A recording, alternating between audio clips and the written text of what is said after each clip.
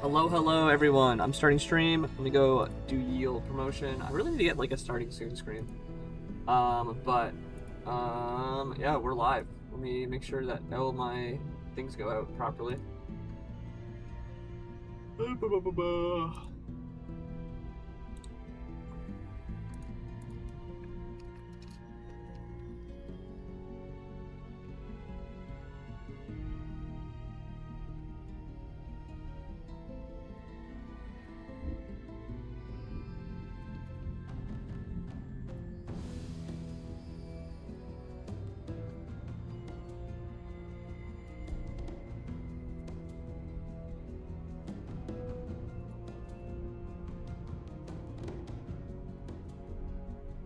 Yoinky and also Shaplinky.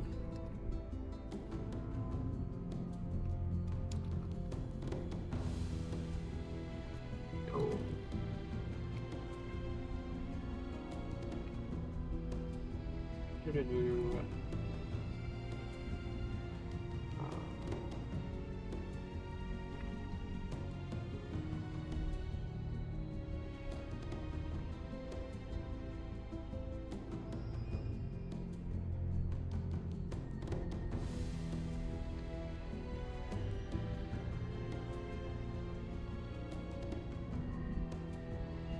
Go. And make sure that it's done.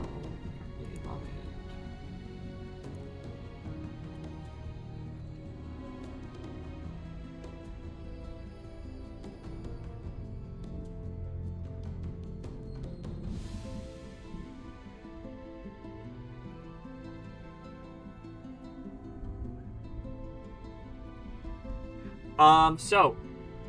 Hello everyone. Welcome to the weekend stream. I'm gonna be streaming a lot of this today. I'm probably gonna stream until about 9 p.m. Eastern. Depending on how exhausted I am, I might go longer, I might go shorter. We'll see. I did just drink a Coke Zero, which I don't normally drink a lot of. Which we call it, caffeinated Coke, Pepsi drink, colas. That's not true actually. I've been drinking a lot of soda lately at my new job. I have like a soda a day basically, as a way of like being like, yeah, this will keep me busy. Yo Drix, what's good? What's good? This is Age of Wonders 4. This came out like a few years ago. I think it came out in like 2022 or something, or maybe 2020. How old is this game? I'll have to double check. And I haven't actually played it until now. I've been playing a lot of Planetfall lately, which was kind of like the precursor to this game in a lot of ways. Age of Wonders 3 came out a long time ago. I think like 2010 something. I played so much of that. I absolutely loved Age of Wonders 3. And then Planetfall was kind of like, quote-unquote, the fourth game in the franchise. And it made a lot of changes because the studio was bought out by Paradox Studios. And I actually really liked a lot of the changes they made in Planetfall. It made it feel like there's a lot more like customization and control you had access to, and also the balancing felt really interesting. And I have been playing this game for about 4 to 8 hours because I originally wanted to test it for my stream setup, and then I got into the middle of a game and I couldn't stop playing. Oh no, Paradox. I've heard people complain about Paradox Studios. I don't know too much about it myself. The DLC monsters. Yeah, that's fair. That's fair. To be fair, the original Age of Wonders 3. What the heck? Oh, I did not change. Wait. Let me update that.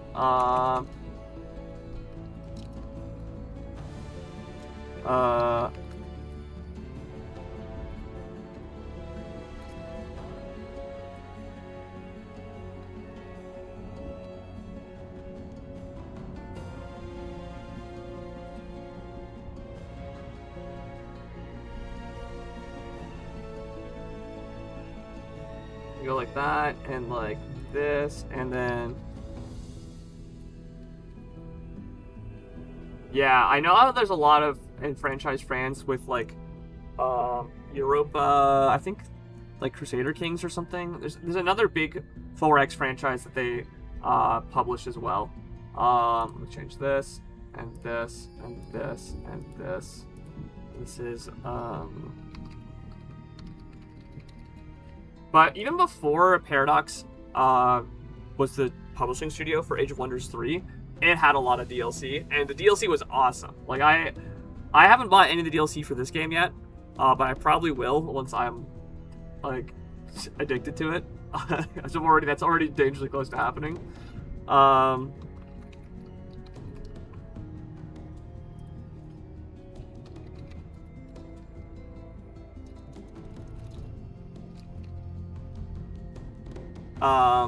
But the DLC was awesome. Okay, let me update this.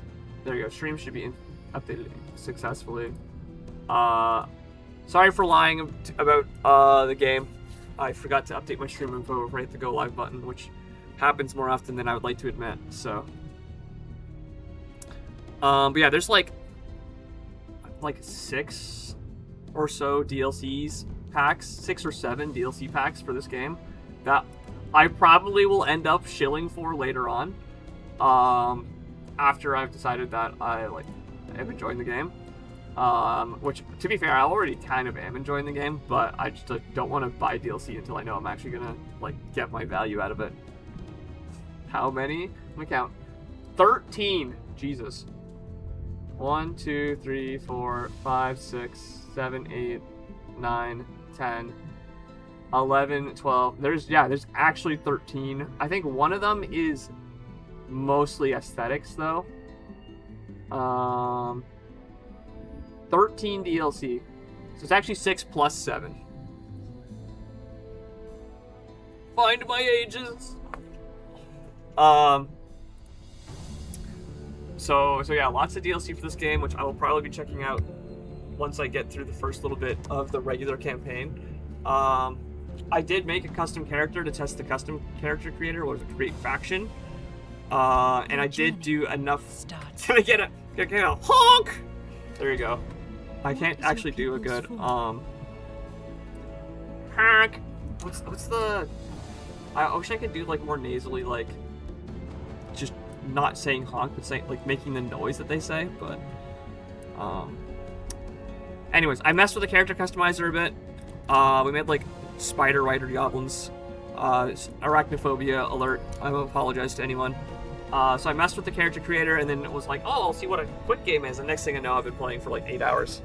But I haven't touched the campaign yet, so the campaign is going to be all first impressions. I'm also going to choose to turn off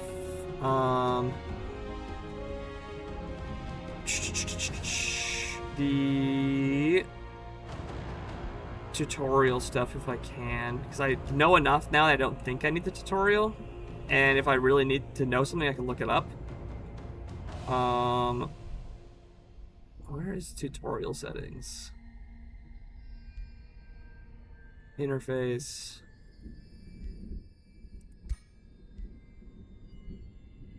Cancel.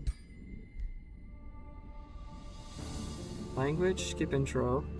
Help messages, off. No. Apply. There we go. Help messages are off. So yeah, we're going to go into new game. Choose your destination.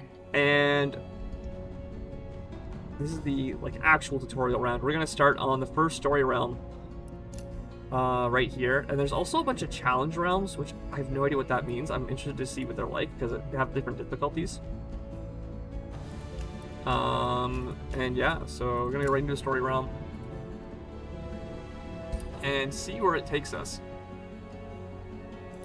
But yeah, basically, from what I've experienced with this game, it's a little bit different than Age of Wonders 3 and Planetfall. And I'm still trying to figure out how I feel about a lot of the changes. Your journey starts here. Oh, do I have to pick faction? Wait. Choose your destination. Story realms, Valley of Wonders, select. Difficulty, we'll do at least normal. These are the traits. I'm not allowed to change them. Okay, that's what I thought. Your journey starts here.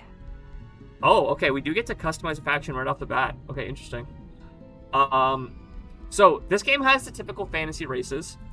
What is your people? Yeah, human, elves, orcs, dwarves, goblins, halflings. But it's also got a bunch of like new animal race races. So we've got like cat people, which is pretty standard. We've got rat people. We've got toads and moles too. So, and I know that the DLC adds even more. Oh my! Be careful with the green. 1 second. This one. Filters. 1 second while I adjust my green screen because it was being kind of goofy for a second.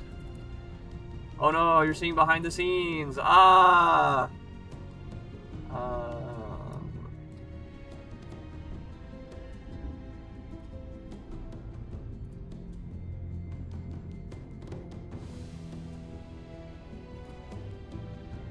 Oh. No, now I just like my hat. Okay, wait, what happens if we go like this?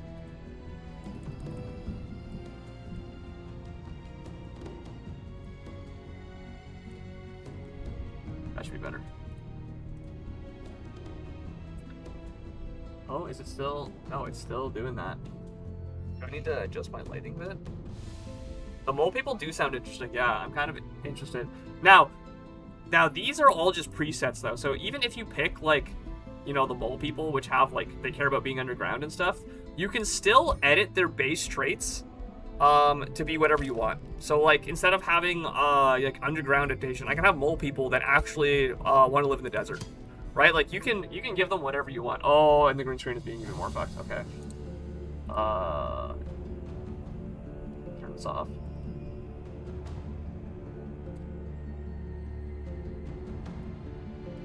They have goose skin? We're goose maxing. We're being silly geese. Let's go like this. Turn this back on. And just a little bit. Yeah, that should be better. So yeah, so even if you like pick like, you know, goblins, which are smelly, you can edit them so they're not smelly. You can make non-smelly goblins, and you can give them horses. You know, so very interesting selections. Yeah, it's the same producers as Stellaris, I believe. So they've taken a lot of it crossovers from the other games.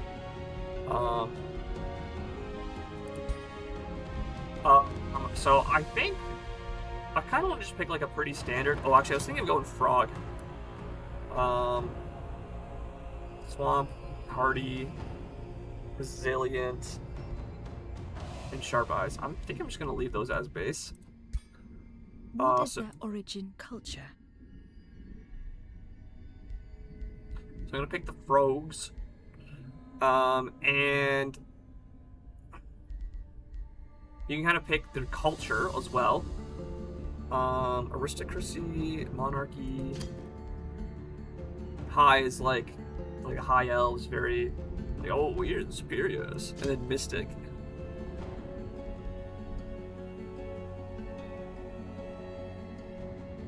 Combat spells, summoning, attunement. I'm trying to think what a good direction for frog would be. I think just feudal. The monarchy of the, I think aristocracy, aristocracy. Aristocracy? How do you pronounce that? What's so high about the high elves? Oh, actually no. We should do the high toads. We should get the 420 blaze of toads. I feel like that would be funny. Let's do high toads. And they can be tree frogs actually. Wait. So we select their culture, and now we can What like. defines their society? Ooh.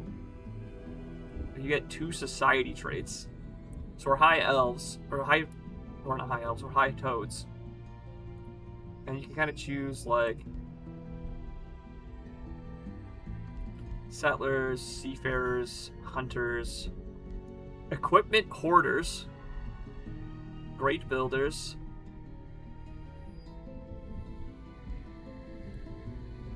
ritualistic cannibals, fun, prolific swarmers, Uniters, devotees, imperialists.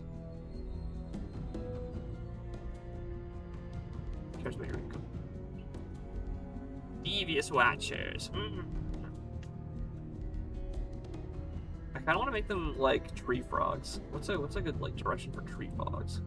A hermit kingdom?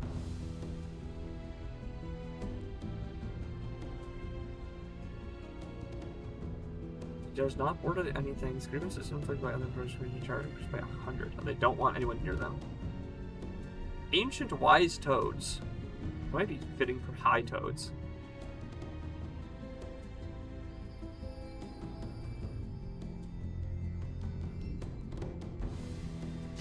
Oh, with them ancient wise and hunters. Let's go like that. Choose your first tome of magic. And then you also get to choose your first tome here, and this is kind of like what tech spells, what magic you're focusing on. Roots, beasts. Probably want to choose roots because that's like tree frogs. Rock, enchantment of the horde, pyromancy, evocation. Fireball can't go wrong. Fair. Honestly, that's always true. Oh, storm? This is like storm magic, so maybe the like thunderstorm. Warding, cryomancy, of faith, of zeal. I think I'm gonna go roots because they're tree frogs. What is your ruler's origin? And our ruler will be. I can only select champion for this, I believe. Reveal yourself. And now we actually get to customize. Like, you get a lot of options for customizing. So we have both our ruler and our racial units that you can customize. So like you can make you can do a bunch of crazy things. Like you can make them tall. Where's you can make them like tall people instead of regular frog size. Oh my god, wait, that looks so cursed.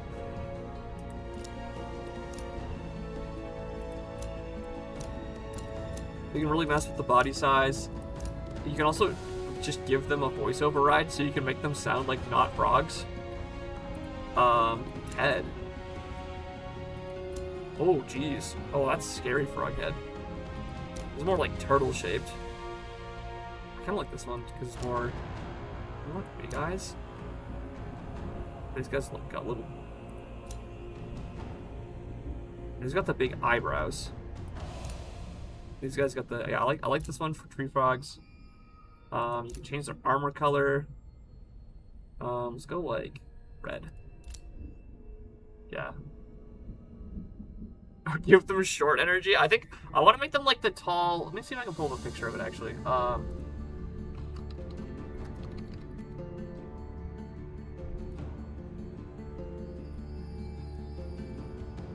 want to do something like the red-eyed tree frog type of look.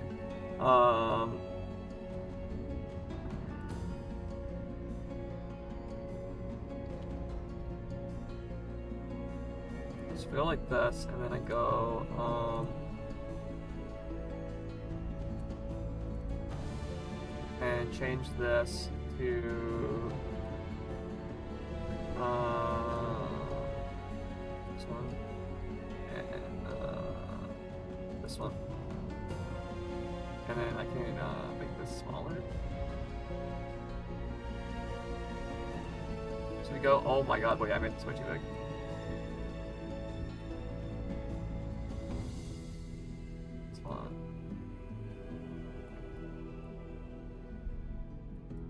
Make them look kind of like, I should just do my stream side, like these guys.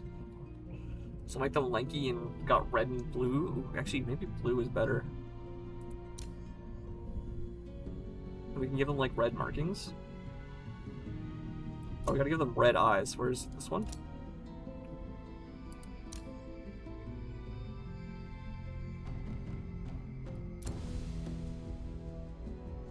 I think this one's better.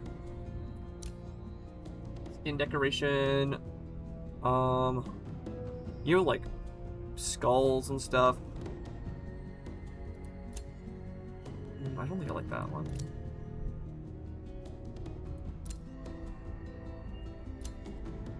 it's like camouflage. Makes it look white.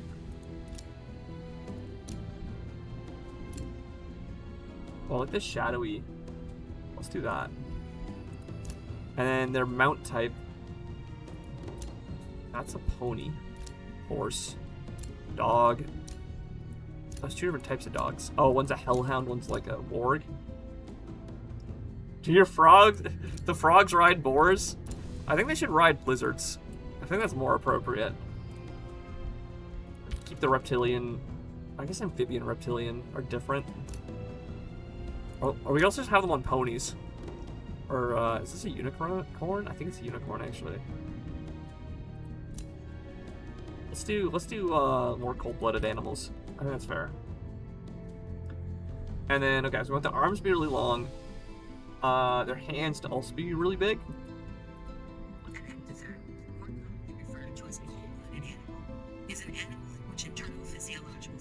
Siri, I did not ask you to do any of that.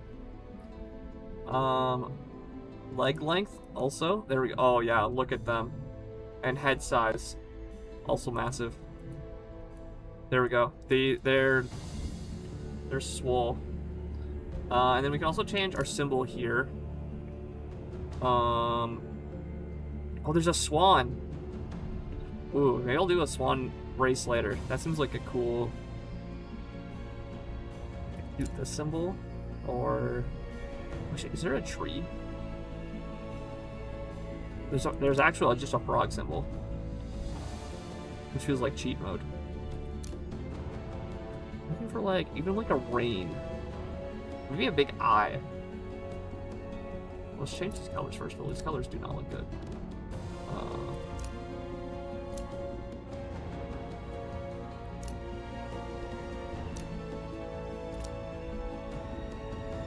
You can just pick any color? Oh. Let's make this orange then. Let's make this like this type of bright orange. I need to make it a little bit darker than that. There we go. And then let's make this... I'll make this a frog symbol. Makes it easy. There we go. It's like a frowny frog too. There's also... Well, actually, I kind of like this. I like this eye, actually. Let's do this. It gives Warhammer energy. Yeah, there's a lot of crossover, honestly, with the whole Warhammer. Oh, we can make them lanky or buff. Oh, yeah, we want them to be lanky as hell. Oh, yeah, dude. We got some lanky-ass toads. And then to go to our ruler. So this ruler is like our primary hero. So we're gonna make them the same.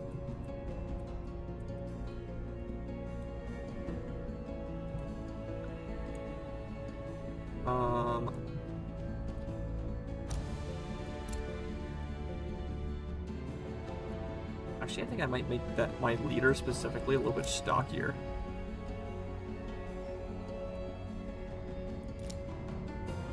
Oh, that's a big toad.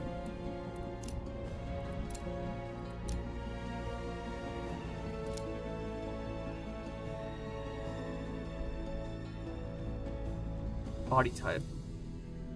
Oh yeah, you can have... Wait, where's, am I men or... Am I a male leader or a female leader right now? Where's the gender?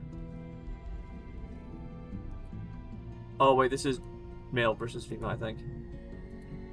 Wait, why does it... What did I do to change that?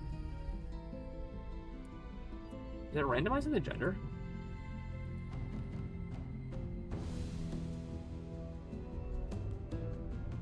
I don't know what I did.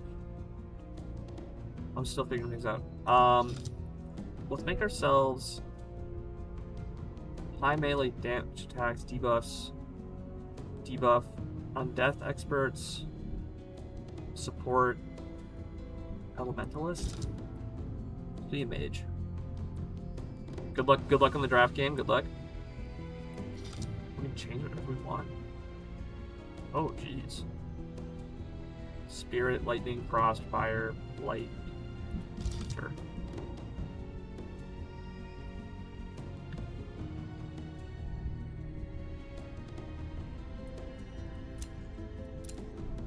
I want to make you.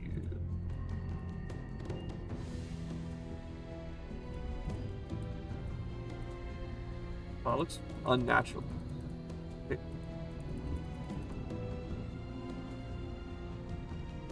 Oh, we can change the head also. We want this one. What was the one we picked earlier? The frog options are crazy looking. Oh, we could go like this and have like old man.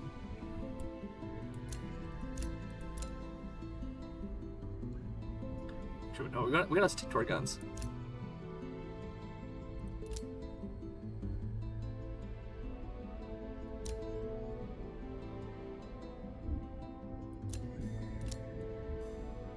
Oh my god, wait, we could be Hypnotoad. Because that's got like a fiery effect. Wait, that's got like stars. White. Yeah, wait, we can make this Hypnotoad. Wait. Okay, wait, let's see if I can pull that up.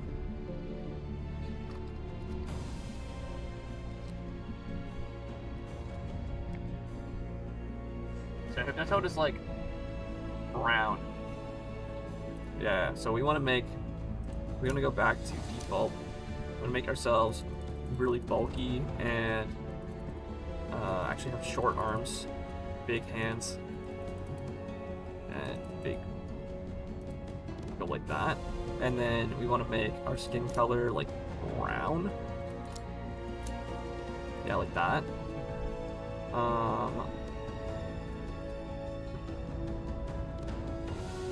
Where's the gender swap option? Just randomize.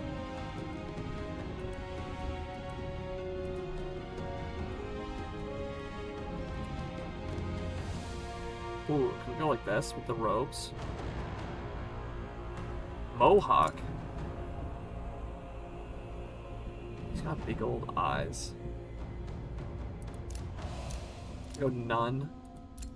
Eyebrow. Let's do none also. Outfit. Oh, okay, here.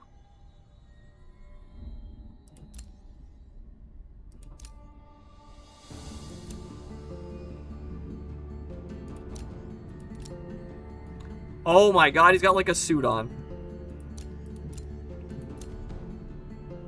I think this one is the most fitting for Hypnotoad. Cape. We do just the shoulder pads. Ooh, I don't hate that. That makes him look like a frog prince. Though I kind of like the brown. Dirty cape. I like the evil imposing of this one. And then armor color, we need to make this like dark brown. Yeah, like that.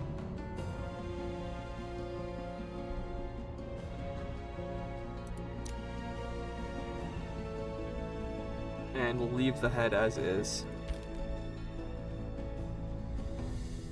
And if we're a Hypnotoad, we should be a Warlock instead, actually. And we need an orb, I think. A little poison orb.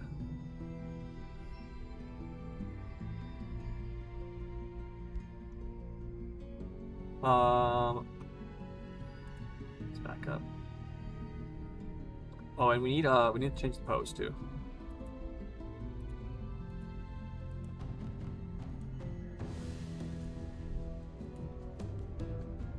There we go.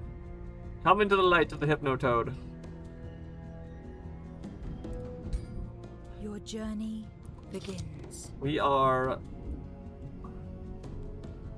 Emperor Hypnotoad.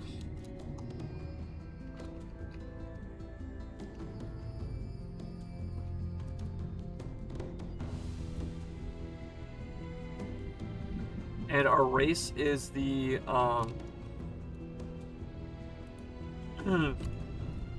what's our future city is called 30XX. The year is 30XX. The entire world has been ruled by Hypnotoad. Cultured toads. We are cultured is the term.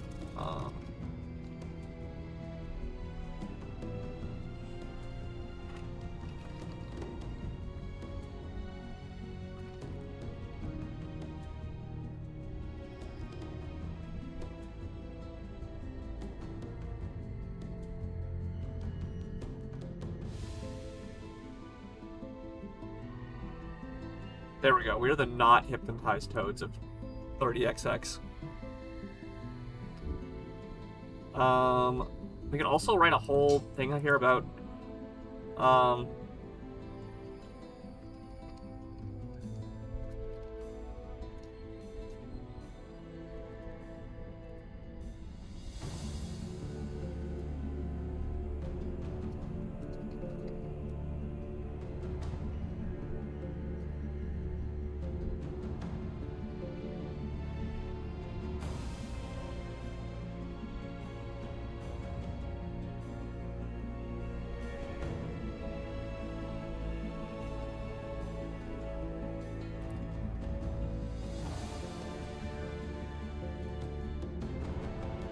there we go, that's our lore. And we want to be a dominator. There we go. Emperor Hypnotoad of the not hypnotized toast. Advanced settings? Heroes, AI behavior. To follow when this empire is controlled by the AI.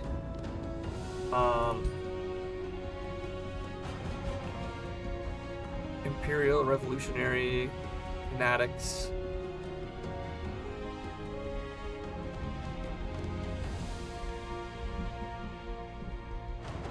Deceptive, sinister. Oh wow, there's a lot of like personality traits you can set for the AI. They're an economic warlord.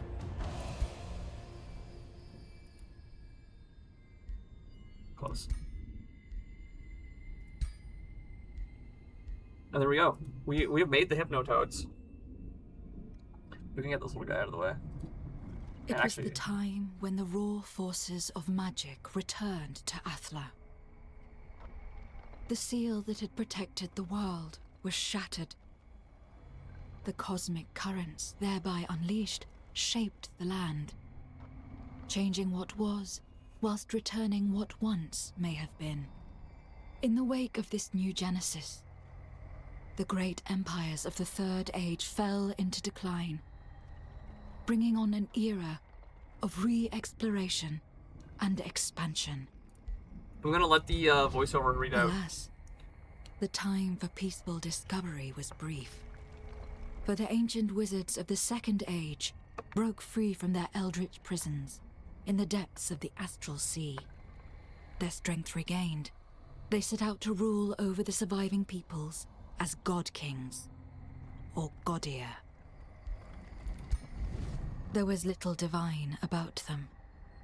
Yaka, Nimue, Carissa, a pantheon of pretender gods.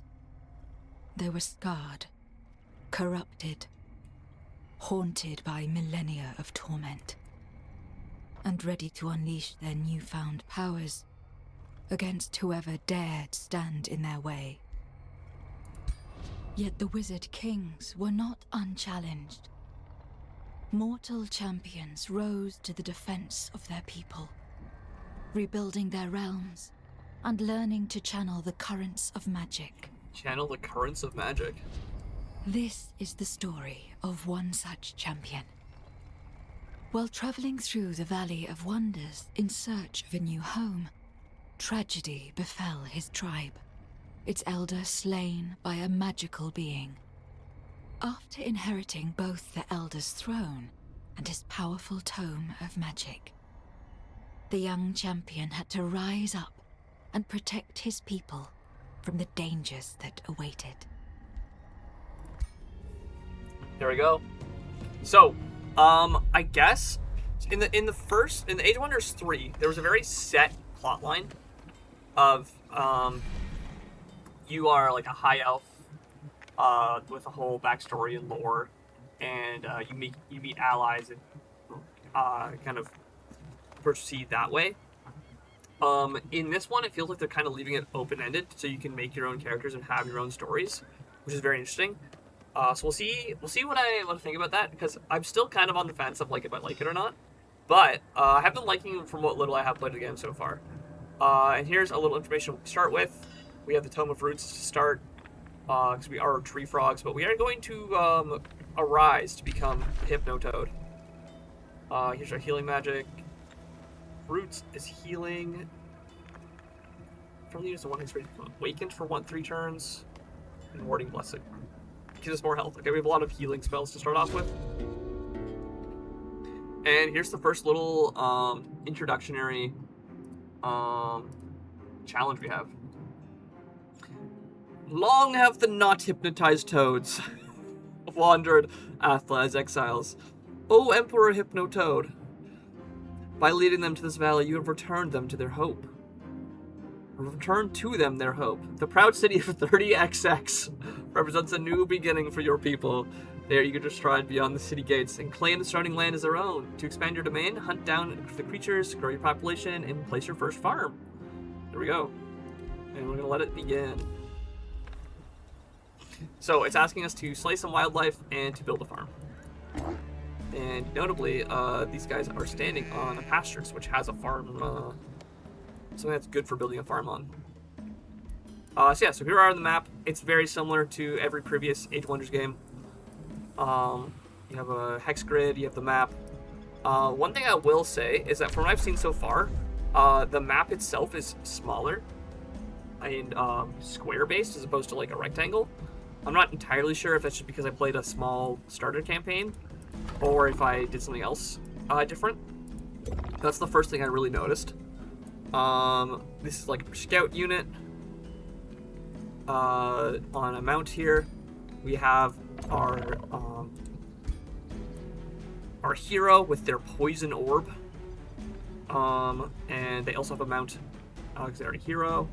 And specifically, our hero has their own little goal they want to accomplish, which is we get this renown stat to upgrade our governance of our main town. And the things we want to do is, specifically, we want to mind control units so they become on our side after combat. And then here we have some hunters. So these are just regular archer units, but they have a awakened ability, which cares about us. When awakened, it gains this additional ability. And then you are our support unit, the Sun Priest. And you have the ability to target friendly unit and another non-awakened unit within 2 hexes becomes awakened. Yep. So a lot of our defensive abilities, our support abilities here, apply the awakened buff, which lets us get those additional bonuses. And it looks like, I'm going to send this scout up over this way, because it looks like up here, meeting the Separatists, who parted ways with the not hypnotized toads, loyal to her as you drive into the Valley of Wonders. So we speak again! Remember, we have no quarrel. United the cause of loss for homeland, matched that killed the elder of our tribe. You took up the Elder's Tome, you asked for doom, we keep our distance. Evading all magic will keep us safe. Start negotiations. So, they've really revamped the way that independent towns work in this version, in the 4th installment of this franchise. And basically she's just saying that she doesn't trust us because we use magic. And there's a very complicated system. They're not complicated, but it's a multiple step process to getting other towns to being on your side. Which requires giving them a Whispering Stone, which basically is like a little communication device. And every turn, they get a little bit more trust towards you. And then over time, you can have them give you a bunch of bonuses. It's like you own the town yourself, but it's a very different process. And very slow. It's a slow process, but it's also like more of a you earn their trust over time process, which I thought was very interesting. We need to pick our first research.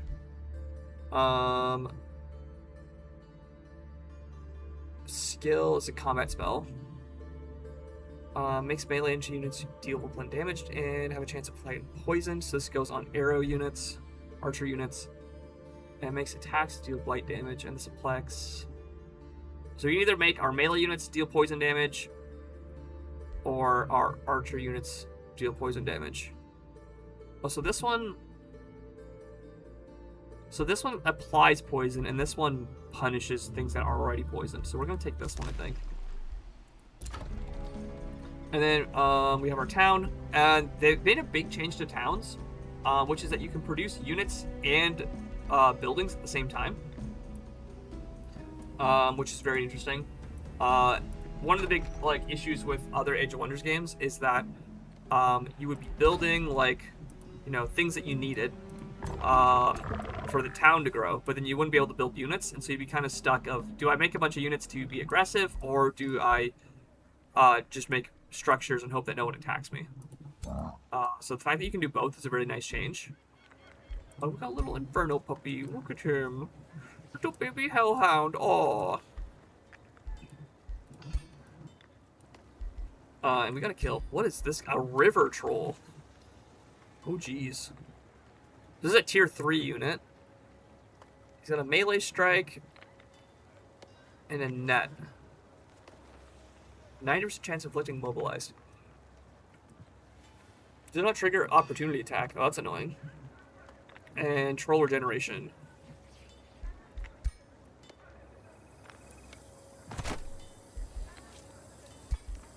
This is a hero. Wait, what?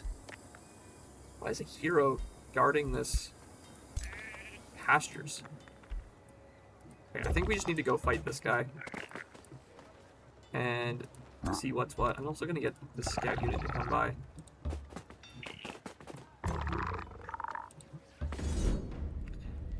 And so here, they also have auto combat returning. The one thing I like about this game is the auto combat has a really cool replay feature. I know that's been in other versions, but I like the way that they've changed it. I'm just gonna do manual combat because I love doing the actual fights in this game. One of the reasons why I like this franchise so much is the tactical combat. It's not just the Civ world building and base building gameplay. It's also, I really like the tactical map. Dude, this guy's huge. What the hell? He's massive, bro.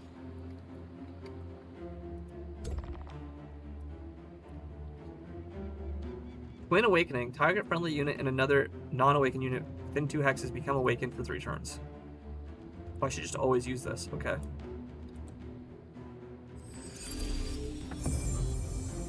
So they're now awakened. That was a free skill. I didn't use any of my action points. And then I have Light Bolts, which is 4 range attack, Quick Stab, and Command, which is another...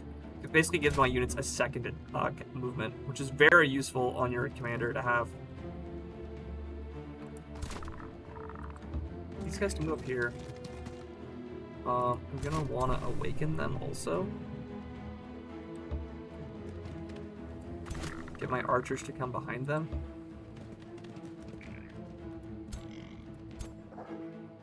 They can reach there. See if I can move them back here then.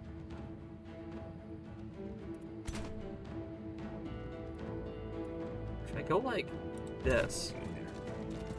Then I can... Oh, we got a wet debuff from walking through the water. Okay, interesting.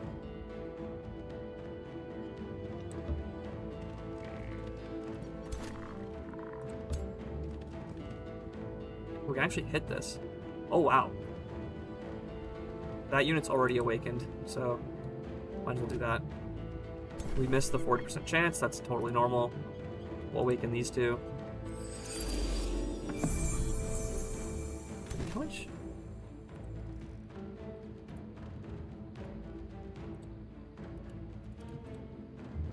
What is Awaken doing? Oh, it gains +1 range when you're awakened. Oh, okay, wait, that's really strong.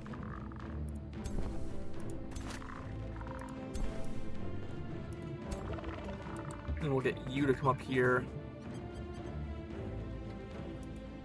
And you to come up here. What does this do? Definitely heals 30 temporary hit points. Becomes awakened, yeah.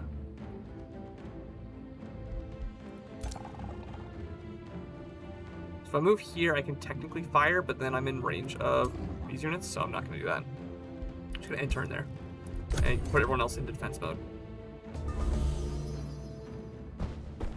The big river troll, he's gonna throw his net. Oh my god. That's huge. Oh, they were able to get in my archer units there, okay. I misplaced these guys. Oh, they have spirit weakness, okay.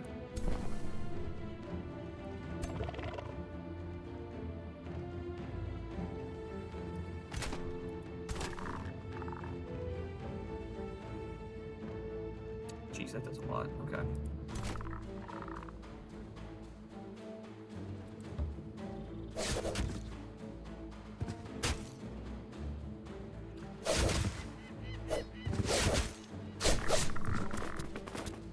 That does 20. That does 33. You also just command them to move again. If you don't hit the idea of, yeah, let's just do that. Get all their action points back, and then we can just attack the dogs again. And these archers get a free shot on these guys.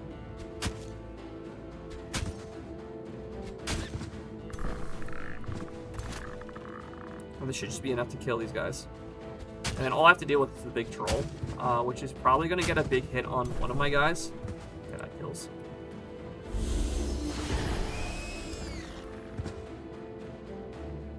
Oh, I forgot to have this guy all the way over here. I brought in my my scout unit as well. And then he might as well stay in defense mode, and we can end turn. Oh, he's sad because his allies died. He gets a graze and fumbled it because he's upset.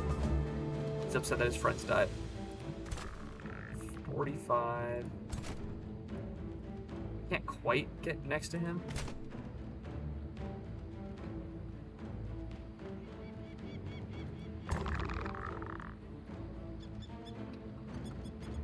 %100% chance to hit because he's so big.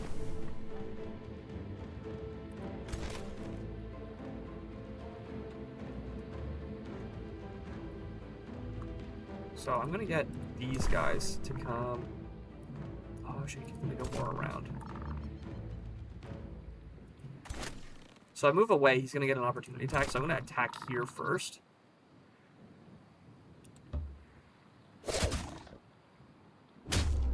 He grazed and doesn't get his debuff off. Perfect. I did, I think, 27? He's got a lot of health. And I can't move. Now we're wet. What does wet do? It just changes our protections, okay.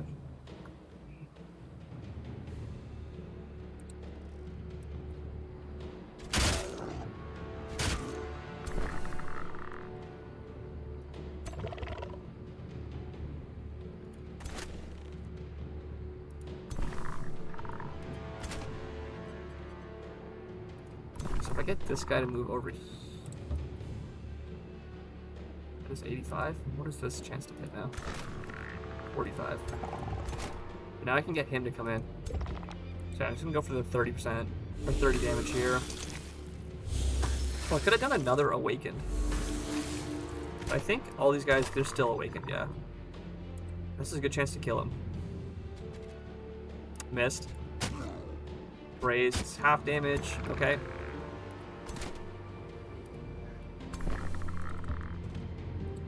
And the Spirit Blast should finish it.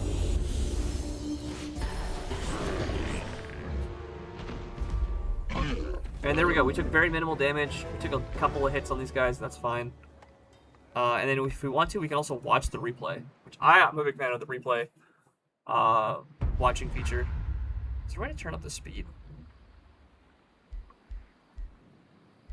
Overview. Combat history. Surrender. Oh, here we go. We go triple speed. We awakened, we move forward. We shot and missed. We got a defensive thing.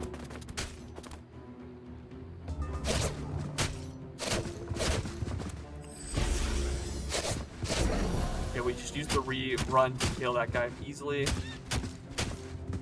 We snipe down the boar, and then this guy comes in for a little stabby stab. And we took very little damage.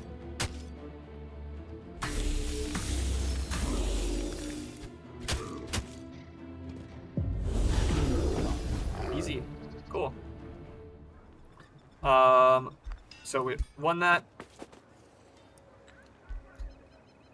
And we reclaimed these pastures. And now we need to set production here at our base. We're probably going to build a storehouse. If we have a forester, it builds faster. So other important thing about your structures here is that when you expand your town, you get to build these additional little improvements. Like farms and forests and mines. And they help speed up the production of some of your important buildings.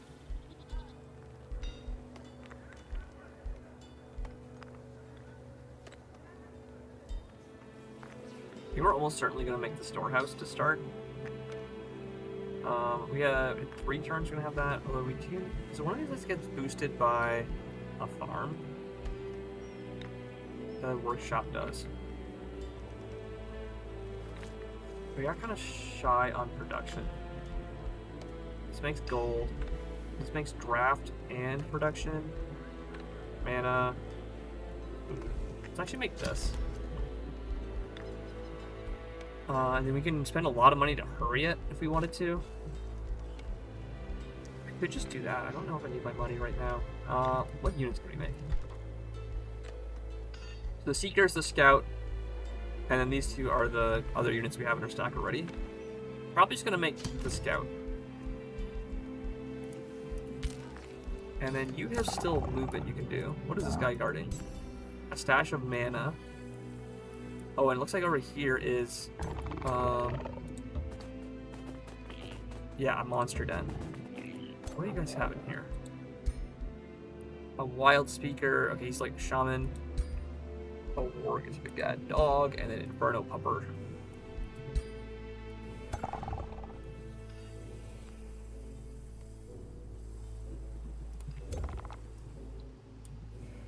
This is a quarry. It was already explored. Okay. So I'm tempted to just instantly build this. Could have cost a lot of money.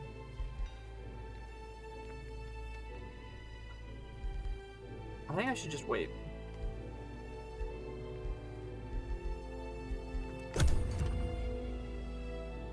Full end turn there.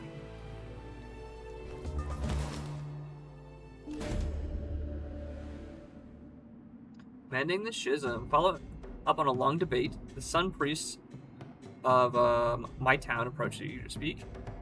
Not all us not hypnotized toes has the wisdom to follow your lead.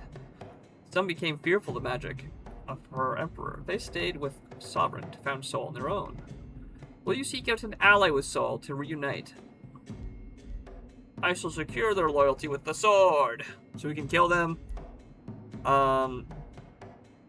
We accept the quest. We get race relation, and so the toads will like us more. We're gonna be friendly. We're not gonna be evil right off the bat.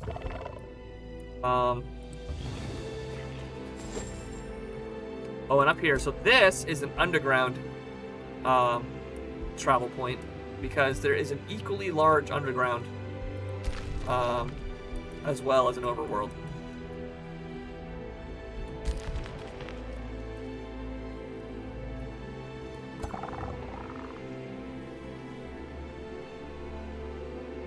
So we're just going to get our main arch of units to come deal with this monster den early. These monster dens, they'll basically make enemy units that will just kind of be a nuisance. and they'll block space, they'll attack you if you're not careful, so it's easy. It's a good idea to kill them early. And this guy can go up here. Anything up here? There's ruins over there. Okay. And I don't think we have much else to do. It's just kind of, we could rush this production, which makes this other stuff go faster, and then we can build a storehouse.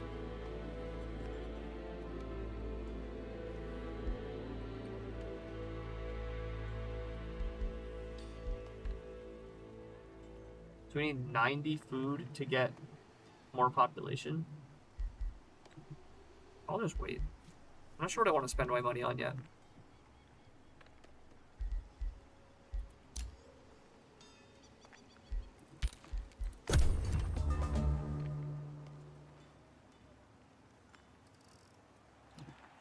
Oh, and the next turn is ready already. That was very nothing really to report on for news. I'm actually gonna get this guy to come back here. Let's fight. We'll do manual combat again. Also because I don't trust the AI.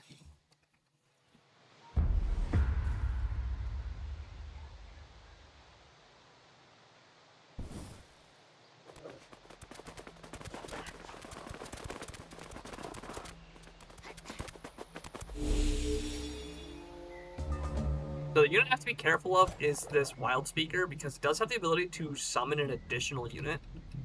And it also buffs these other animals. The Warg here also is a tier 2 unit, I believe. So it's just kind of tougher than our little shield guys. There's also notable our defensive purposes here. So I think first thing I want to do is I want to awaken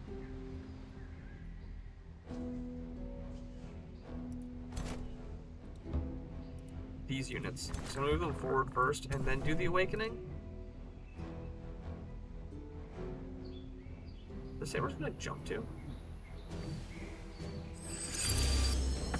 I'll awaken my hero instead. Okay, that's not what I want to do.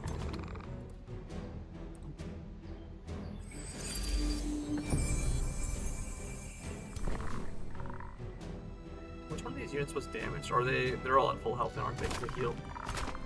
Yeah, they are.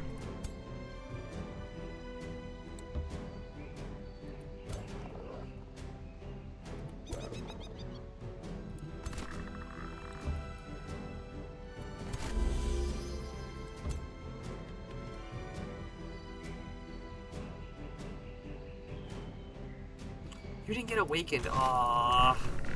I guess if I put you here, and then I can do this Mending Awakening, and that's gonna awaken them. Let's move forward first.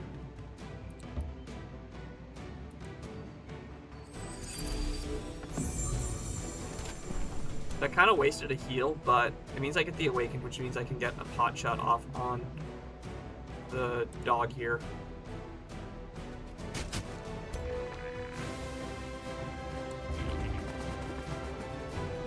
This guy doesn't have Awakened ability, does he? No.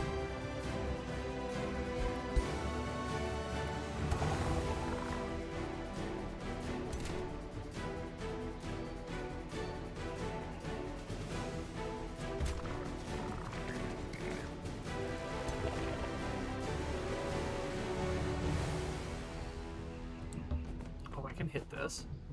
I guess I might as well do that. Wait, do I have an Awakened ability?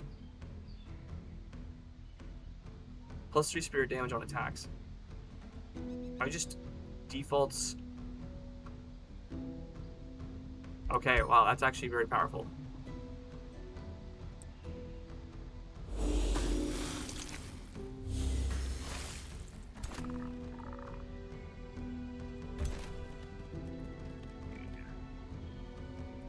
We'll take another pot shot at the dog. Get a graze off. And then in turn.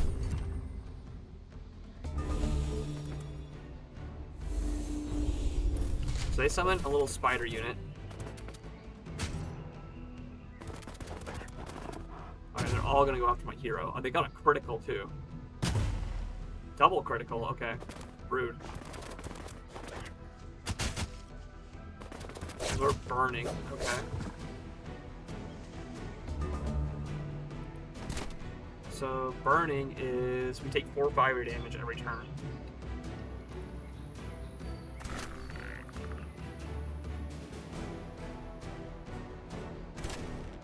Okay, so we can start by... Does that not...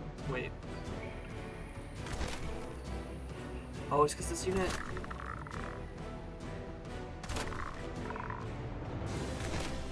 They're both awakened. Why does this do less? Is it because they're not flanking? That's a flanking attack, okay. I see.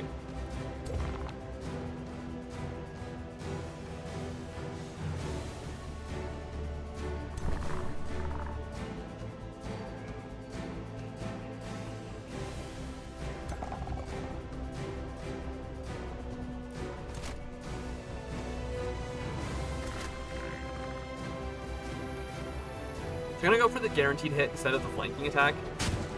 I'm gonna do the same thing here.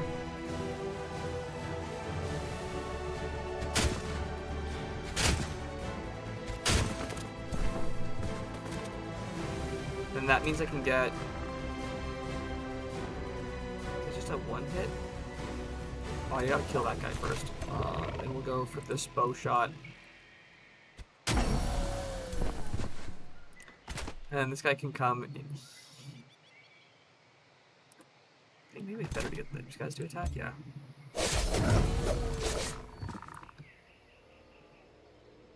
And then if I go here, is this a flanking attack?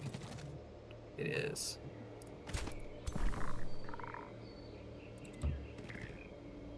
That's not flanking.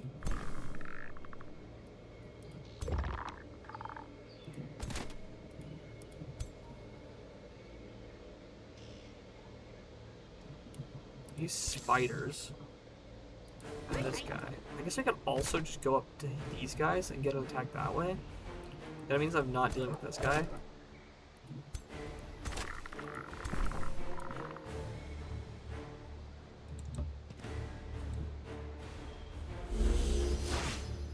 You missed the 50-50, okay.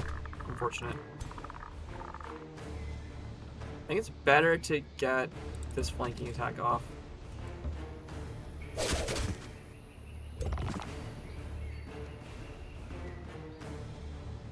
I could also just command these guys to move again. Actually, what if I command these guys? Well, that kills. Okay.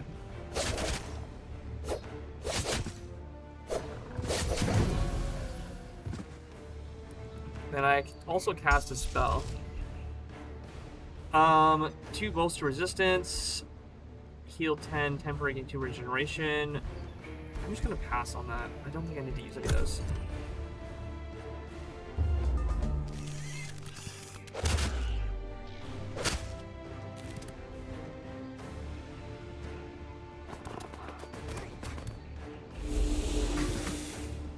Yeah, Poison Bolt did a lot of damage, but that's fine.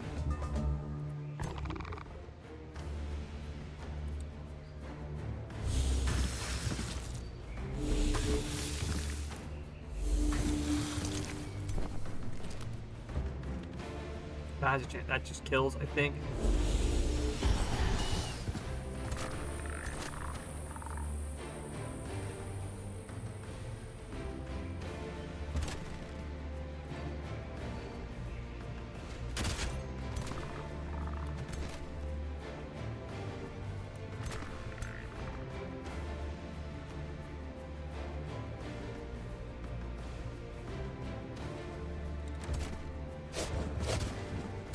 Those attacks in.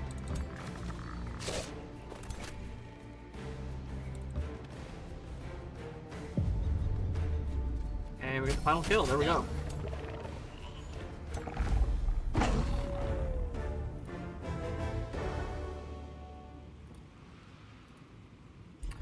So we took a bit more damage in that fight, mostly because we let our hero get too close to those melee units, but we'll heal that off pretty easily.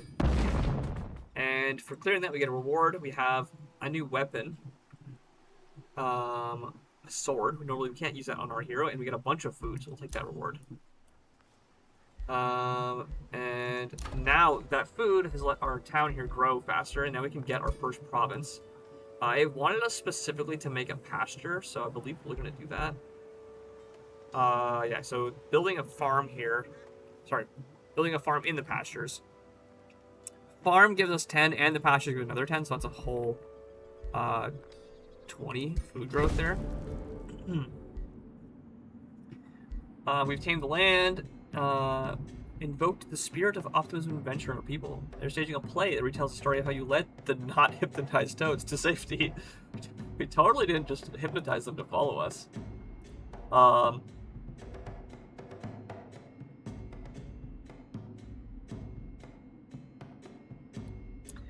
And so, the play in your honor will conclude with a promise of the future, how you wish it to end. So we want to see more food, 2 population, knowledge. For 6 turns, we gain 18 knowledge per turn. We receive a draft to produce more units. I'm going to take the food. That's 2 population. Which means we can now grow our city twice more, which is kind of ridiculous. We want to get this province here, and I want to make probably either a quarry or a forester. And we can make the same thing in this one. Both of these have mines in them, so we want to use both of those. So let's make 2 quarries also. We could just build 2 quarries. Whereas a forester uses a balance of food. I don't think we need the food right now, so let's build 2 quarries. Actually, no, I should absolutely make 1 of each. Just for the purposes of our production here. Yeah, because now it's boosted. This requires a forester to boost. This requires a quarry to boost. Yeah, so building 1 of each was better. It requires a farm to boost. And our workshop will be done soon.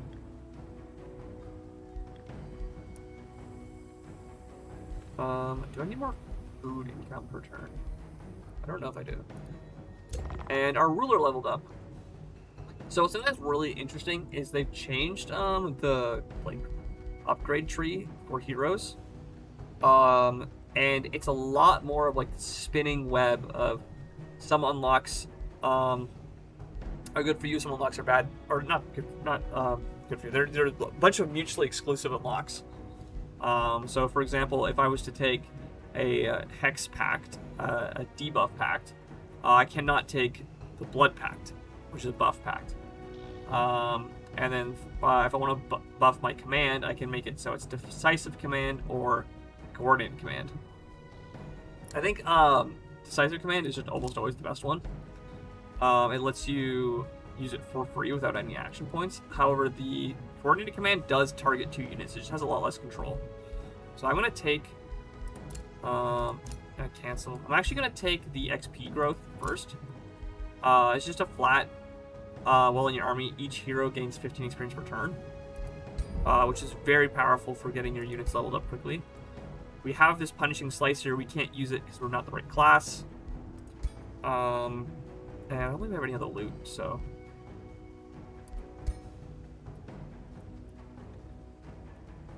And now that we've beaten that, so I could go and... This pastures is next to this other town, though, so it's going to be unhappy if we try to take that. Now, another thing that you can do with these independent towns is you can spend your Imperium. Imperium is like the premium currency. It's used for pretty much every upgrade to your... to your thing, so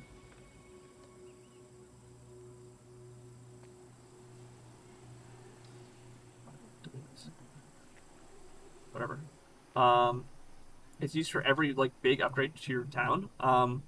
But I think here I'm actually going to spend some early to make them more friendly with us, and now they're going to be able to cooperate with us in 2 turns instead of I think it was 3 or 4 earlier. And then this unit, the scout unit, can go... I want to scout up there first. Or... Well, let's go into the underground. So now we're in the underground, which is basically just a whole other level of exploration to do. Oh, these are on focus crystals.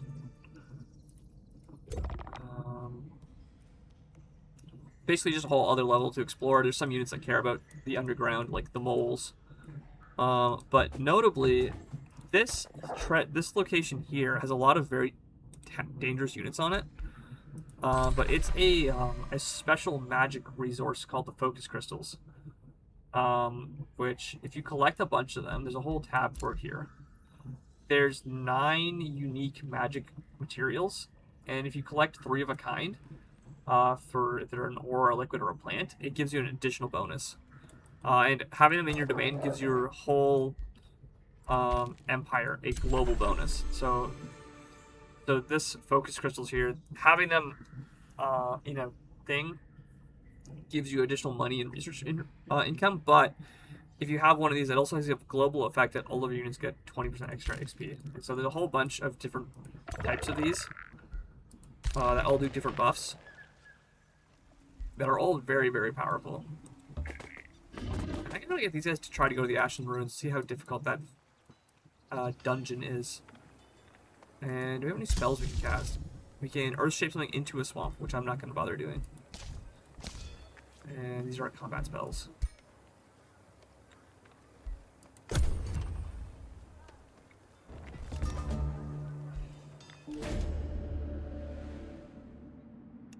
For a brief while, your people had found respite in the Valley of Wonders, but now panicked shouts start to echo in the streets. Doom is upon us, monsters from beyond. Shouts right with the uproar, creatures from the astral sea, primal source of arcane powers, inside into the city. The fear of not hypnotized toads quickly leads to doubt. Were they right? Have your magic powers attracted the creatures from afar? Protect people from the sword of the face. You must seek out the monsters and destroy them. Knowledge and a mystery bonus. These other village critters find that we are no easy prey. And so we have a new quest. Where's that quest located?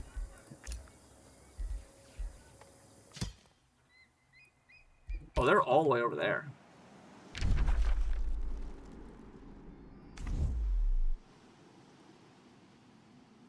Does it say how long we have to do this quest?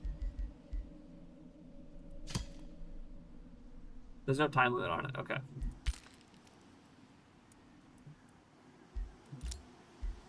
And here, now that we have some more structures, we've finished some more production. I think I'm going to make the storehouse next to further increase our food production. I always prioritize food and production early. And then I think I just keep making light seekers for the most part. We just want more scouts. This scout, we're going to get to go down this way. We're going to try to stick to the roads as much as possible. It's kind of hard to sometimes see where the roads actually are on the map. Just because they're kind of like slight changes. This is a rainbow clover, which is another magic, whatchamacallit, magic resource node. Okay, so because we know that we need to go down this way for the quest, I'm actually going to head down this way and save this ruins for later. And chilling on the magic clover, we have...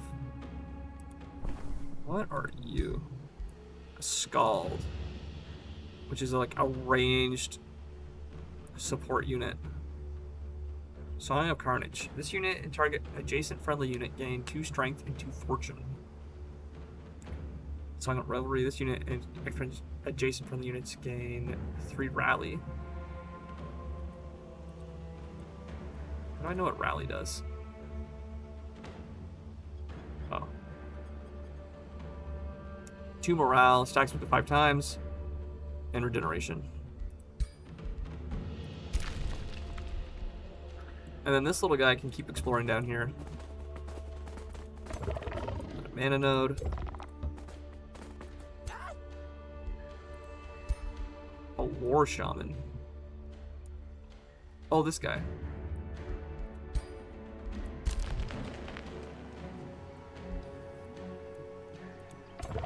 You've moved. Let me just double check.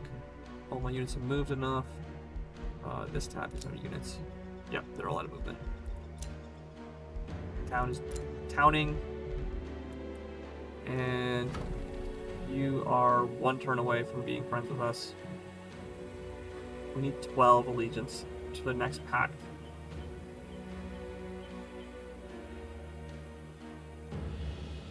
Loyalty requires 27. I don't know how the numbers for this work, but whatever.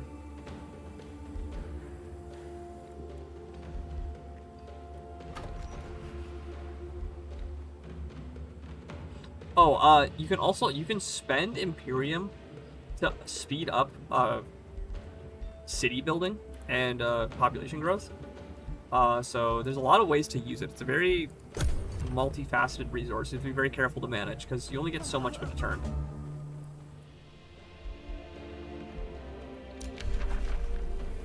So our negotiations have proceeded. They now like us enough that they are willing to cooperate with us. We have trading enabled, and we can trade magic resources. So now if we go to this cooperation tab, they have haste berries. Oh, I didn't realize they had haste berries in their domain. So we can either choose to trade, so we can gain food and get for the cost of 7 gold, or we can gain gold for the cost of mana. I'm gonna take the food. Migrating, absorbing cities takes -2 turns. Yeah, we don't really actually care to do that, so we're gonna go for the food trade. That does go positive resources for us, and we want the growth more than anything else. So we can actually make it to the fortress this turn. We'll see. So these dungeons, you can only enter them with a hero, and basically what happens is there's going to be some type of fight encounter that gives you a choice of some different options you can have to make it easier or harder. Now, when I was playing in my test world, I noticed that most of these fights are extremely difficult.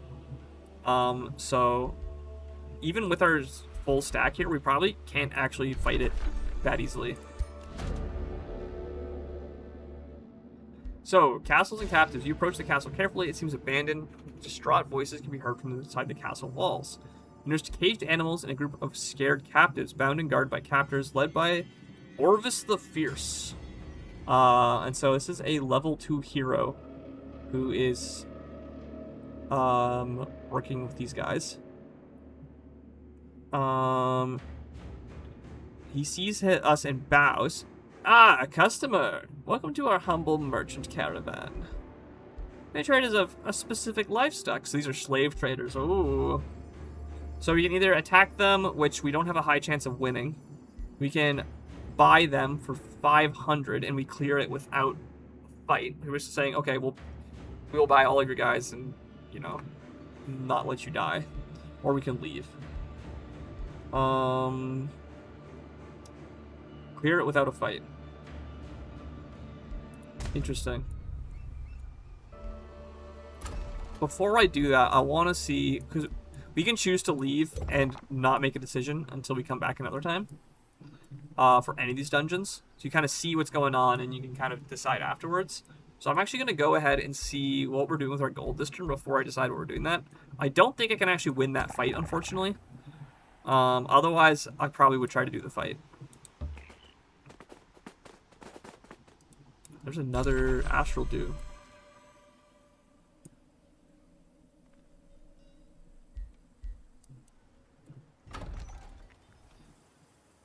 So here, so if I annex this location here, it's gonna make this town upset. So I'm gonna try to avoid doing that. Oh, that said, it does have a pasture in it. It's occupied by you. That's rude. I think making a next farm is the most reasonable decision. I don't see any things nearby that I really want to go get.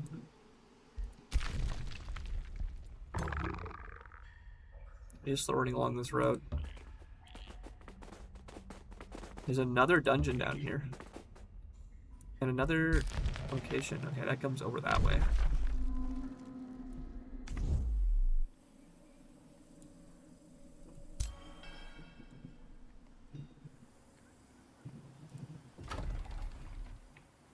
I can just take the C node and then it makes us closer to getting this one. I do need to get the sea research. So notably, in order to actually get anything on water, you need to buy this basic seafaring Imperium skill, which we won't have for access for another 3 turns. How fast is our food growth here? 3 turns also.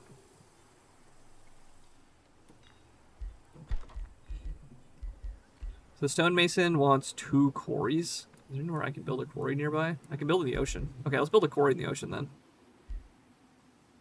Right now we have 1 of each, and the stonemason is probably the next thing we want to build for more production. Granary also wants 2 foresters. This wants 2 quarry. Gold and draft, and a starting rank to each tier 1.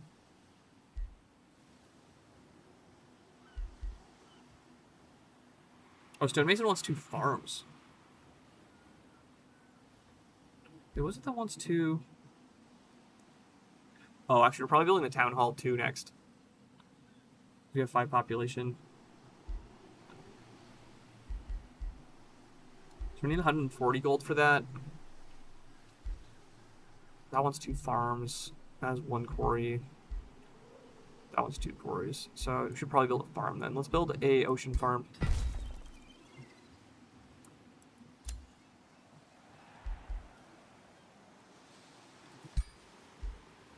Takes 3 turns to swap it. Okay. Well, I hope I didn't regret that. I think building in the ocean was correct here, though, so it helps me scout more, and I do want to see what's going on with this province.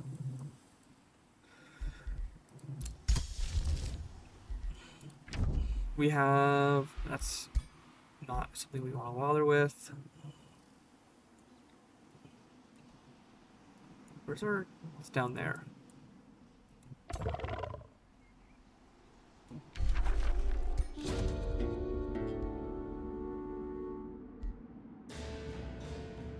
Yeah, I don't think we can win this. So I'm gonna do the buy option.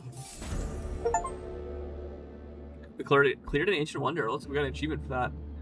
The slavers are gone, and the surviving captives flock around you, appreciative yet anxiously. From amidst the captives, a townsman of the Firebrand Predators, which is a cat clan, steps forward and bows deeply. Civilians of the protection of Oricum, we are ambushed on the road near the castle and brought here. What do you plan to do with us? They anxiously await their fate.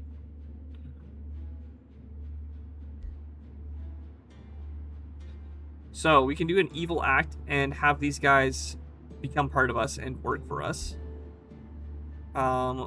We can release them.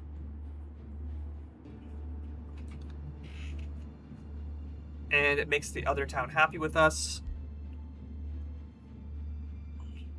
Draft is blocked for 5 turns, but we get higher relations with them, or we can send them on their way.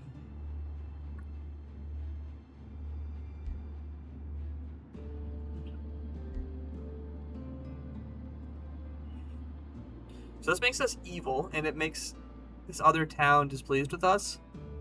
I'm gonna choose to... I think it's actually better to keep them captive. For our, Where's this town they're speaking of?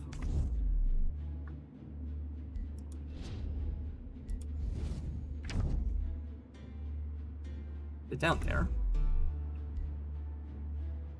We're unhappy that we have them. I guess we're getting the production regardless.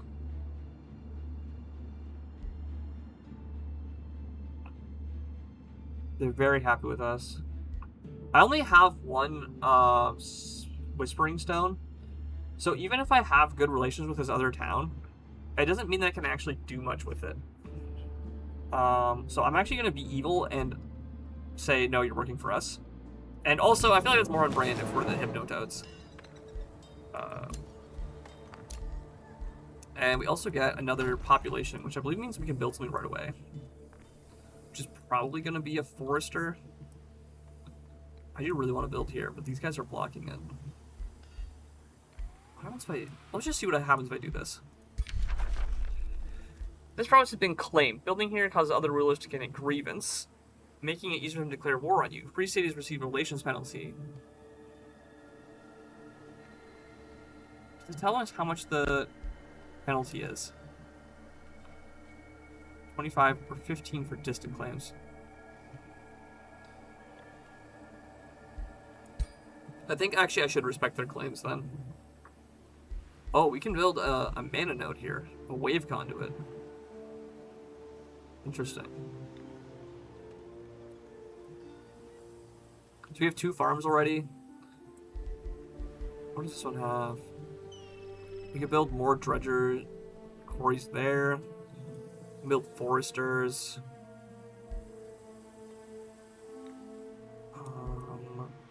We do need a second farm.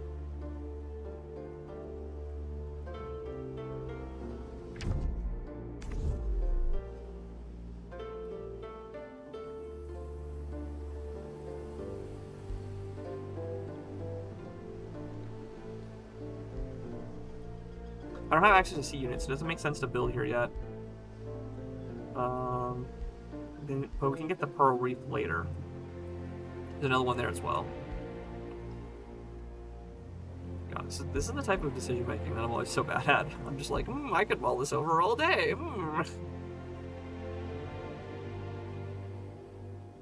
Oh, you know what? I want to get closer to this Fortress of Woe, so I'm going to build this forester here and make our way over that way.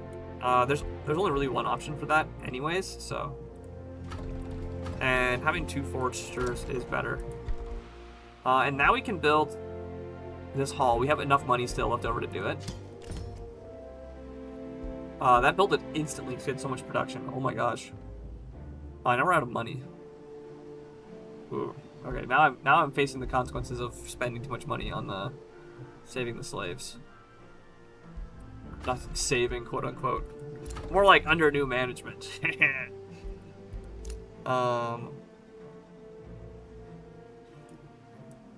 So we want to go down there, but it looks like that's next to this this town over here.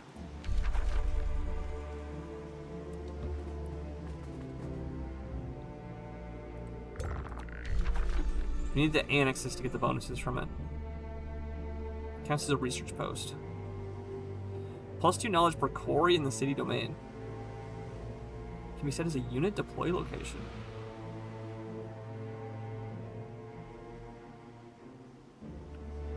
Oh, interesting. Let's just also produce some other types of units. That's cool.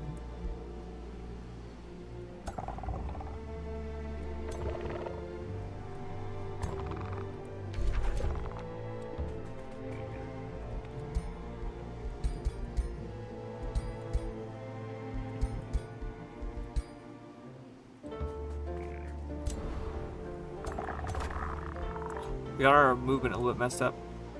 Why does this cost just 3 to move? Is there anything else I can do to get more money? So I can start building something this turn? Or... I guess it's fine just to produce merchandise.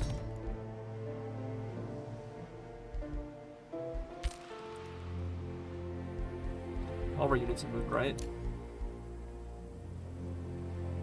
Select after vassalizing a free city or annexing an ancient wonder. You need to annex it, okay. Not girl done.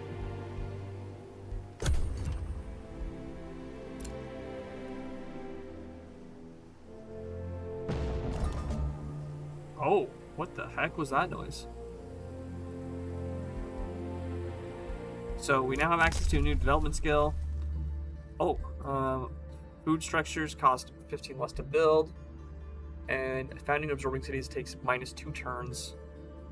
Newly founded cities gain +1 population. So we're probably going to take this food bonus. I also kind of want to save up for the seafaring, but I think we can do this one for now. We're not going to really need the integration one right now. And if we do need it, there is a haste berries we saw on part of the map. There's a haste berries there. There's also supposed to be one in this town. Poison arrows, select the research.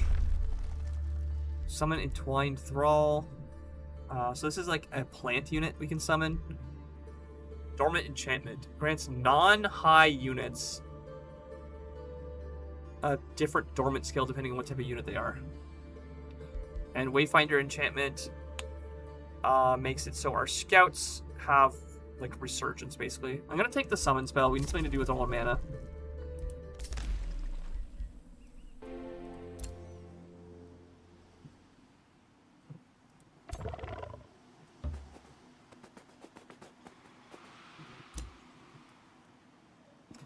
So this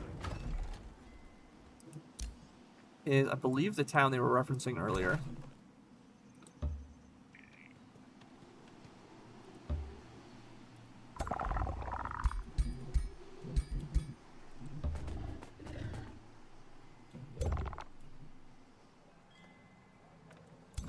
We need to get over there.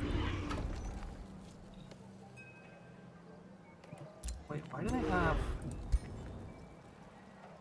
magma spirits on their town?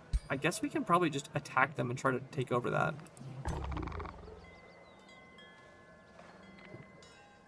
Oh, there's a gold stash over here. Let's go get that with our scout. Tower of Destinies. Oh god, that's a tier 3 wonder.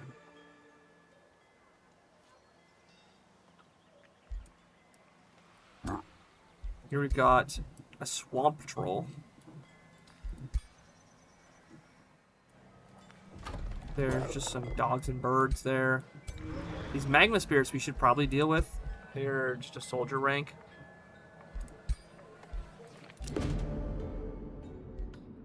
Seer Thedine of the Free City of Arcanum reaches with hostility. Firebrand predators will fight you for our freedom and stand against anyone who threatens our free city. When led by an emperor like you. The blood of invaders, thieves, and spies will nourish the fields. Oh, they're very angry with us. I feel like they were going to be angry with us regardless of what we did in that other event. Actually, no. Because...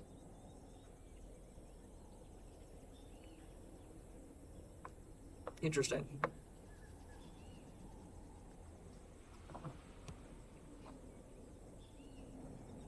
Wait, no, they started that war with us. I'm not sure how the math on that would have gone if we hadn't abducted the rescued peoples.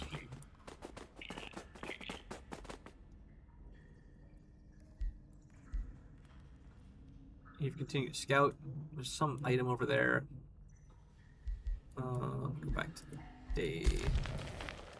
We do need to set new production for you. Now they have money, actually. Oh, we just took the bonus to this. And this is boosting speed of 2 foresters, so we'll build that, I think. There's also the stonemason, which has 2 farms, so that's boosted as well.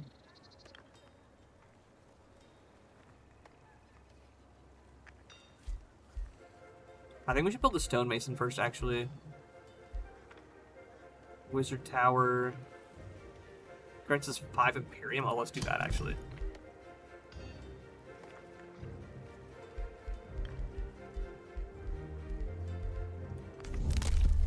We're still a little bit away from the seafaring development.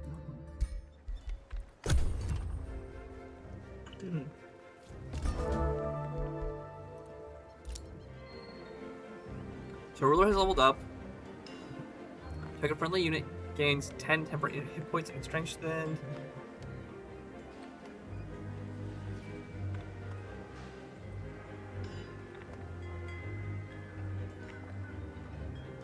Target friendly unit gains 10 temporary hit points and strengthen. This ability cooldown refreshes when units summoned by the caster die or this unit kills. Oh, so it's a repeatable heal effect that can be reused. Interesting.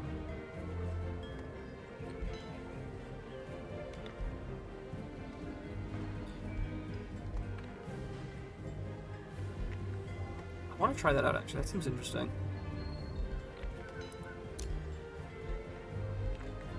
We could also take the upgrade to command.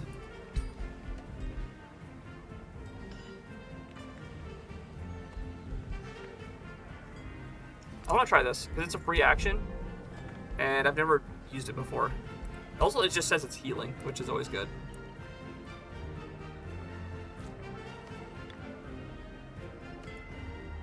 So this is what we have to fight. We have a tier 3 Astral Siphoner, which is a melee unit that can move units close to it. Astral Membrane. Melee range attackers have a 30% chance of becoming stunned for 1 turn. Oh, okay, so it like sucks units in and then has a chance to stun them. When it dies from the units into a tracer healed 15, and it has wall pass. There's a wisp. I like how it's like, it's supposed to look like it's just a butterfly or something, but it's like weirdly impossible to keep your eyes on, which is, it's a ranged magic unit. Multiple damage types, and then you are a Lesser Storm Spirit, which is a melee unit. A shock unit, which is kind of like a, the shock units are all about like getting the first hit and stunning you, basically. We have a new Light Seeker here. You can come down this way.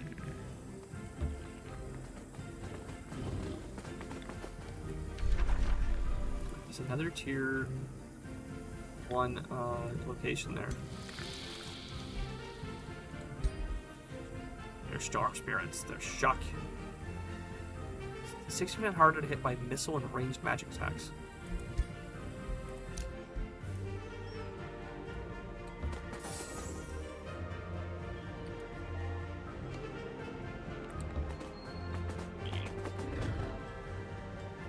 Okay, so there is a hero here. Oh no, these aren't heroes. What are these? It's a tier 2 shield unit. Flash Freeze. Spell Shield. Damages adjacent enemy units and has a chance to apply Frozen.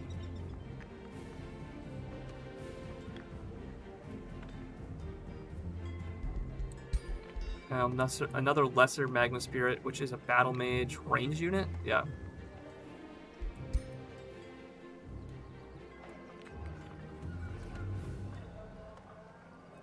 Okay, so if we want to take this town, it does have a city wall, so we have to start a siege.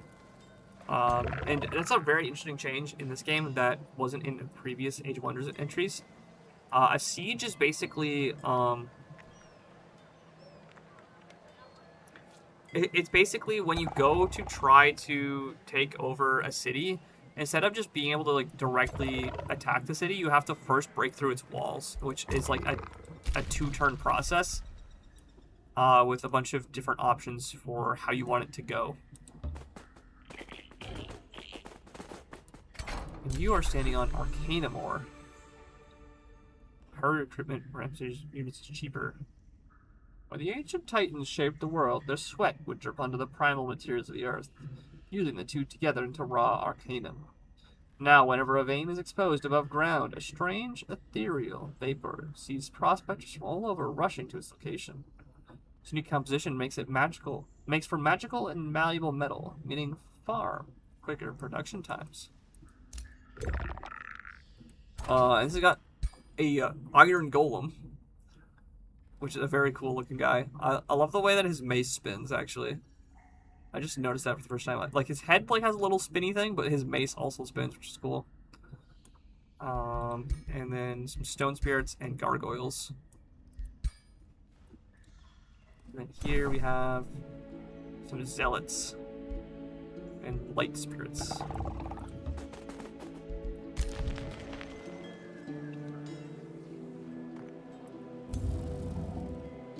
So I think we should just go do this fight and then consider doing the raiding this city.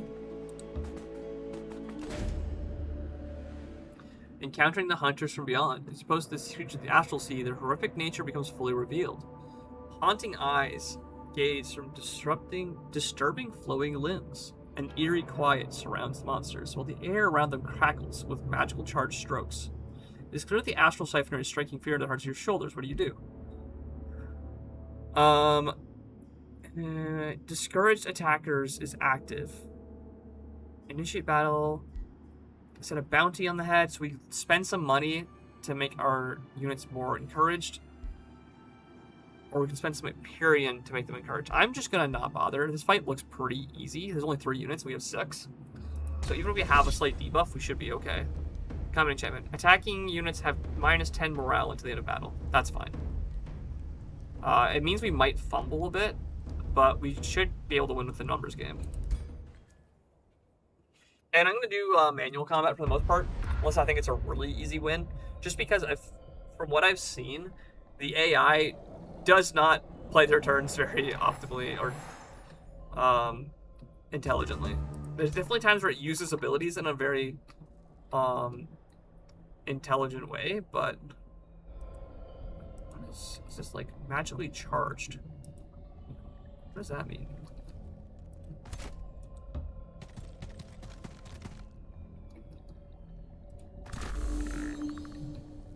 What does magically charged mean? It doesn't say.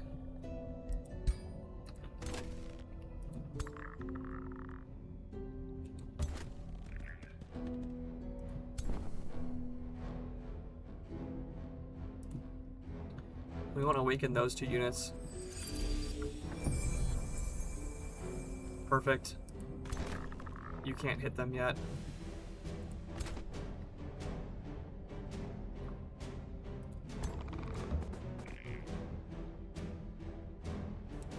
Make sure we awaken these units. And we awakened ourselves instead of them. Okay. That's fine actually, because awakening the range units is more important. And we are actually technically in a ranged unit ourselves. We have 5 chance to hit them from there. We might as well take that. Go for a free pot shot.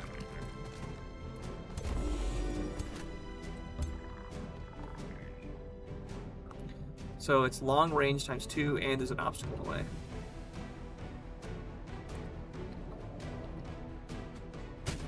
We actually got a full hit. We hit the 5%.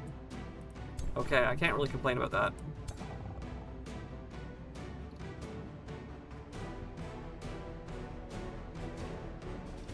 +4 temporary hit points. And strengthened. Strengthened do. +10% damage.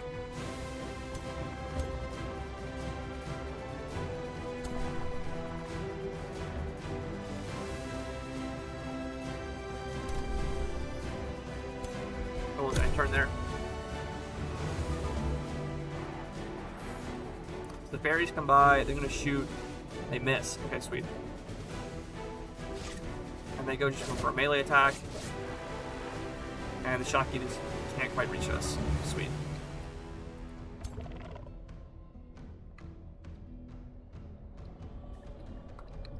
What's the obstacle blocking? Oh, it's because they're standing on a defensive square.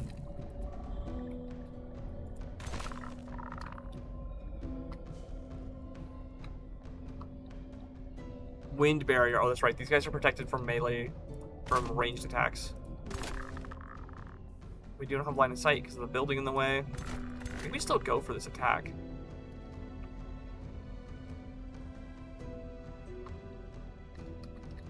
Oh, do we have bonus damage because we're standing next to this thing?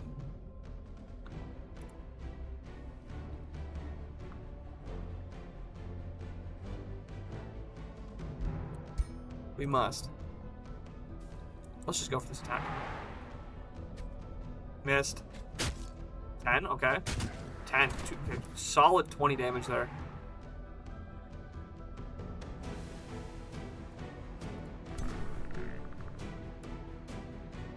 No line of sight. 30. 50.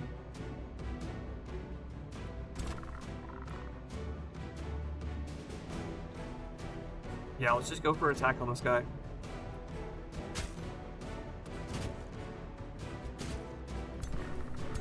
We do the same thing with a hero.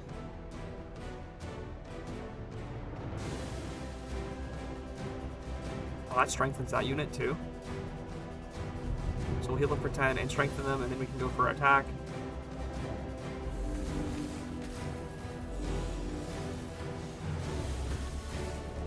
We did 11, okay. And then if we go here, we can get a Spirit Blast. And then we should be able to finish them off with just the melee strike here.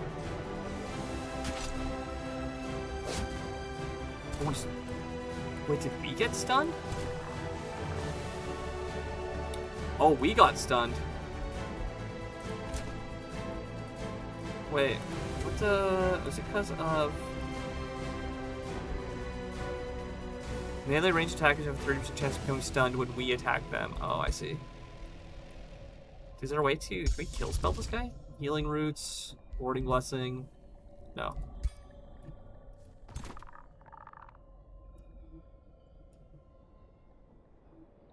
Well, I guess we're just gonna go here and go for a melee attack.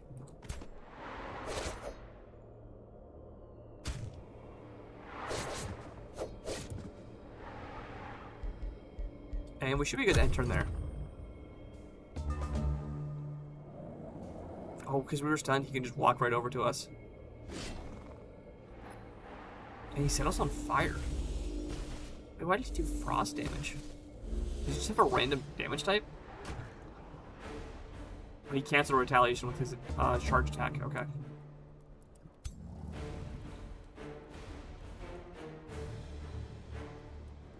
He has lightning, fire, or frost at random. Oh, geez. Okay. 60% chance of draining all unit enchantments from the target for 2 turns. Oh. That's nasty. Who is not awakened? You are not. That also awakened us. Okay. That means that this does a lot more. What's his... He's at 7. Oh, we just need a graze for this to kill. Perfect. And then his little AoE of healing goes off, which doesn't actually matter. And then we can get... Is that only 1 attack?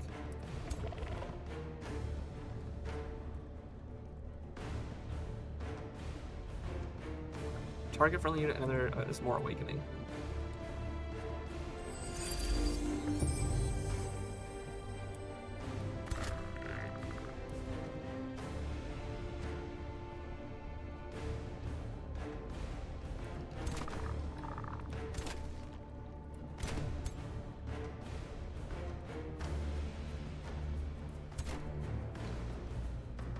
Oh, you're still stunned. Okay.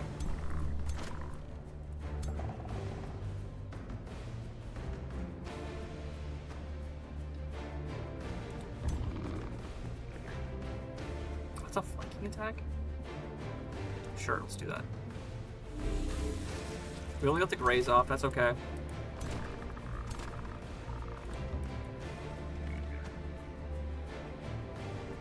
Oh, we could go for this attack, and then... We're better off doing... What is that? That's 30. Okay.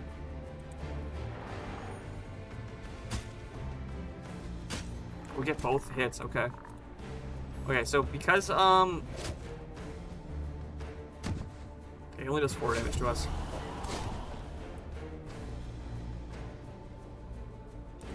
Does this get 2 shots or 1? Only it gets 1. If we go here to get 1 shot, we have a chance to kill. We might as well go for it. Oh, we got both hits. Okay. So we hit both 25s. There we go. We took pretty minimal damage and took out the arcanic monsters from beyond. I won't bother watching them play. So we got a zapping axe of cleaving, which is mostly for melee units. Notably though, that's a one-handed weapon. And it has the ability to power cleave too. We got a bunch of mana. The breach of the mana node hums like an arcane echo as the raw magic of the astral sea returns to resonate with the astral flows. The invaders have been repelled, leaving a haunting impression of the dangers lurking beyond Athla. You can't shake off the feeling of having glimpsed something grand, a window opening up between worlds. Inspired by the moment, you feel empowered and capable of conjuring an object from the astral sea yourself. We receive a bunch of knowledge, and we can get a lightning sword, a bunch of mana, or a Wind Rager unit. I don't think we need the mana, and I don't think a lightning sword is going to help us, so I'm going to take the magical companion, which is this guy, Wind Rager. So he's got a bunch of frost weakness and shock resistance.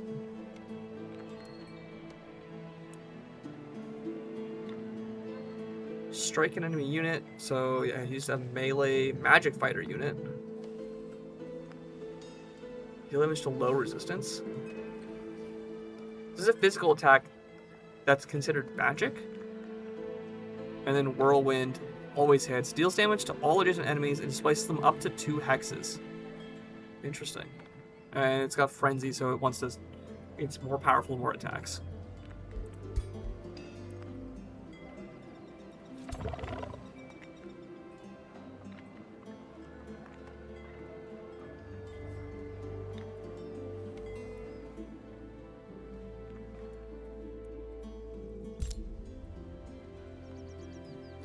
Ruins of a city at the center of a province. What is that?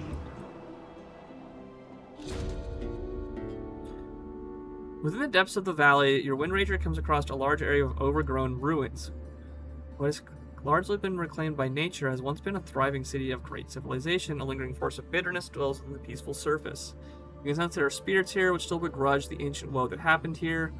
These ruins make for a formidable location to found a city and let the burdened past make way for a new future. We got a bunch of free Imperium. Okay.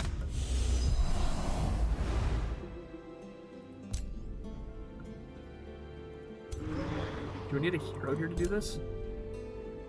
Requires an army.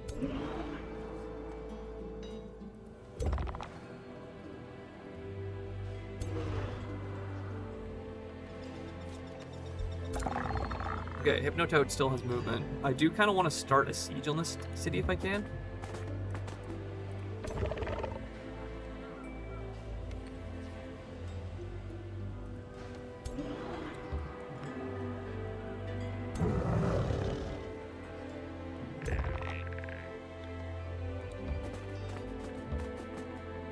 At least one hero is required to start a siege. Oh, okay.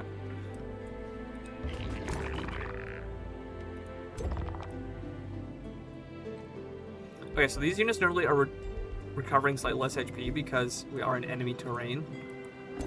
So I might need to take that into account for what I'm doing next. We need a pact of vassalage with you guys. What's our relations like right now? We can spend some period to boost allegiance. We are mostly waiting for seafaring. I don't even have any units that can use it yet, though. I guess I could boost Pact of Loyalty in 3 turns. Now we're in 2 turns. Okay, I just saved us 1 turn. I think that's fine. Oh, and we need to make a unit here. So the Sun Priest, Daylight Spear. This is a whole arm unit. Well, Awakened gains Awakened Guardian. Maybe more retaliation attacks. Additional retaliation attacks. Interesting.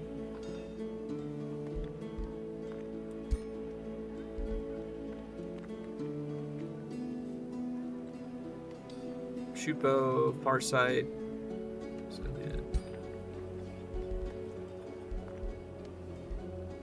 And this Awakener requires a tier 3 building. What the heck are you? When awakened, it gains Radiant Light. Base attack is a 60% chance to inflict a distracted. which makes everything into flanking attacks. This frog looks so goofy with the bigger body size. Spirit Bolts is a repeating ranged attack. Is a 6 big attack. Center defense and resistance. Okay. I'm gonna just keep Midget Scouts. I'm not gonna mess around too much with the other units right now.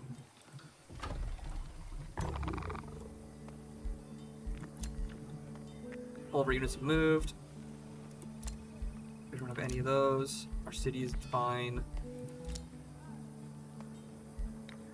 And we can also, so you can also spend Imperium to increase your hero cap when you want to, if you want to get a new hero faster. I'm not gonna bother doing that because I feel like there's gonna be some quest progression for that. And also, I'm trying to spend my Imperium right now on getting that town as fast as possible. And 300 residents of a free city whose alignment does not oppose yours. Destroying infestation gives your city happiness for 10 turns.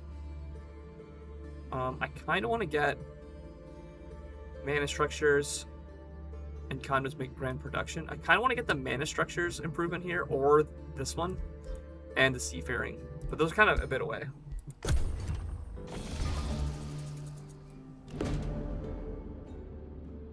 Ever since you arrived in the Valley of Wonders, lucid visions appear in your mind's eye. Now a purposeful-looking elven lady comes into focus. Salutations, Hypnotoad. I am Sundern of House Enoch. My people have guarded this valley throughout the ages. For better or for worse, their fate is connected to our own. Watching you for some time, other powerful Gaudir have noticed your arrival too. Your essence emanates conflict, but also great potential. Just what I have to say. You may avoid meeting your end here.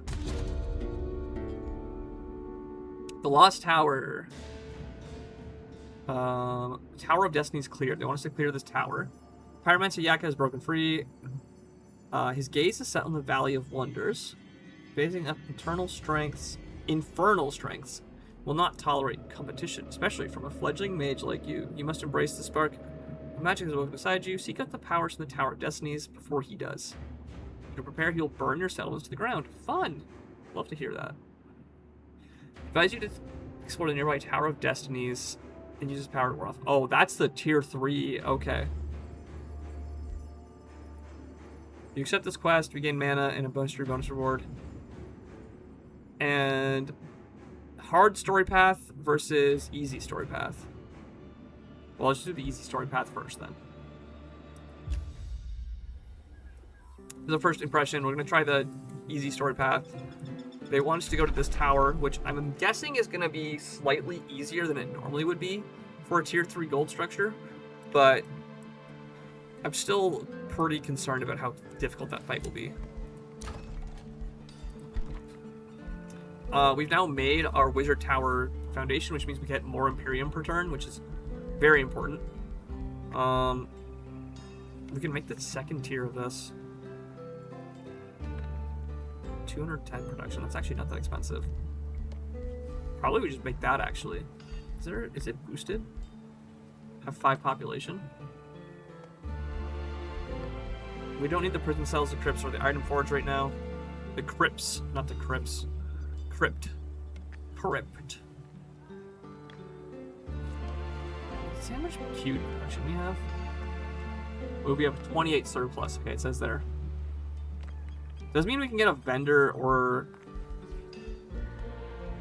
a shipyard is money, library is knowledge.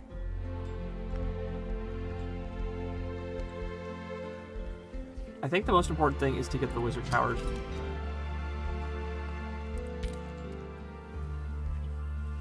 And, oh, we have another expansion we can do now.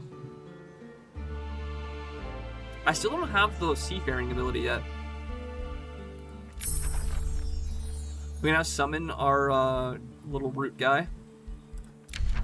So the next resource we want grants +2 vision, and this applies to scouts. I guess we'll get this. I don't think we need the Blight Blades right now. Makes attacks on enchanted units deal +2 damage. Yeah. And that reminds me, actually, we have something we can do with this mana now, because we have the Poison Arrows enchantment and the Entwined Thrall. 60% chance of inflicting poisoned. Or is this a skirmisher unit? I think I'm gonna take the unit for now. I do need to make this happen later, but it's not a huge priority right now. And you can annex another province. In terms of buildings here.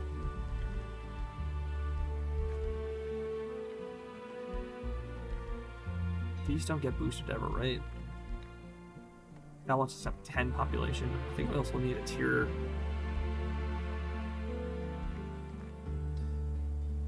Oh no, he said we can't make that. Remove recall. That's for getting our leader back faster.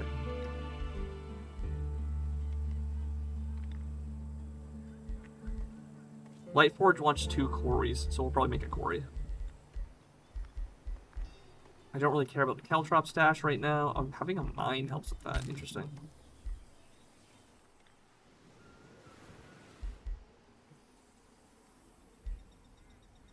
I also want to get closer to this.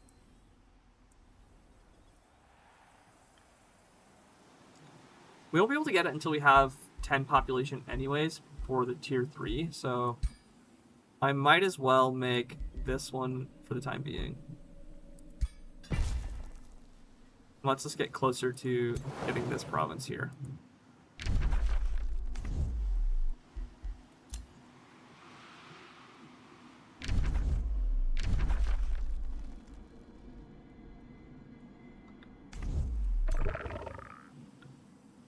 So I'm gonna keep running down this way. Oh my god. What are these guys? Astral Serpent. Yo, that's freaky looking. Look at that. Look at the eyes on the tail there. So it's got a melee ranged melee magic attack. Shattering Refuge. Unit teleports to target hatch dealing damage to adjacent units and then gains refuged. Invulnerable and stunned. Interesting. And it also has a chance of stunning attackers. Wow, okay, they've got some high tier units there. Crazy that they said they don't like magic, and now they have all these magic units. Kind of contradictory, if you say so. Sword and crossbow.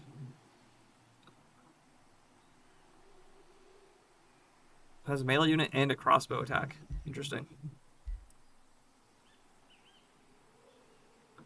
You're also a weirdly lengthy frog.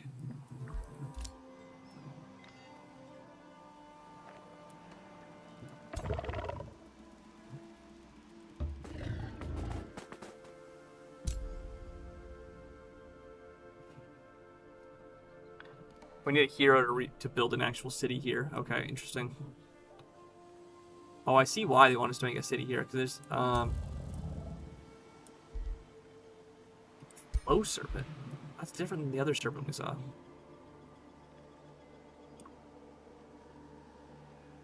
When the incident is hit, it gains precognition. Which stops, okay, that's the same as it was in Age of Wonders Planetfall. It's a one-time prevent damage effect.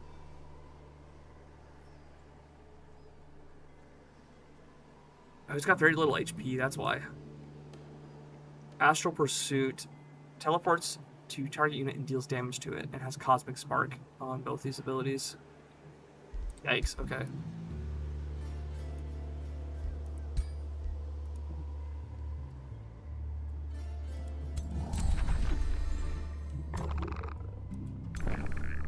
What are these guys? Soother. Cosmic Blast. Toad Stargazers. Target friendly unit and another 2 within heals temporary hit points. When the friendly spell is cast, its base attack gains +1 damage based on the affinity of the spell. Spells are 20% cheaper to cast when it's in battle. Interesting. Immortal.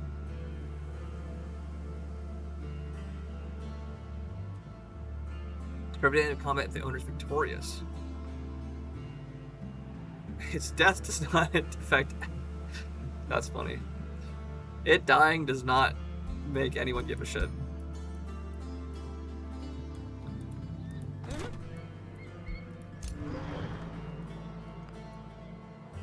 So this town has 5 total units. I'm just gonna go ahead and start a siege.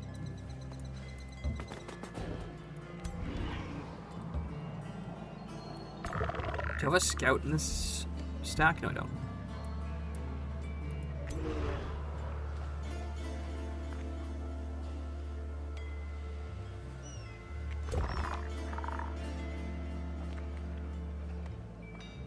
I think. The city must first besiege to break its walls. I'm going to start this for 2 turns, and we can add some siege projects.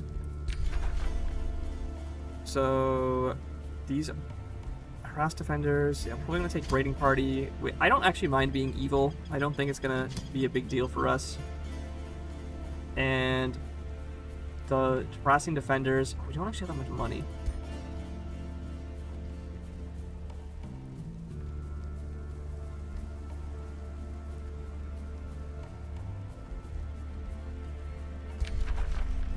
There we go. So we've started our siege. And you're just going to stand right behind. We can also pillage this. Actually, can I stop that? Abort. Let's not. Let's...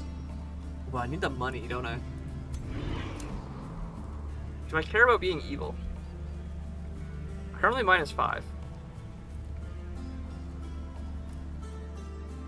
What's the alignment of you guys? You're neutral.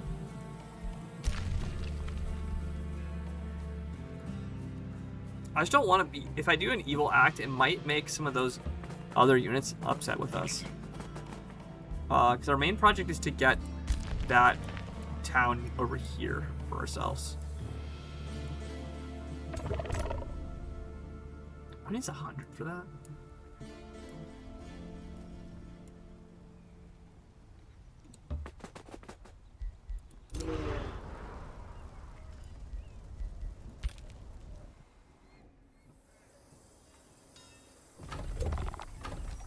They're gonna be loyal with us in 1 turn. Yeah, that's fine. Oh, I can finally get seafaring. There we go.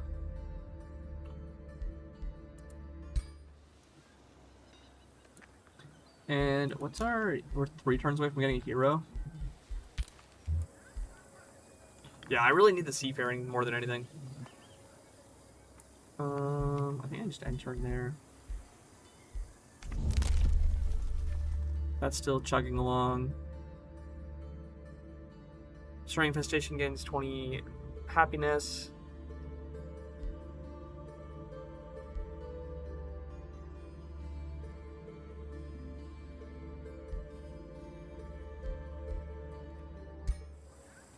We'll enter in there. There we go. We now have a pact of loyalty with each other vision. They allow building unclaimed sectors, and it contributes 2 to the rally of lieges. Good news, proceed.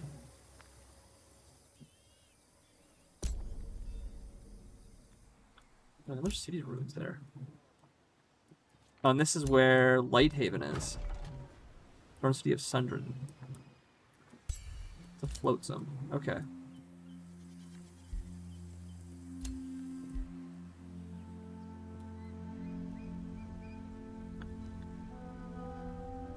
Poisonous and plant-like creature. We'll come back to that in a minute. We have another light seeker here, which we are going to get to go. Where's my other light seeker? Is he... This guy. I want to get you on the water. There we go. We actually have more vision once we're in the water, which is very interesting. And we've unlocked these development skills. I don't really think I want either of these. There's no infestation for me to worry about right now. And And 300 relations. That's an extra whispering stone. This is gold structures are cheaper. I think it's pretty medium. What I really want to get is the mana one.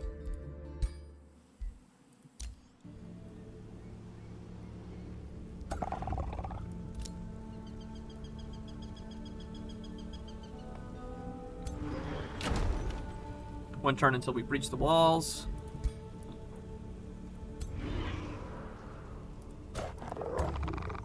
So if I move away, is that going to cancel it?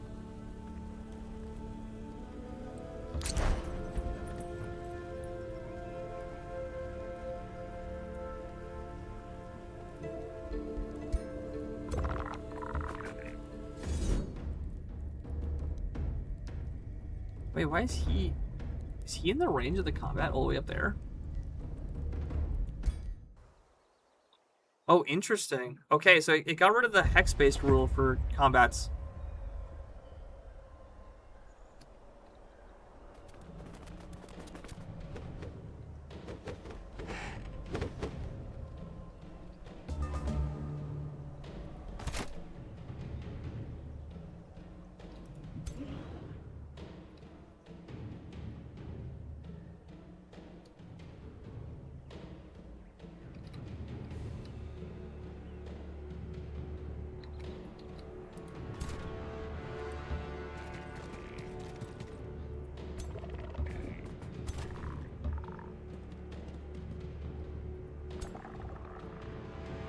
Awaken those 2 units. Might have been more correct to actually put Awakening on myself. Maybe I can still do that.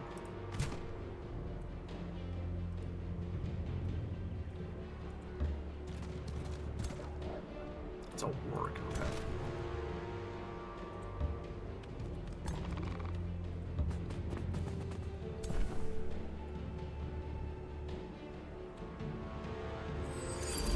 There we go, we got both the archers with that Awakening.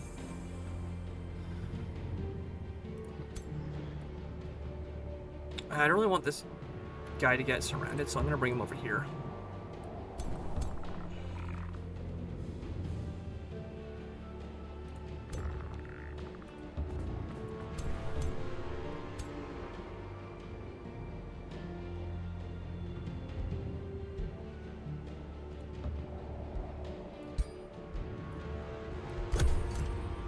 There we go.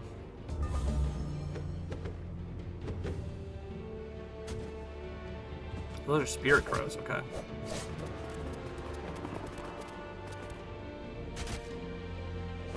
We got the bleeding attack off on us.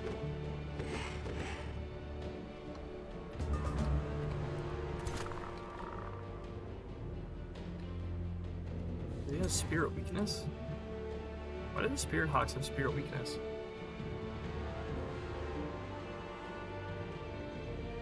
Flying, animal, ethereal. Oh, it has physical protection, that's why.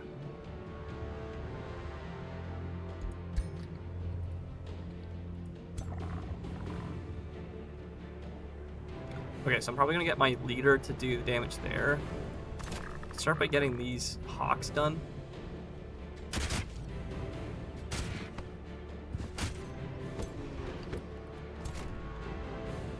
They have physical protection, that's not gonna do very much, but physical is good against these guys. So yeah, let's get this damage in. We get the kill here? We do. Sweet.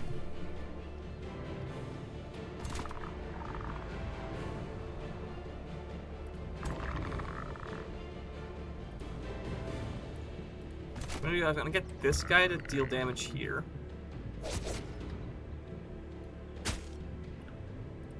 And then I can use my transfer life for a free heal.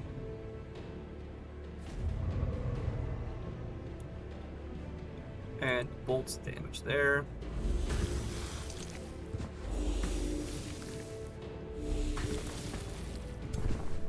These guys are gonna get to go around this way. Didn't really get in the fight at all, which is a little bit annoying. And then I think if I get this Spirit Blast off. We got 14 health, so I need an actual complete hit. Let's just go with the melee strike then.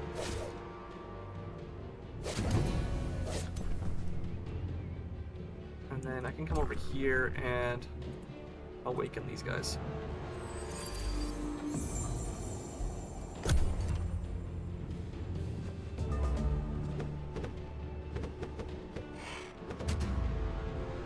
Just to get the flanking attack on and pin my archers.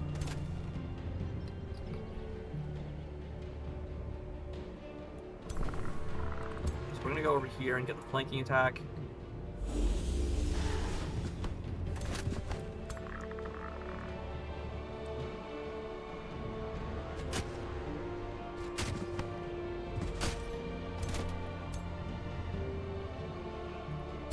They've got 6 health, so I mean that this 7 should kill them.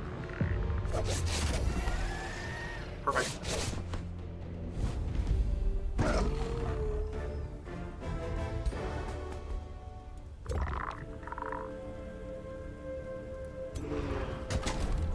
Because that siege is still going on because I'm still in the city's AoE. Perfect.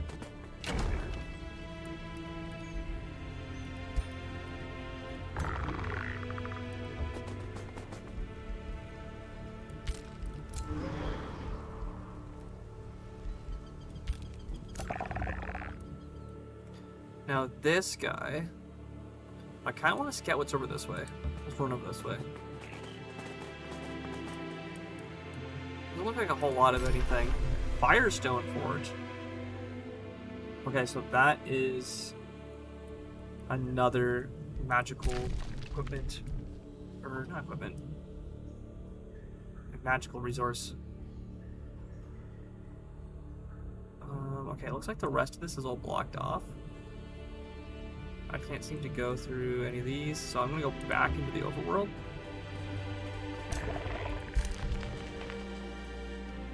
And we're right next to the tower there. Well, that's a mana thing. I should get that. There we go. And then you are gonna go in the ocean. And, oh, the Thrall is ready to summon. I think I'm just gonna summon at my base.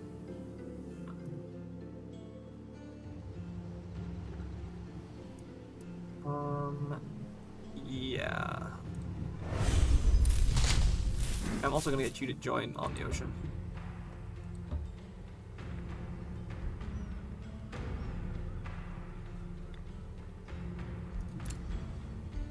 We don't actually have anything we can muster leeches from. We can technically spend Empyrean on some of these upgrades. I'm not going to bother.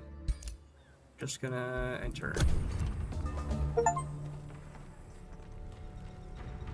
So we break the siege walls, we get some money for it.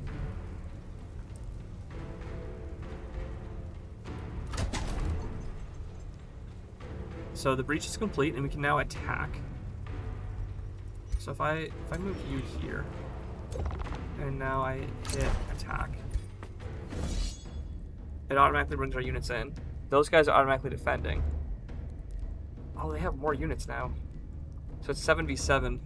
But they have more tier 2 units and 2 heroes? I see.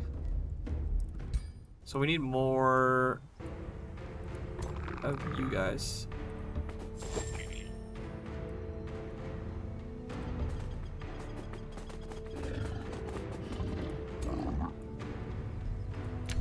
We are now evil. We have -10 relations. Random events have a 10% chance of being negative. The one change that I like in this game that I've noticed from what little I've played is that it seems like evil events or evil actions are generally speaking a lot more beneficial, but have just kind of downsides over time.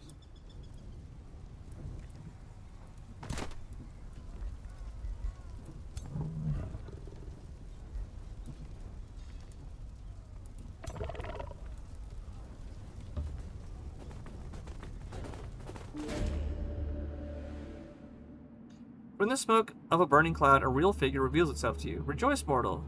You deem worthy of gazing at the aspect of the truly sublime Yaka. You now surrender your people to the temples of the god of fire in reverential addition, or watch them burn in attribution for this foolish mistake. Or resist the demanding gripe of Yaka. He is another challenger. He's a wizard king. We are not scared of your fire legions.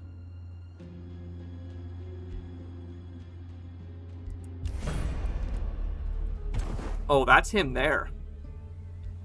Oh, he's got some very dangerous units. Yaka's Fury. So it's a charge weapon. He's got armor and boots.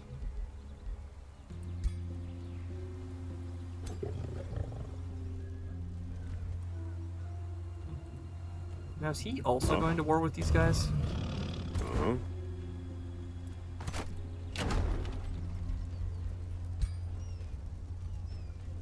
Oh no, he's aligned with them. I see.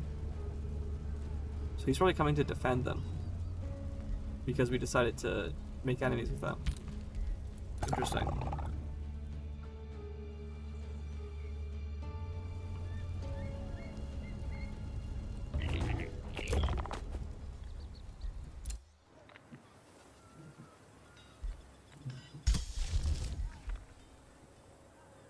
I'm currently losing mana per turn.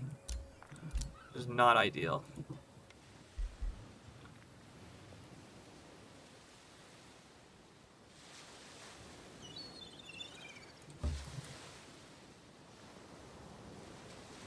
Looks like there's a pirate nest over here. A bunch of water spirits.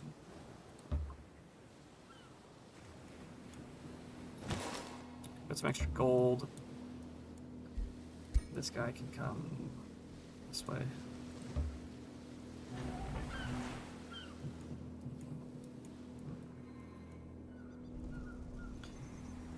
He's got even more units.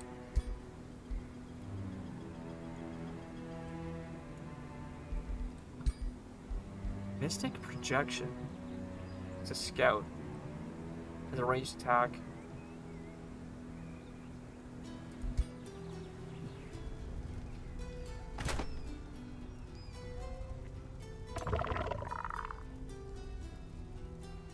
So how does we come over? We should attack only these units. Ah, I see. So if we attack these units individually, it's better than raiding the whole city, because then it'll be both defending us.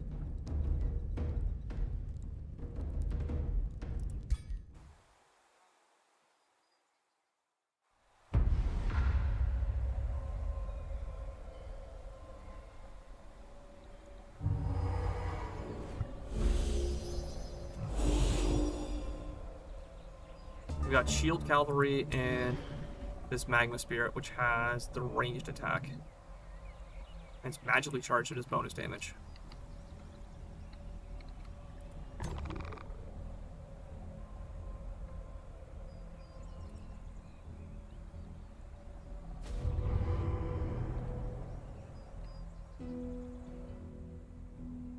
Oh, was my Wind Spirit not range? Oh, he's too far away. Okay. That shouldn't be a big issue. What's the range on these guys?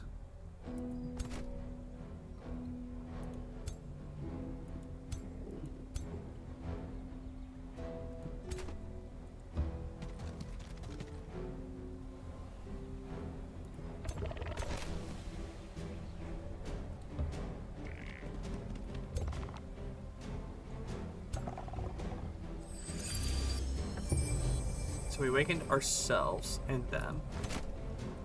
What's your awaken bonus? Increasing its defense and resistance. I guess I could have done that. That's fine. I don't need to.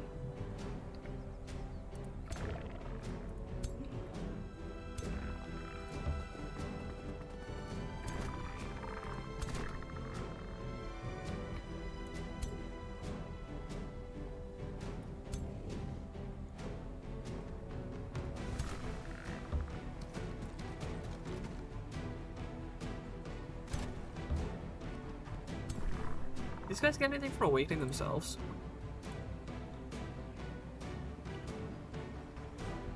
Oh. Oh, I do want to awaken these guys, okay.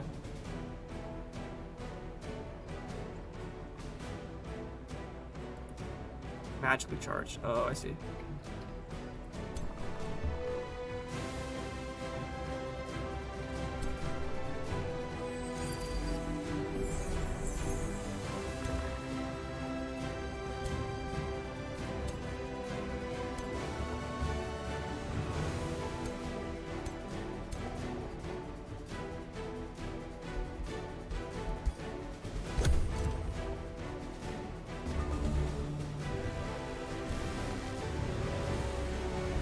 They cast a spell on us.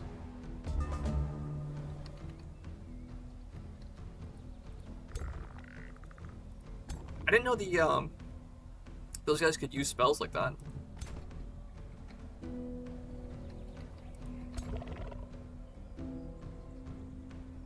So I got there, I can get 2 attacks, which is pretty good. This gives me more defensive position, so if I go like here.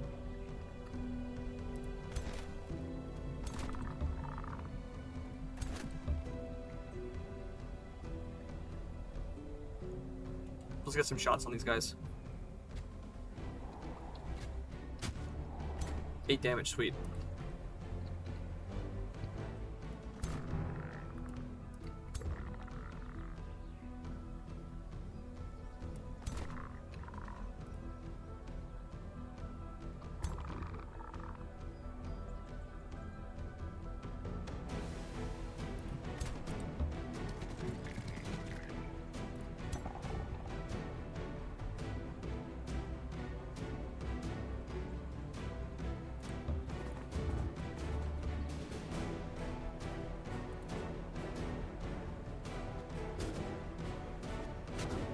Okay, a couple bit of chip damage there.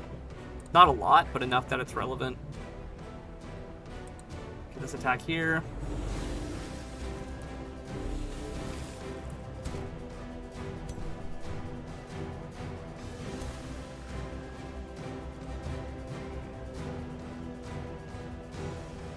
Oh, we have the magic bonus here.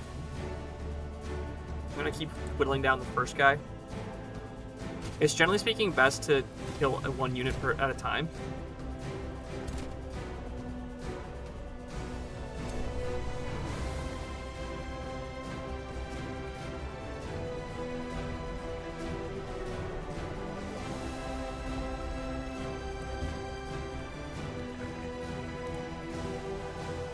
And we'll mend our hero.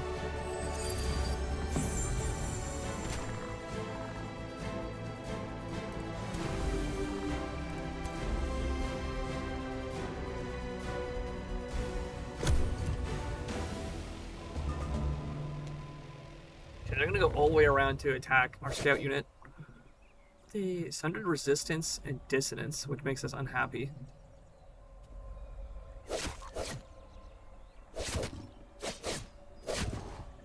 Get 2 attacks in. They go for another lightning strike. And get a graze attack with that burning.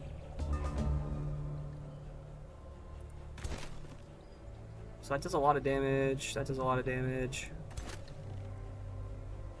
That's a flanking attack. We'll just do this right off the bat.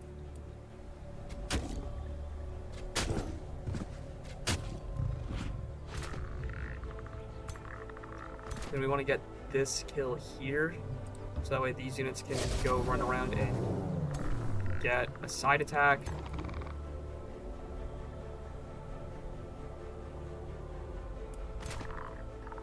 They're still a bit out of range.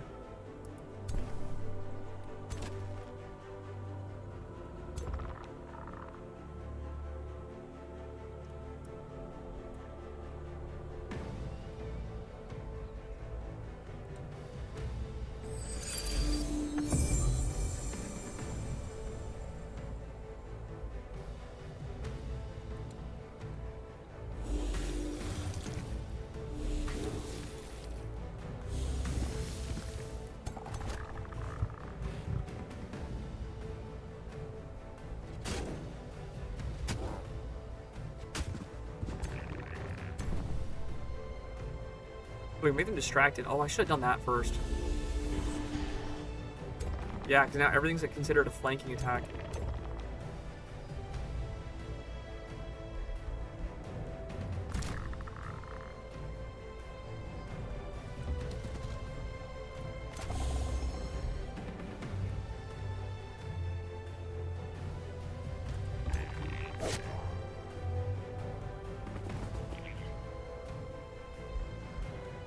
So if I cast a spell,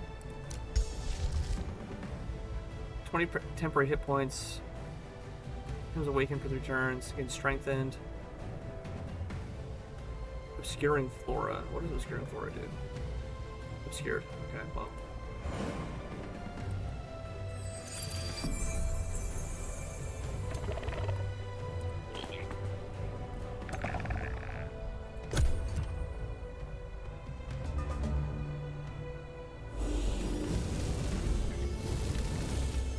They miss. Okay, and this guy's gonna kill us. No, okay. So that scout did get killed. Although, to be fair, that scout, I was expecting that to not be in this fight. I thought that he was not actually going to be involved, so it's on me.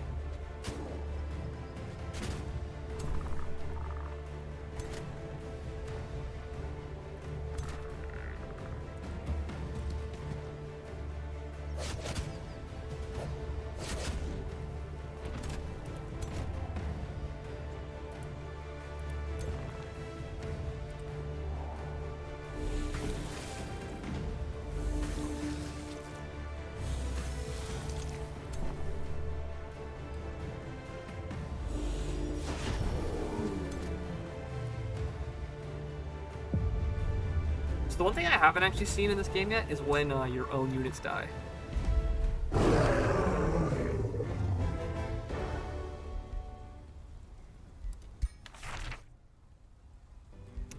So we got some Enchanted Greaves, which gives us resistance, which is nice.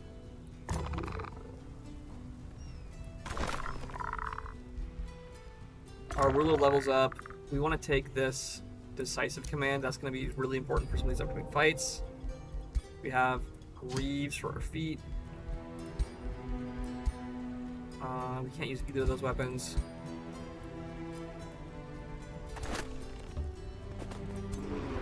Yeah, you were out of place, which means that our scout died for nothing.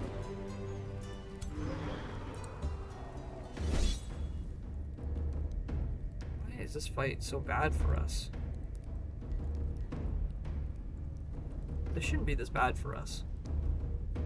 Is it because they have 2 heroes? What are the hero stats? 90 and 80? Let's see. We can always retry the combat if it goes bad.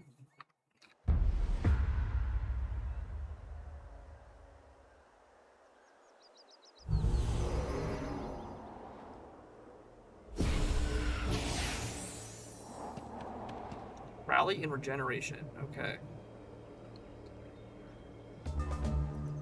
So, what have we got here? Fortifier, can only damage by a demolisher. House. Okay, it doesn't seem that bad.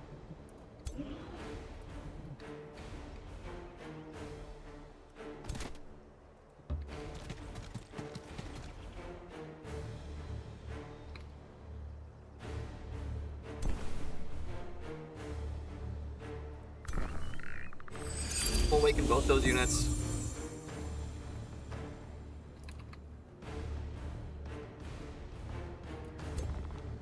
We will awaken these 2 units.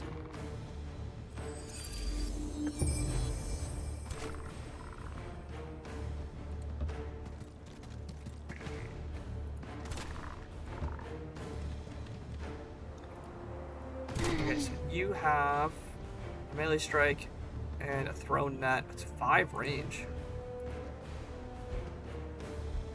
Sword and net. Heavy plate armor. Gains 2 morale. Status resistance to adjacent friendly units.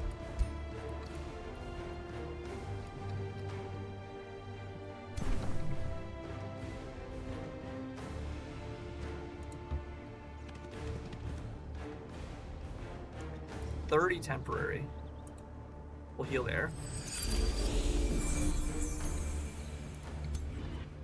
We'll get this front guy to come up over here.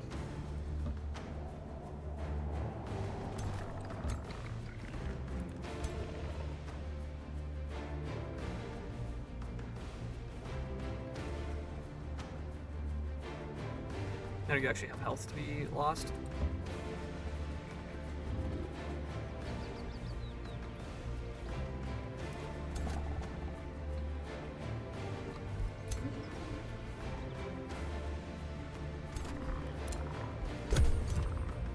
Let's see what they do here.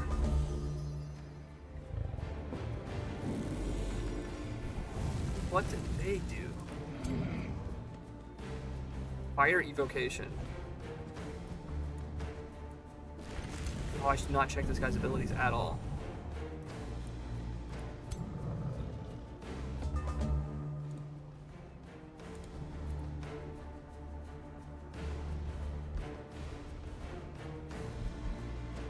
Sundering Bow does poison damage. Pole Shot.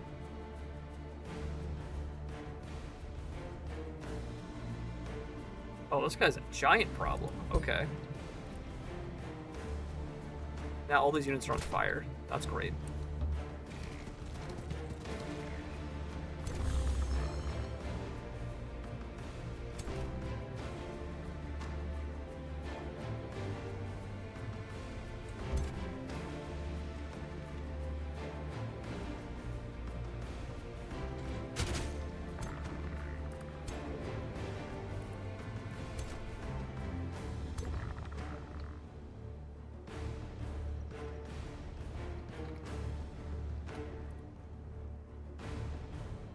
I guess I could use my double movement to get you to come attack these guys. Or your defender. I'll get you to come this way.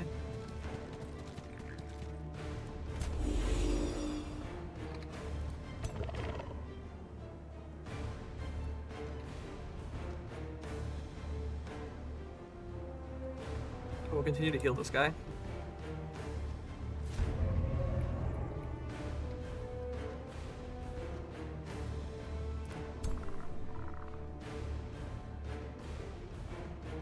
Let's start by getting you up here.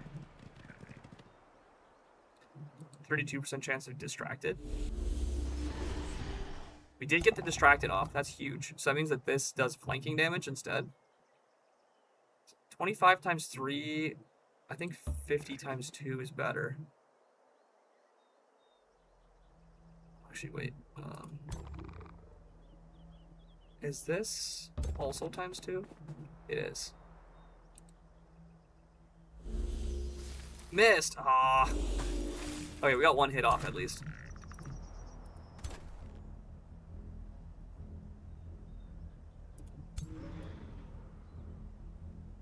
Oh, I forgot to use my command ability. Shit.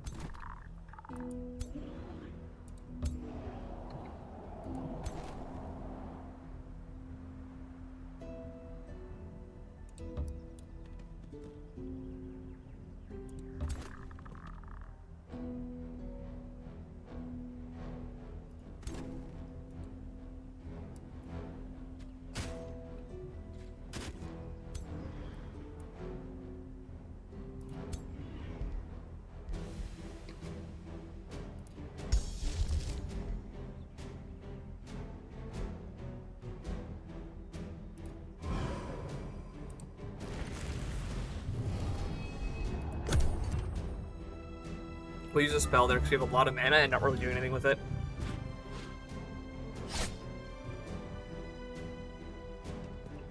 And both the heroes come this way, which is really good for us.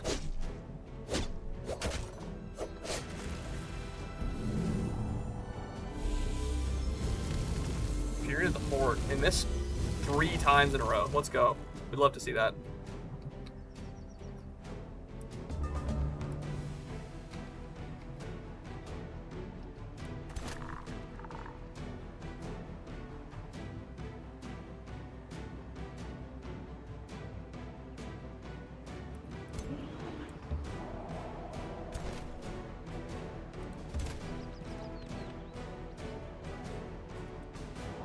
Get some attacks off here.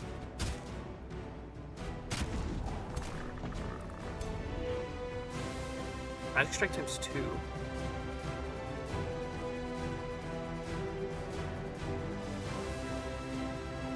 So we get a flanking attack. Vengeful Flames.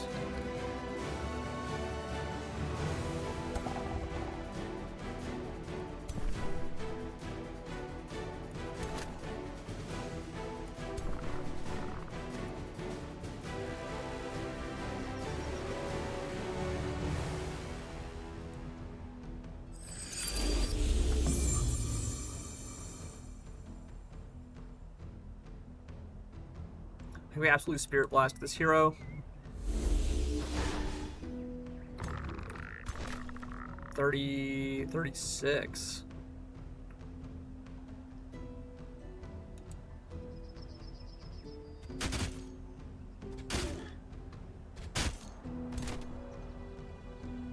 That has a chance to kill.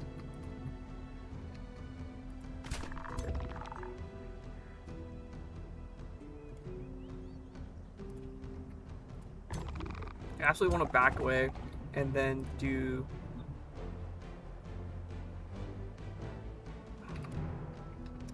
It's not quite enough.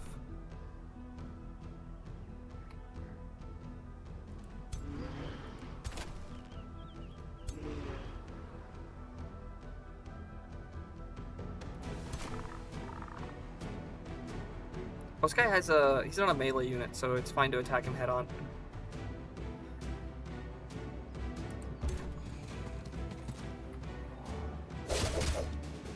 I took 5 damage from the Vengeful Flames. That's fine.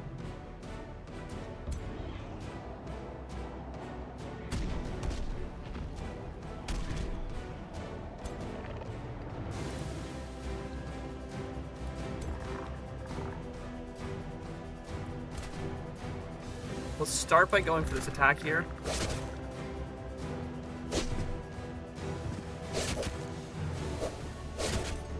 Yeah, we did slightly less because of the dissonance, I believe. I'm gonna get you to command you to go again. And I'm gonna get you to try to...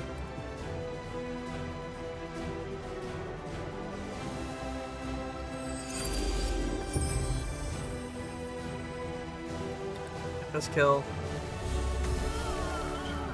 That hero's dead. And now these archers can safely swing at these guys.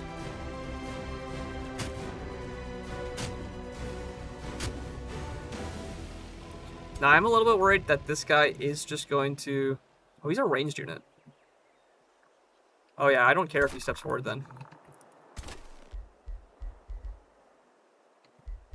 And I think I'm also going to use another spell on this guy.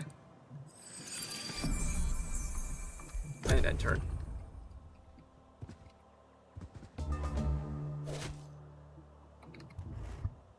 He runs away. He's going to do the pull shot. And we did the fire evocation. All connected enemies. Why is this guy just not doing anything?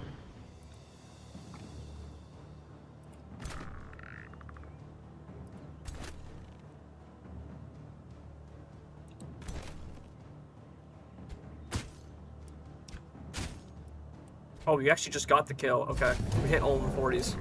Oh, that was not even a full hit. Okay, he had less health than I thought.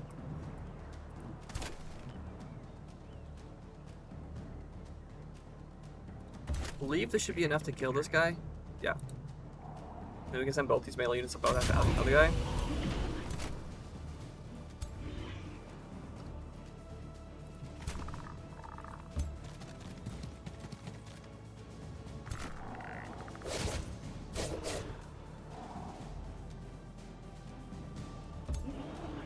I should have gotten him to go up first, actually.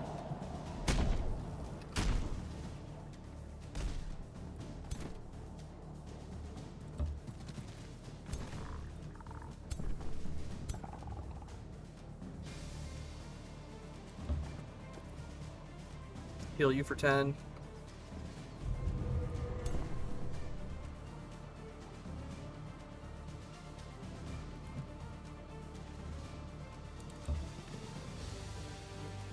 and heal myself for 30. The fact that you can repeat these healing abilities seems pretty useful. Every 2 turns you can do it. Now, it says temporary hit points, which I'm guessing implies that it doesn't last to the end of the combat. Oh, we just killed him as he moved away. Okay. And there we go. So even though it said that the odds were against us, we won that fight pretty handily. Especially with how the heroes just kind of did nothing. We have scavenged equipment from defeated heroes. Which we will take all of that. Thank you. And I believe that means that this town is... It's not ours yet. We now occupy this town. Okay. It has been captured. Oh, so we now have the heroes in our prison.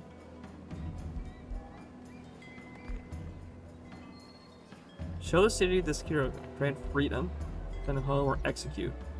Move to the crypt.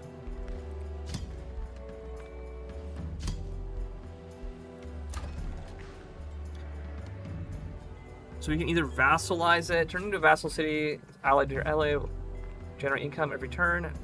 Their allegiant relation with you will suffer from hostile takeover. Migrate to Toads, which requires Imperium, which you don't quite have enough of. Or we can just destroy it, which makes us very evil.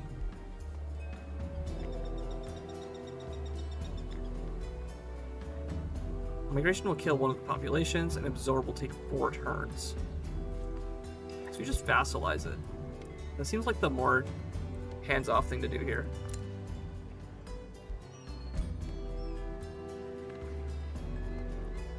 So you have been captured. You have renowned level 1.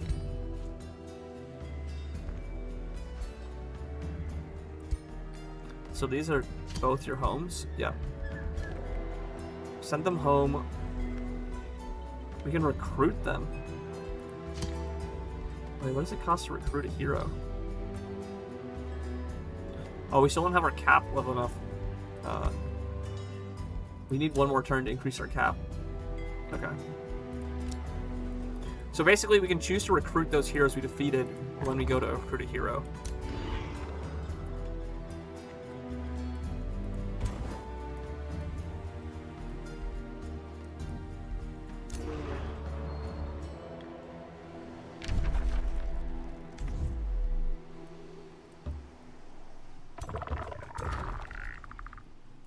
And this does not count towards our city count yet, which is good to know.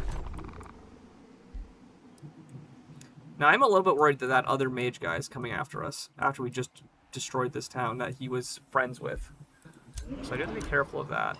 I should probably summon another thrall. I also want to get these poison arrows eventually, but right now our arrows are... Oh, thank you for the drink water. Thank you, Patty. Our arrow units are also doing a lot of work already, so I'm not too worried about getting more buffs on them. You need to produce another unit. Did I not make this happen earlier? I have a lot of money, so let's make this Twilight Spear. And, you're 2 turns away from improving. We almost have the Wizard Tower done. We're already doing trade with you. We are far further ahead than our other allies are. We could boost allegiance. I'm not going to right now.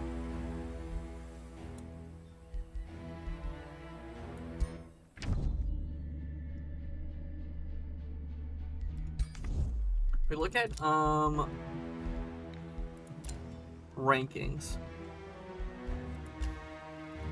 looks like he's far further ahead of us in that regard.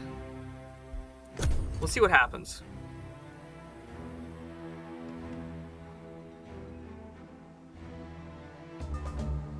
He took 1 step forward, and that was it. Now, granted, he does have some very dangerous units in his midst here. Notably this Phoenix. Very, very strong unit. 100. It's a little bit damage though. We're also kind of damaged though. So now we have the option to recruit heroes.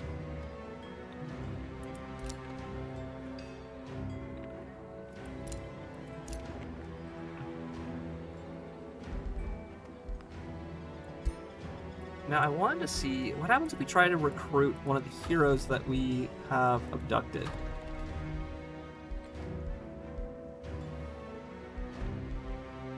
Where to see that?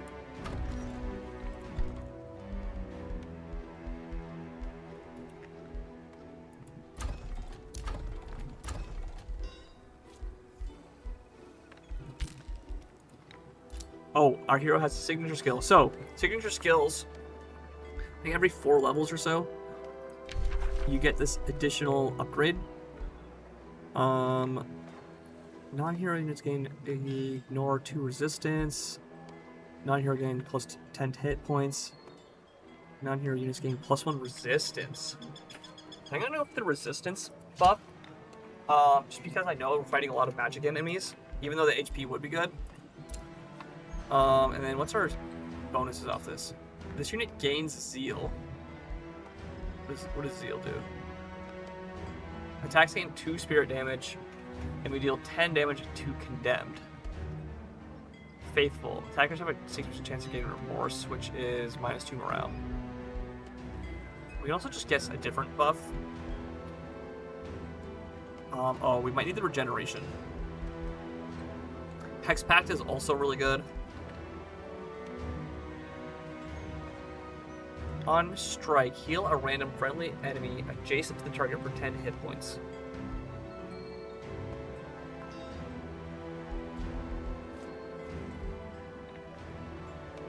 Don't care about upkeep right now. Plus 10% damage to the attacks of adjacent friendly units. Yeah, these are formations.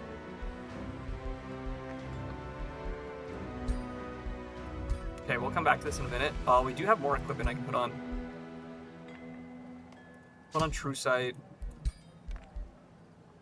Animals in the army require 20% less unit upkeep. Their only option there. Lion Mount. Very fast movement, cavalry type. Alright, it doesn't really matter what we do with the mount. Okay, they're both effectively the same.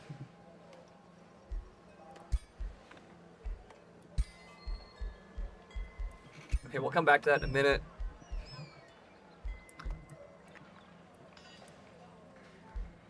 You guys are not healing as much as I would like you to heal.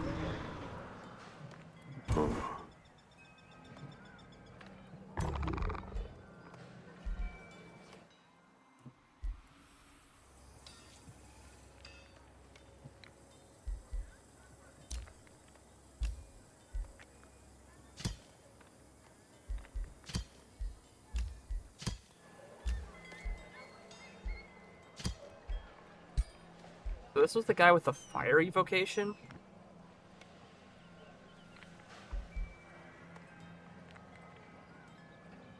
Shield wall.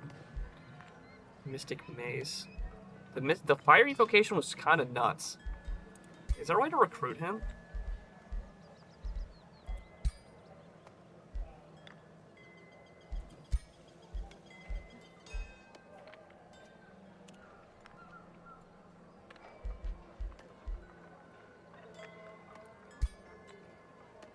No, we have to recruit a new hero. The heroes that are in jail, we can't actually recruit. I see. Okay, so he cares about nautical. Each specialist province improvement, don't care.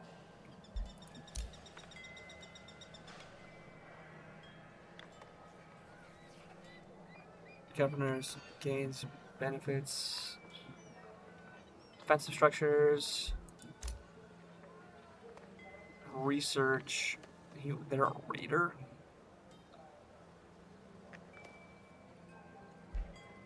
And this unit's a collector. Have an item equipped for 3 turns. Let's do this guy. And he's got crossbow and sword. Shh. They're awakening, and they're a spellblade? Sure. What can we give to you? Ooh, lots of things.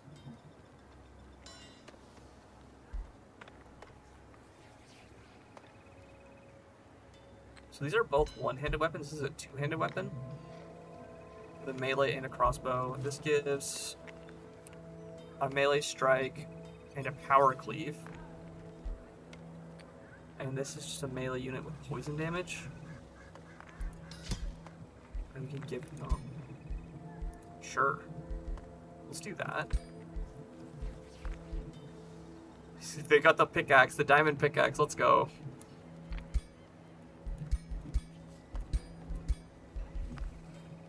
Animal units require 20 less input and grants plus 10 casting points at the start of battle.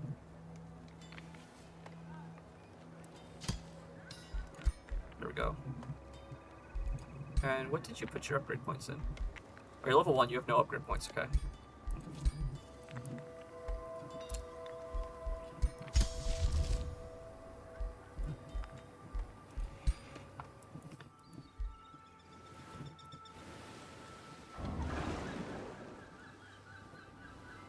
Okay, this scout unit is gonna keep following all the water, I think. So let's go in the underground.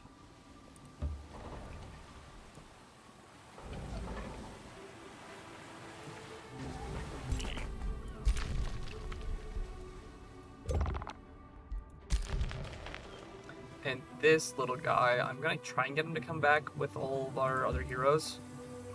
It is technically faster to move over water, but not gonna be too helpful in this instance.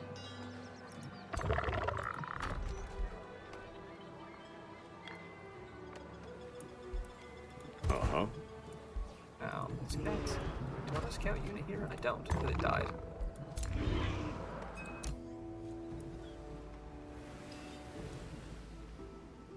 And this guy can keep going down around this way. They have 6 population here. We have 7.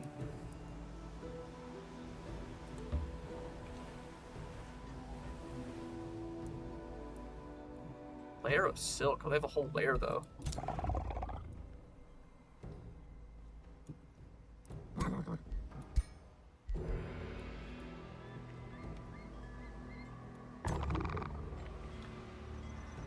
So I feel like this guy's gonna try to come to this Tower of Destinies. That's like his game plan. But I also don't trust him not to just take this city back.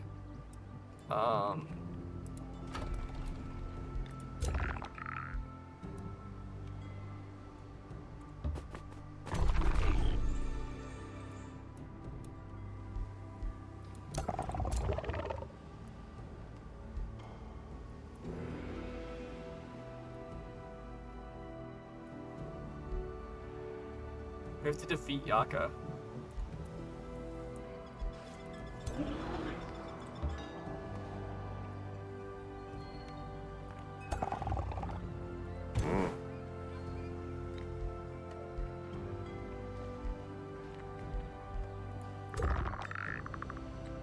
I want to move closer to this tower, but I'm worried that as soon as I do, I'm going to be in trouble.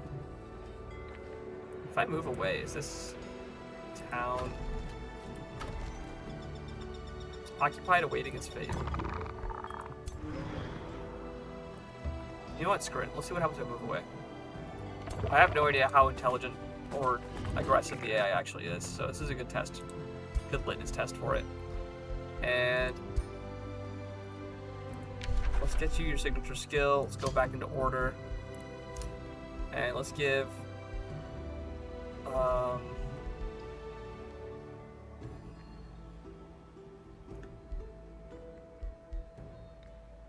I really like Hex Pact. I'm gonna take that.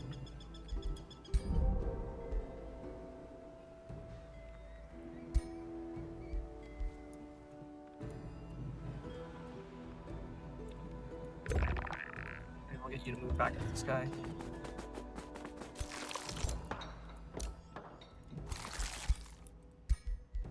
Laurel Stinger. Yep. Okay.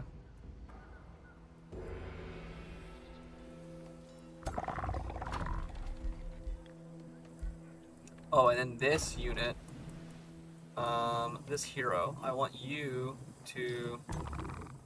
Let's come restore this town with you.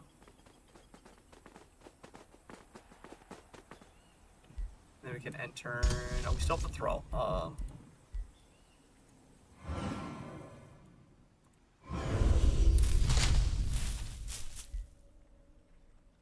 And we are currently losing mana per turn, which isn't ideal. What's our casting points at?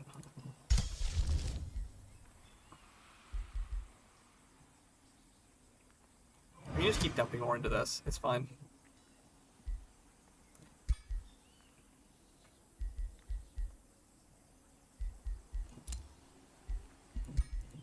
Unfortunately, I can't muster anything.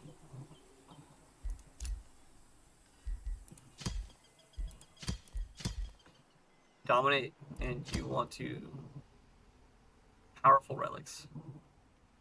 Fully equipped with tier 2+ items. Have an item equipped for 3 turns. Oh, so if we have more items we want to give to this guy.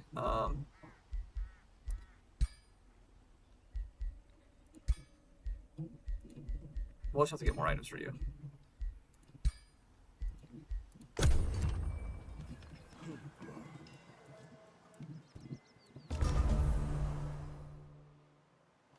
Okay, so he is just stalking right behind us. We acquired... Oh. So Rainbow Clover... It is. It's in this domain. And this is now under our jurisdiction.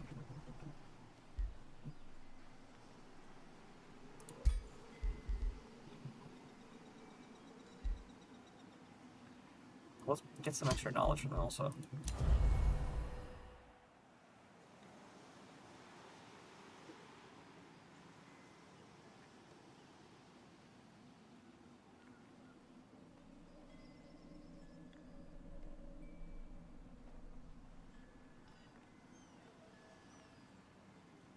So they are slowly losing alignment with us because of our evil reputation.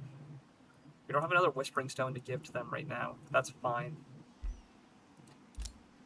We didn't have the Imperium to release it as a town, so that's fine. This is at 4 turns currently. This is going to give +5. We need 45. We'll leave that. Summon Thrall is ready. Okay, so I might just have to kill this guy now. I want you to come here. Oh, that's the fortress. Wait, that's not the... The City of Ruins is over this way.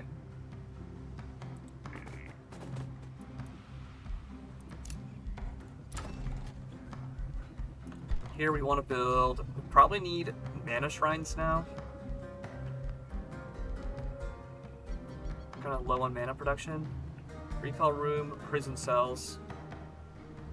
+2 knowledge per hero in the prison. +5 Imperium income, vision range, starting rank. Summoning tier 3 units. That's a lot of money for 5 Imperium per turn. Oh, it's also a lot of turns of production. Yeah, we need to up some of our lower tier upgrades. Our production is a lot less than it used to be. Oh, it's because we're unhappy. Where is our happiness income? Tavern. There we go. We need that.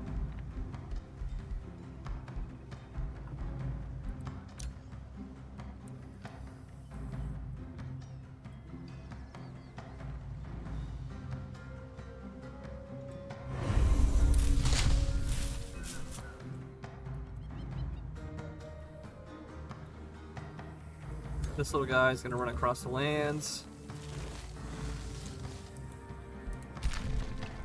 this guy. So you can just come this way. Let's keep looking around down here. Soother. Oh yeah, this guy. Oh, annex another province. That's huge, huge game.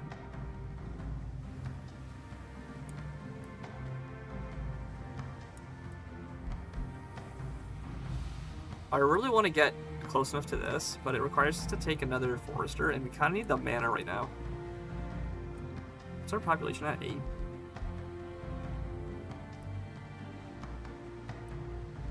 Yeah, let's get a mana conduit here. It's gonna help our mana issue a little bit. It also makes us more unhappy. Which is unstable. Minus 10% income. Not ideal. If I get more money, I can maybe rush this production.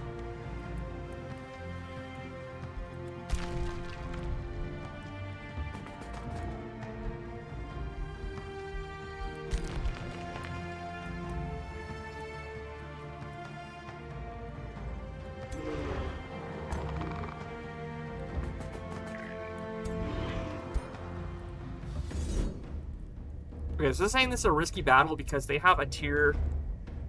Oh, he's a level 8. What has he got? Good lord. 90 HP. He's a melee unit. 5 range, 20 damage. Burning.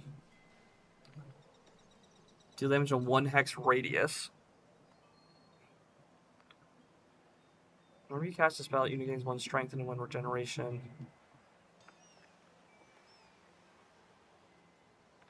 Dissonance. What is dissonance?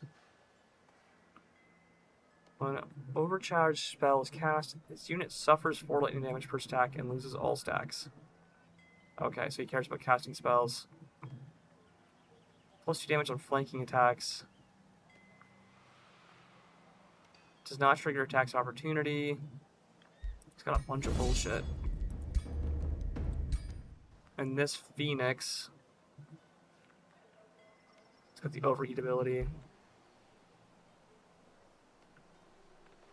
really does not have spirit resistance.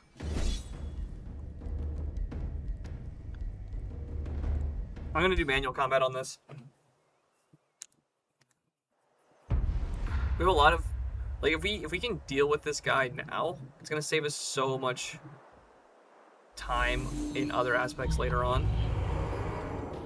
And we have a lot of buffs for our own team, which is going to help with this fight a lot.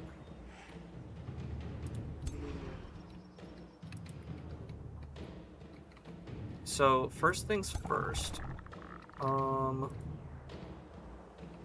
do I want to do my... Twin Awakening. I think I want to prioritize... It's a poisonous. Okay.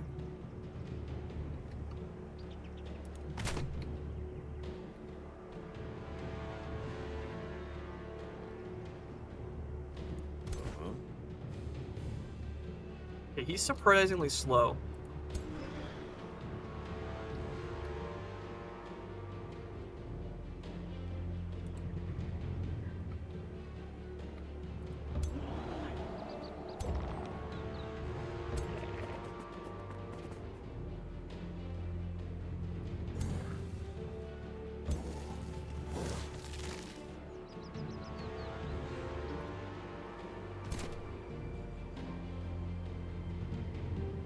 I want to be careful not to put too many units close together, because it will cause problems with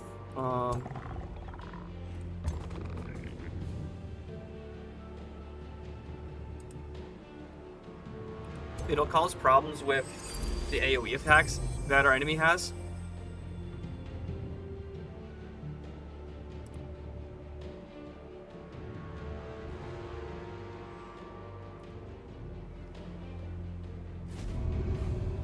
Put a bunch of buffs on this guy, go up here, and go into defensive mode.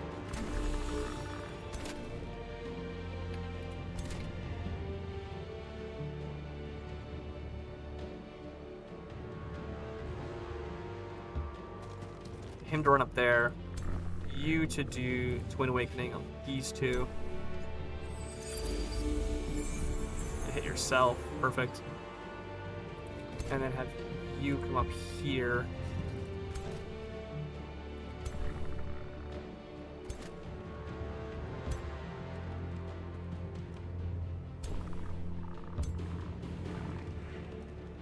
That heals 30. 23. That's a lot of health. There we go.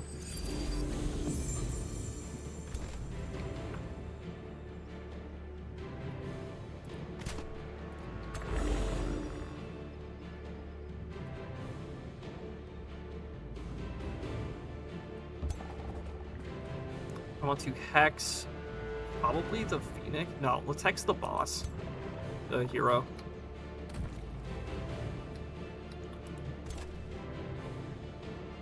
And then I think I get you to come behind. Yeah, behind the trees.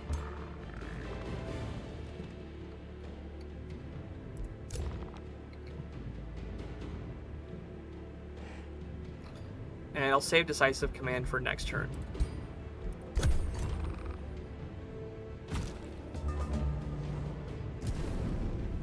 So we cast a Fireball.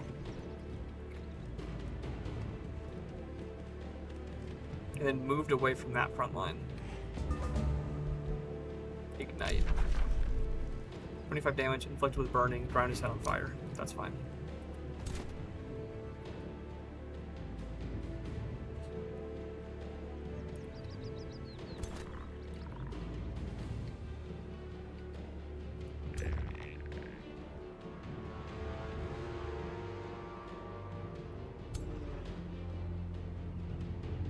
$27 retaliation. Oh, good lord.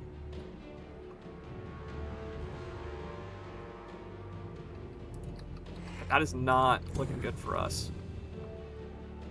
You're a melee unit.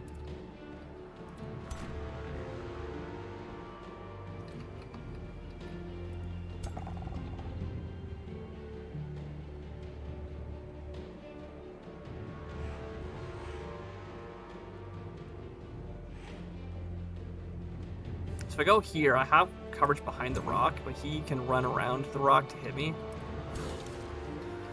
I can use the rock as a fortifying base.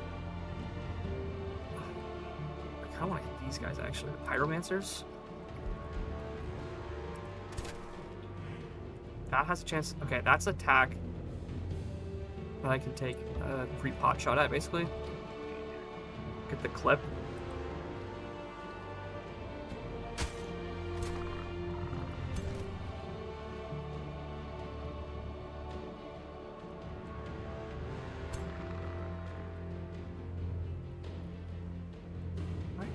You have +1 range.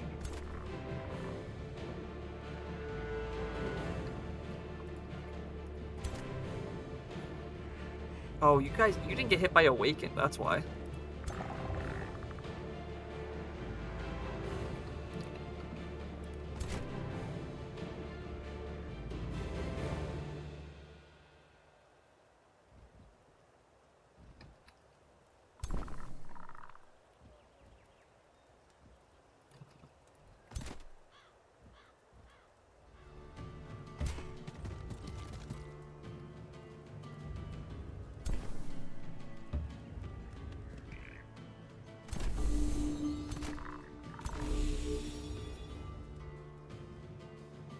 So I'm gonna put them there as a way of trying to pincer these Pyromancers. Why did you go there? Oh, that's actually a good spot.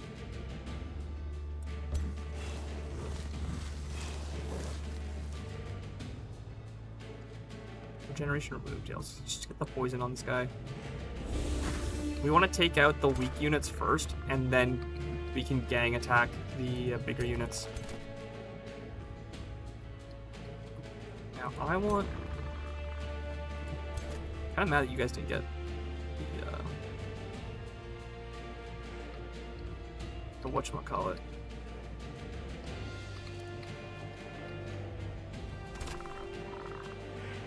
The Awakening. I guess I can use an Awakening spell on you.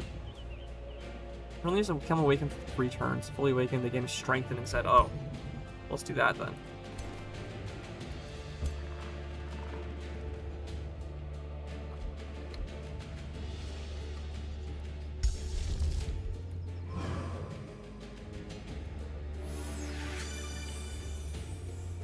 And now you can actually hit this. Hit that, soldier boy.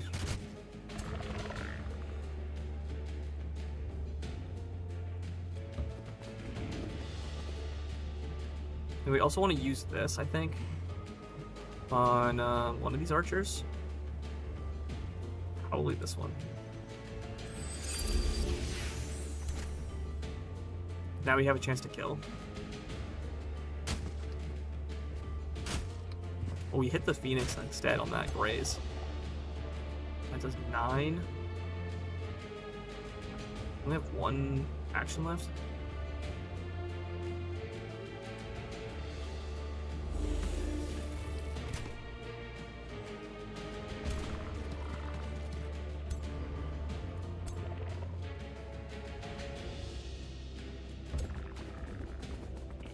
Sorry, wait. We want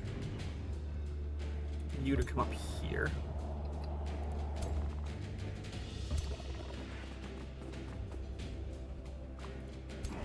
You got 7? Oh, that's so lame. We missed anyways. Okay.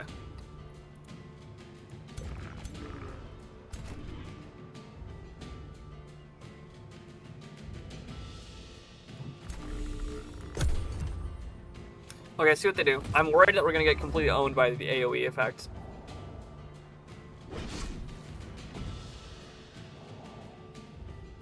Oh, I like cleaved forward.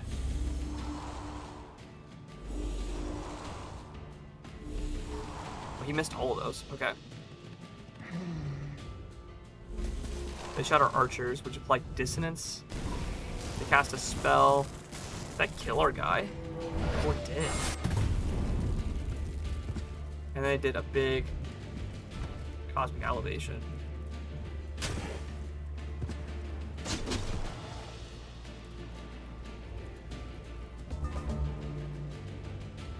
So they just super focused down our wind unit.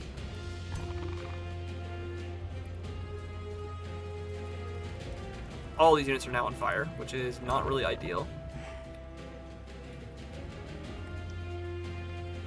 Light protection.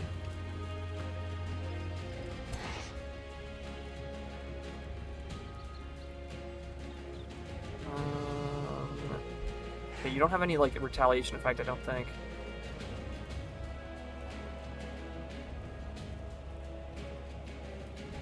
Yeah.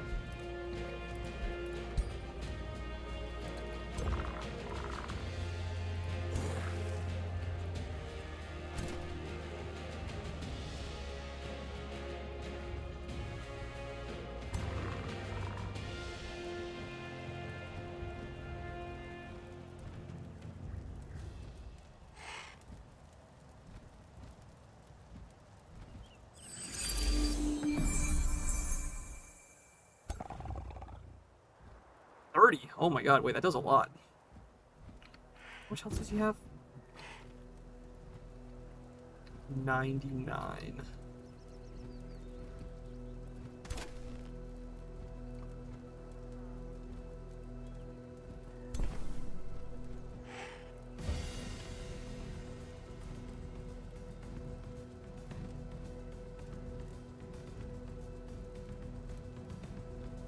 It's 100%, and it has a 29% chance to apply flanked.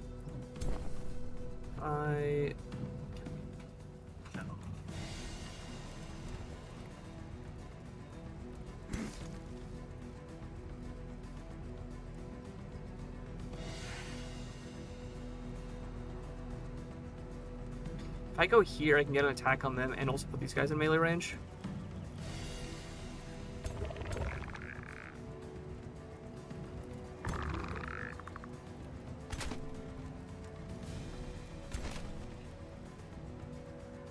$24, $30.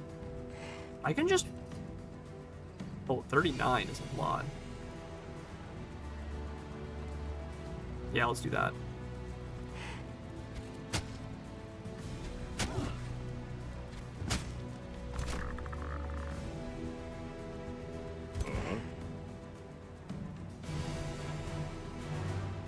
Gains 20% damage per hex travel 3. That's normal. What? Did he use a normal attack last turn? Allows you to cast an additional spell this turn. Does not stack.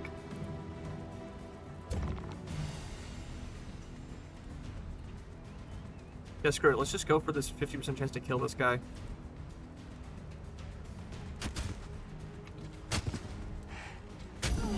We got the kill. Okay.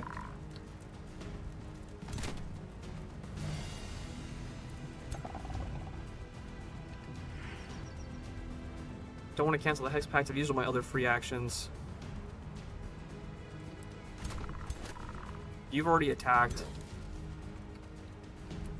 I want to get this guy.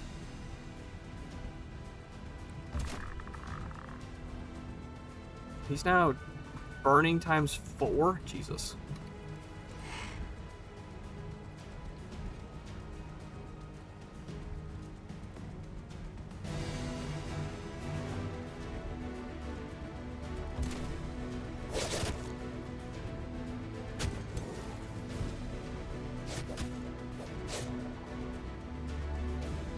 And I can get this guy to run over here and get this kill.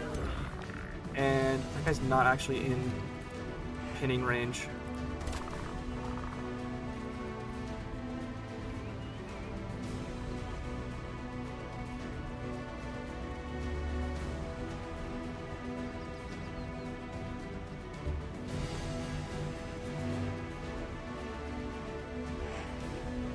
Might as well get 2 flanking attacks on the bird.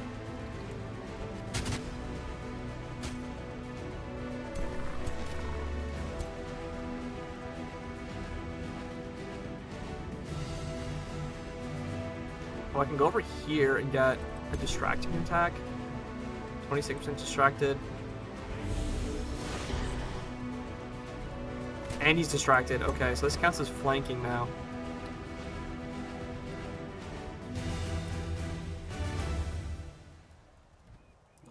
Now, normally this is a single hit attack, so I don't think he can actually kill me in 1 turn. You still have movement. Requires you to move through poison, which I don't really want to do. Jesus. Let's go here.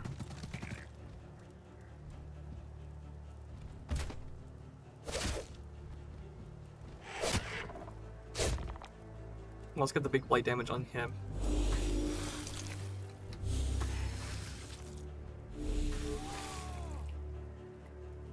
And then now we can use temporary hit points, regeneration,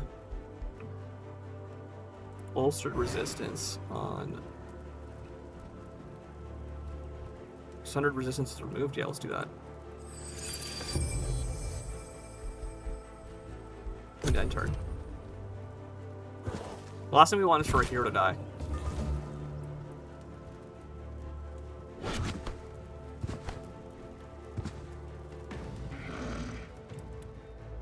And they're gonna kill, yeah, my summoned unit. That's fine. And then he uses another spell, and that's the AoE effect.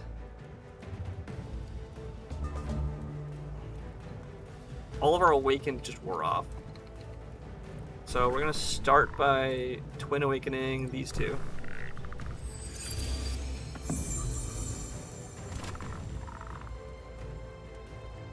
Oh, you still have Awakening. Okay, good.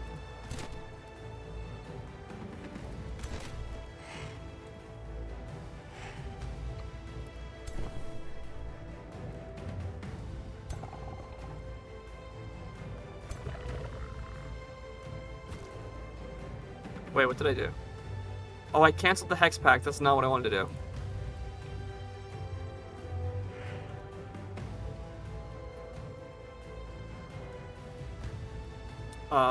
That's fine. We can Hex Pact this guy now.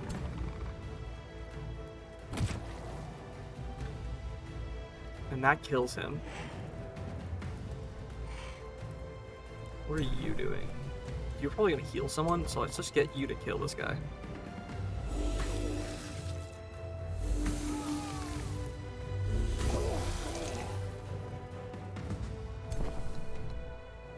Cooldown's reset. Wait. Oh, that's right. Yeah, you have an ability that you can reset your healing cooldown.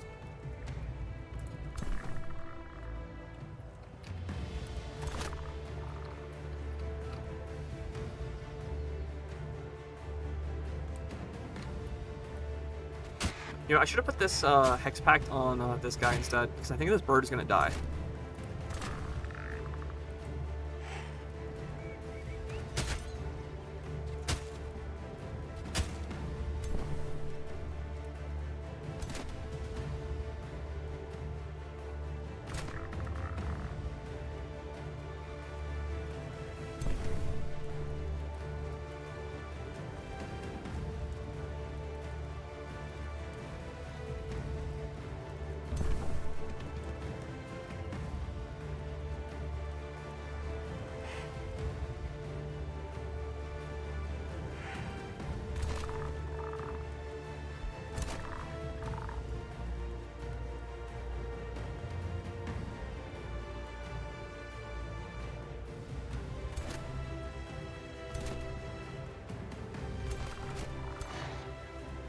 You have 14 hit points.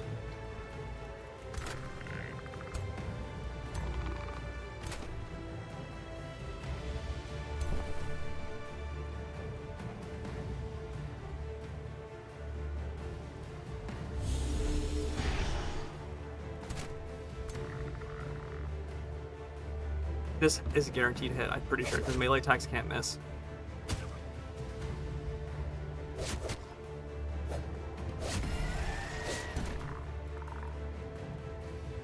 We'll get you to come attack this guy. And then you can cast one more spell, we have the mana for it. Heal this guy.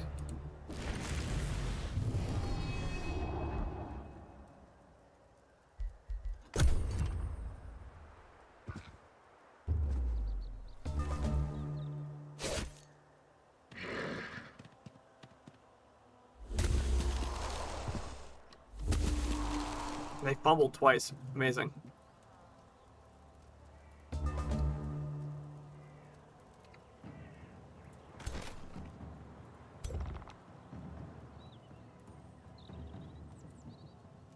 Awaken those two.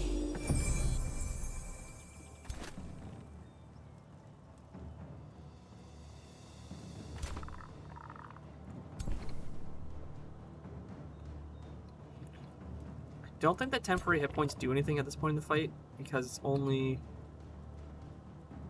I think that's how that works.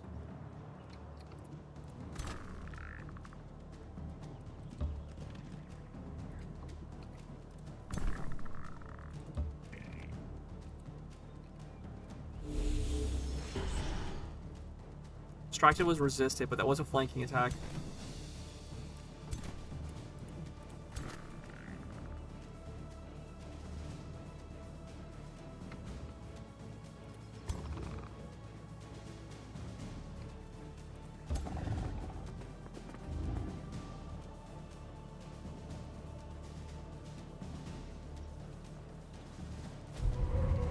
Oh, I should have done that on this guy, actually.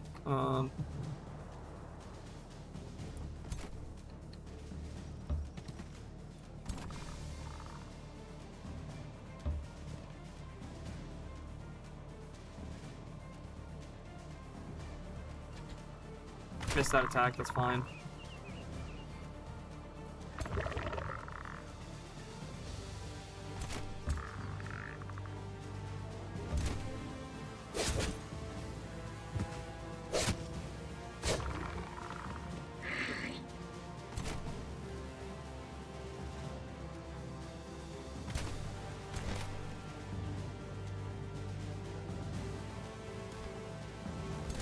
Missed the 50-50. We go for a second action on... I think it's these guys.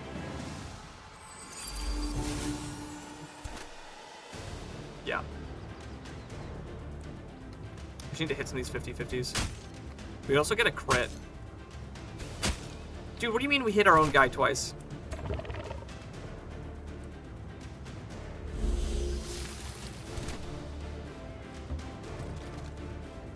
You have 5 burning? Oh, jeez. Okay, we're out of spell points. Okay. Oh, the Phoenix is back.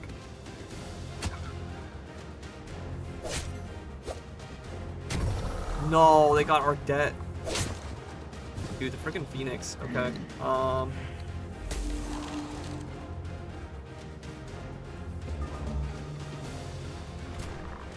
Yeah, he's doing no damage because of his weakened state.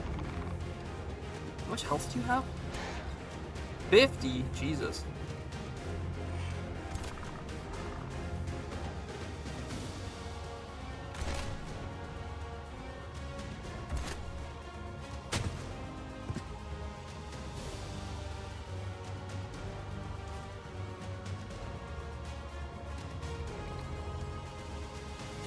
Missed the 50, hit the 5. You're not awakened.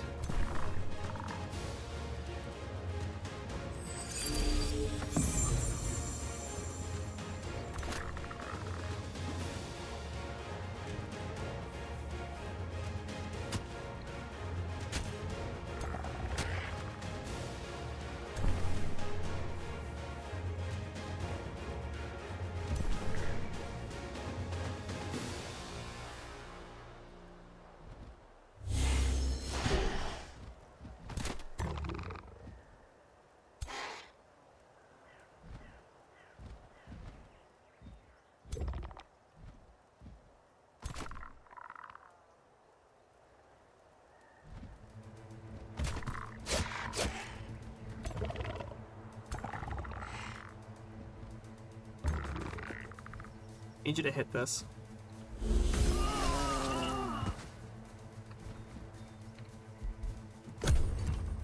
We just have to defeat the Phoenix.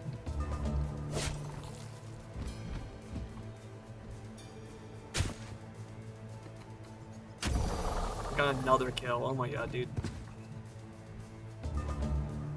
Having a Phoenix this early is crazy.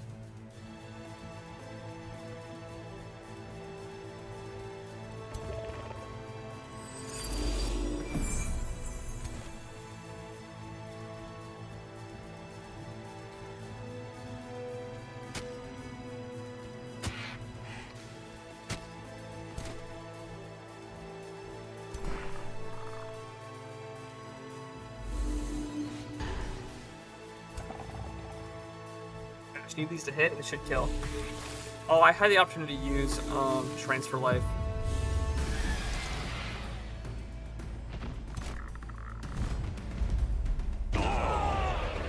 So we lost 5 units to take out 5 of theirs. Granted, we did take out a tier 4 unit. And we did lose a couple of summon units that we were mostly okay with dying. But that was a very costly battle. Columns of smoke arise above the Valley of Wonders, and Yaka is taunting you to surrender. There's no victory against the raging storm. Your empires could not stop our mere servants, the Shadowborn, and now they crumble before the full might of the Shadrai. Your hypnotized may be used to raise the monuments of my glory. After all, kneel down and save them now. Never surrender to the fire god. Well spoken. Son of House Enoch shouts with a fierce glimmer in her eyes. The people of Athla are resourceful. Gather forces. Greater forces than this have failed to claim our world before. God, I can't read. Yaka would know this were his immense ego not shrouding his memory. Again, a summer fairy unit, stone spirit, blessed soul. Invoke the wardens of the forest, let your voice echo through the mountains, or call the ancient spirits. We're tree frogs, let's go forest. We got a tier 3 summer fairy. It's a little thing. Oh, it's fire damage. Friendly use of 1 hex radius get 15 temporary hit points and gain regeneration. It's obscured in a mist cloud against a random positive status effect. Interesting. It's tiny.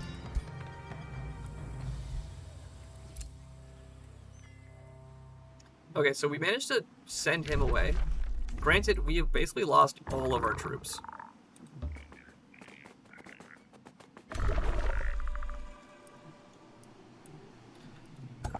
On the bright side, we do have a secondary hero. Do we get anything from that? No. Heroes, like the leaders of a country, don't drop their items when you kill them.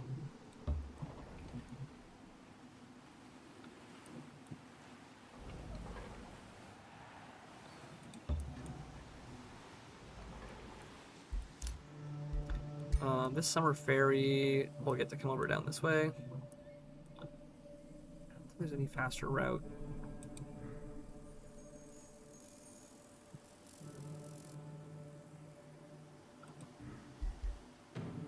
And we have a bunch of Imperium now. We can get digging, which I don't think we really need to worry about. Farms grant 3 gold and city stability. I probably need that next. Available in 3 turns.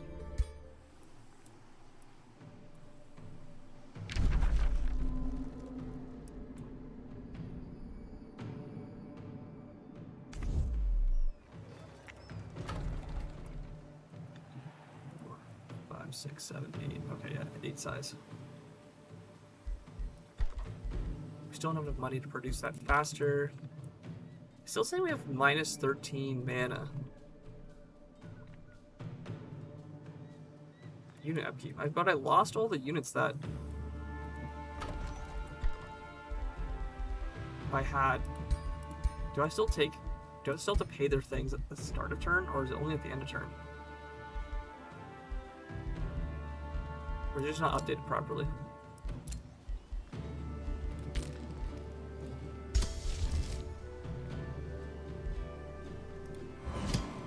I'm gonna start preparing poison arrows. And,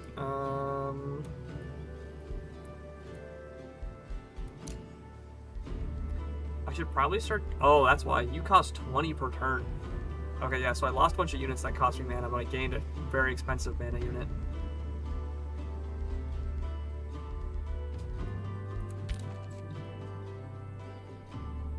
So we need to defeat him. We need to clear that tower, and we need to pact vassalage.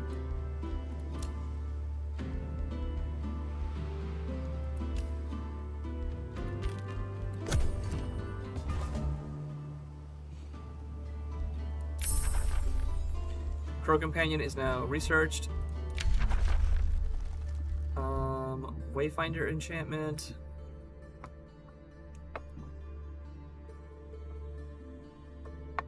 It's more scout stuff.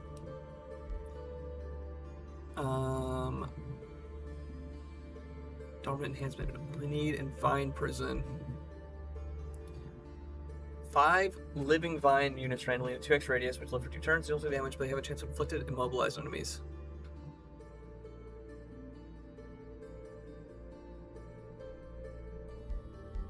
We'll take the Wayfinder enchantment. I don't know what that vine spell does. It seemed pretty interesting, but... So I hit explore. Do you want to enter this claim structure? This claim has been claimed.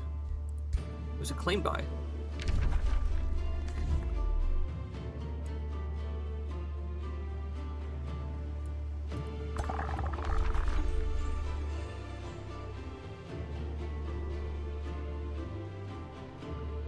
Who claimed this?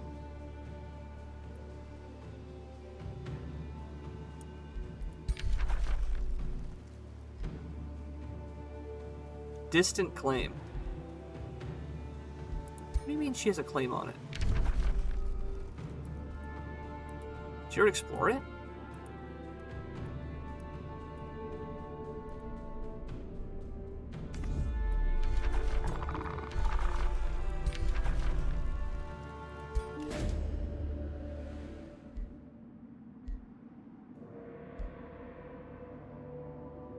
As you enter the Tower of Destinies, a grand hall with ornate columns at center opens up behind you, before you. The reliefs worked into the columns each tell the story of a rising people, receiving gifts from a mysterious god ear. Some learn to endure fire, while others grew wings and started to siphon life from their enemies. In your mind, a muffled message goes, only the worthy ascend. So there's a fight. I don't think we can win this. We'll come back to this. We need more units. I could get him to come down. I have enough thing for the city. Let's at least get this guy to come this way.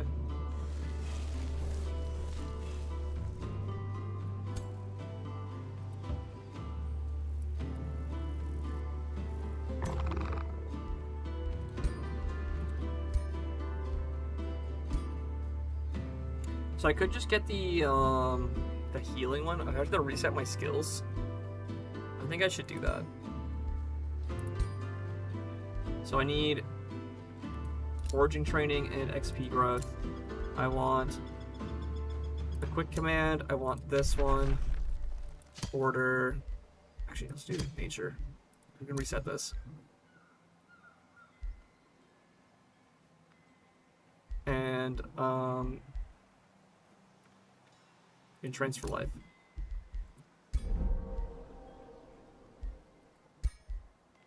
That'll be useful for next turn. I still want you to come found this city. And you can still move. Okay, great.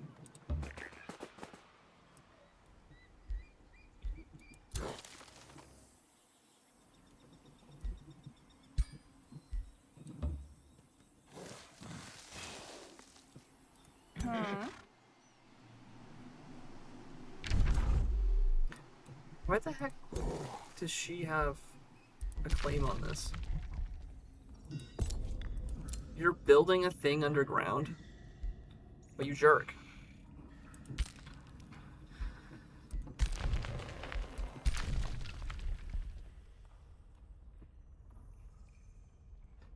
This guy can come back to the entrance here.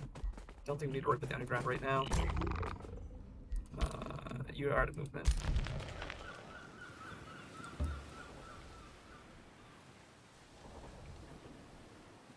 Something over here. Okay, there's just some guys guarding a ship.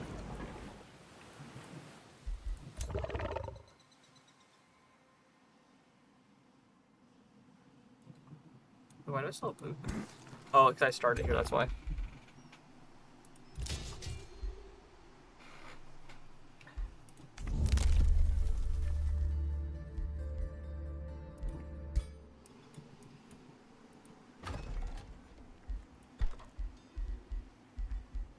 I'm going to hurry production on this tavern because I have money and I need this to not be unhappy anymore. They're going to greatly increase our income anyways.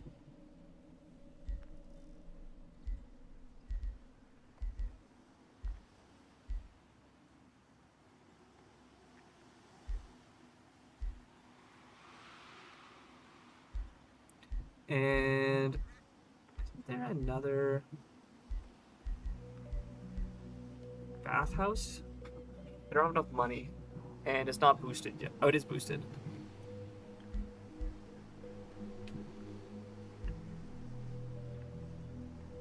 Do we need more research? I'm not really worried about a research right now. Gold, mana. I need mana actually.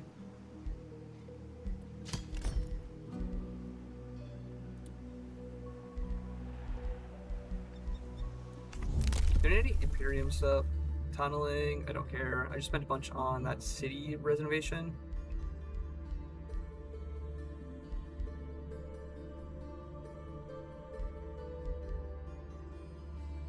$300 relations with every free city. Don't care. Right now I'm evil, so they're not going to actually want to be my friends, even if I take that passive. I've been pondering many allies and enemies that come to this realm. I'm glad to see one former. Let's bring our empires closer. She's ready to discuss another treaty with the diplomatic state. Okay. Diplomacy.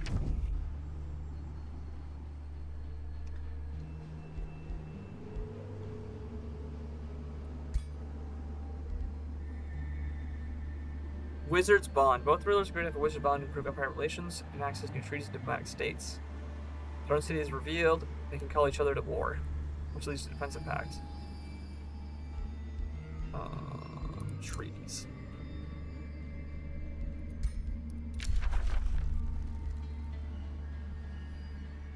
We propose a Wizard's Bond, and they accept. It's a deal. There we go.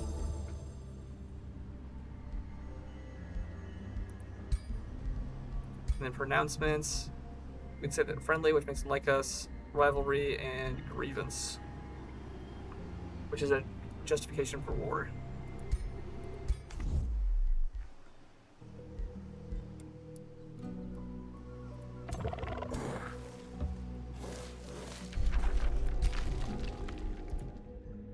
I'll make it go underground.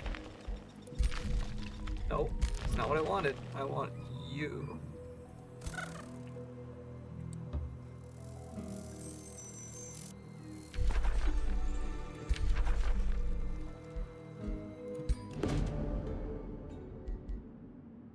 So 126 mana to guard our troops. I think I should be fine. So we have a Snow Spirit and 4 minor spirits. And this is our stack. I can also retreat once I see what the fight is. Oh, okay. Now I could take one of these units that's pretty damaged out, but I kind of need him and him. 44, 48. Yeah, we'll be fine.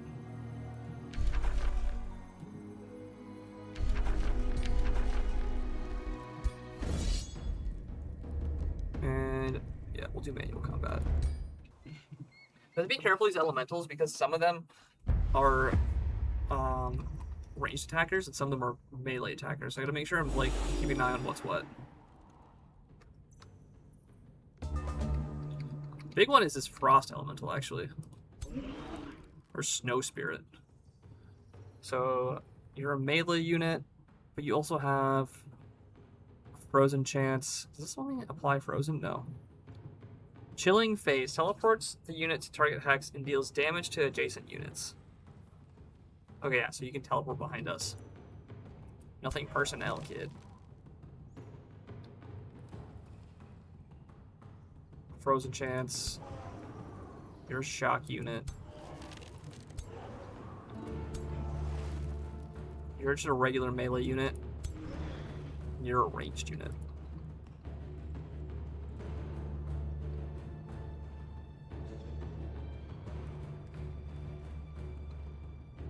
So first things first, I want you to transfer life to this guy. We're gonna make sure our frontlaner has the most health.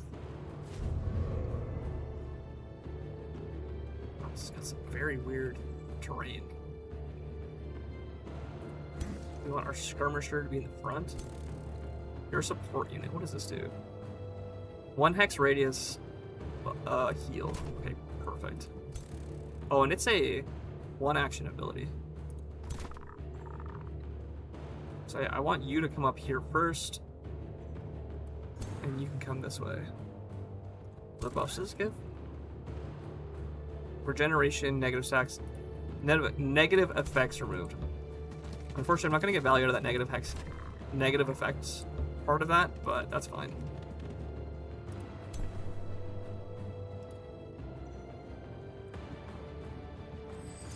Awaken both of them. Oh, I did that wrong. Because I wanted to awaken... Oh, I'll be fine.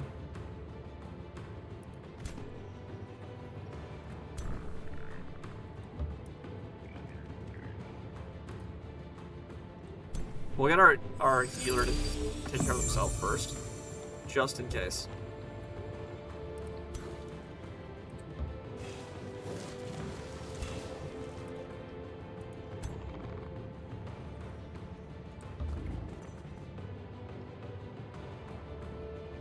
Oh, that's right, I didn't take Hex.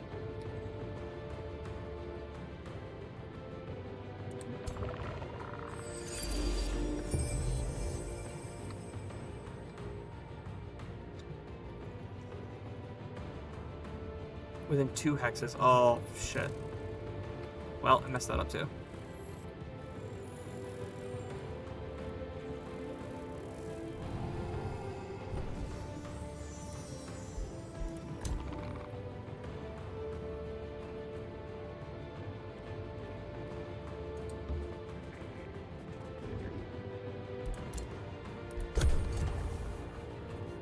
Let's see what they do. Okay, I like that they split up. Makes it easier to pick off these frontliners.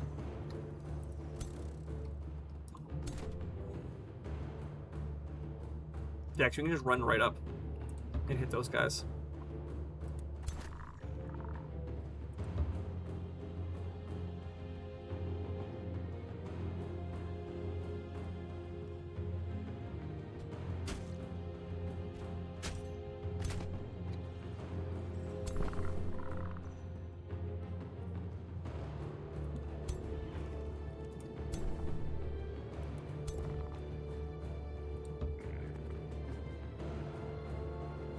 So I do want to use my re-command on one of these units, probably this guy.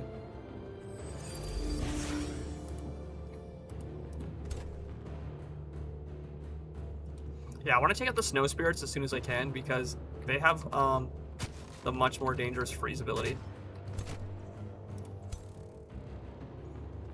Is this a repeating attack? No, it's a one-time.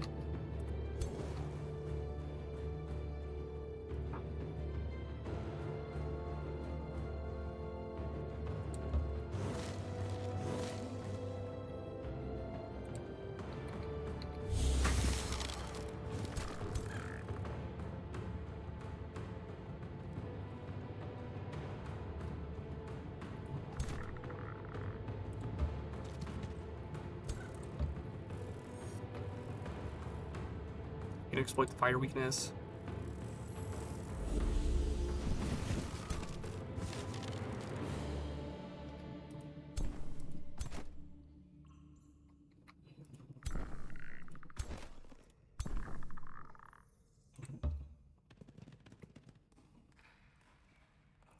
%40 chance of being distracted.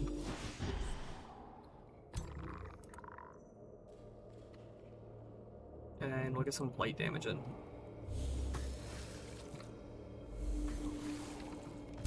And we still have some mana, so let's cast a spell.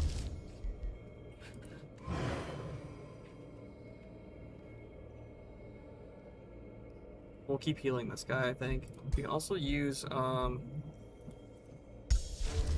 is regeneration, whereas this one is more this one is more temporary HP and resistance.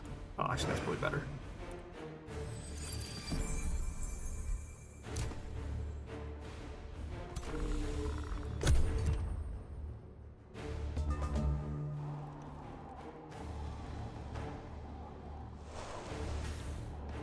Okay, he got the frozen off, which is unfortunate.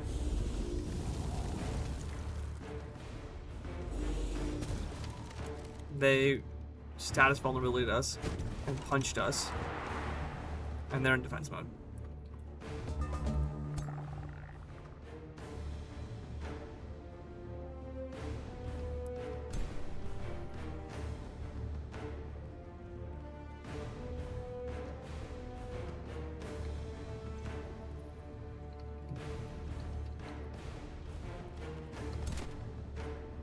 You guys can just not get towards anything. It's because of all these, Is this pure status effects?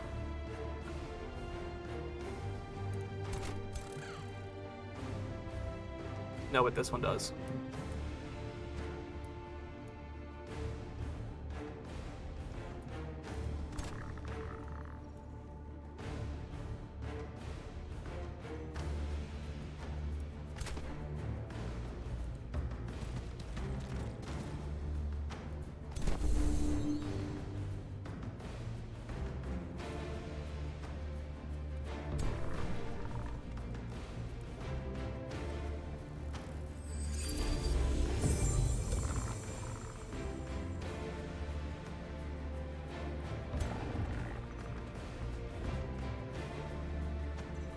That's a flank. Only a grace though.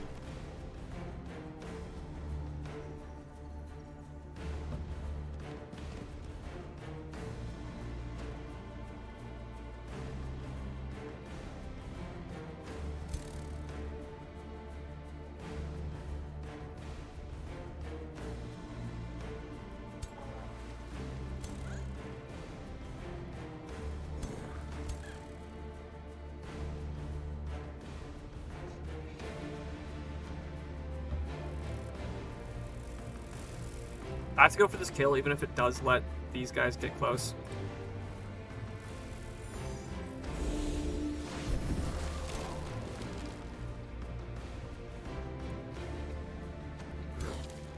You guys are still pinned. We'll get damage on this guy. We missed? Okay, well.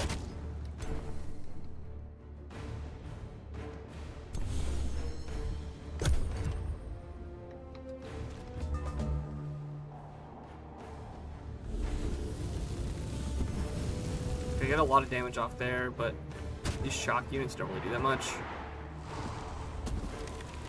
He does the frost teleport and then kills them. Oh shit. Okay. I didn't think they would. I didn't realize that was a continue action.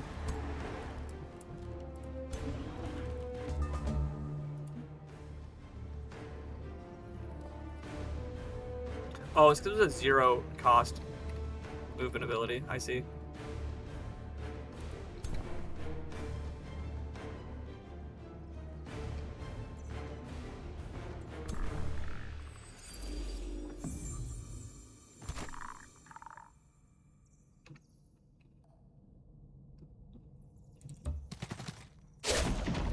Take a little bit of damage from the Vengeful Flames.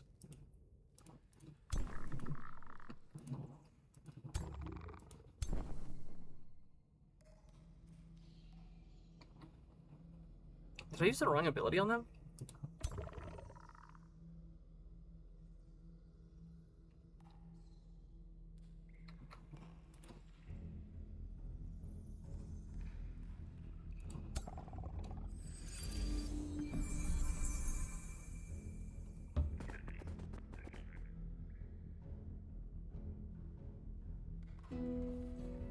(24, 28, 36).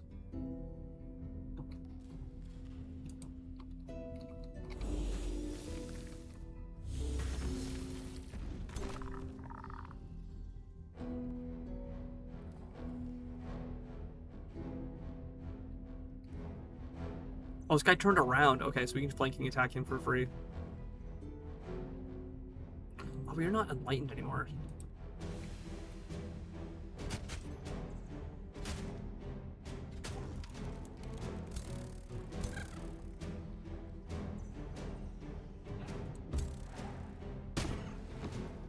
They give us the wet status, which does make us more vulnerable to frost, I think.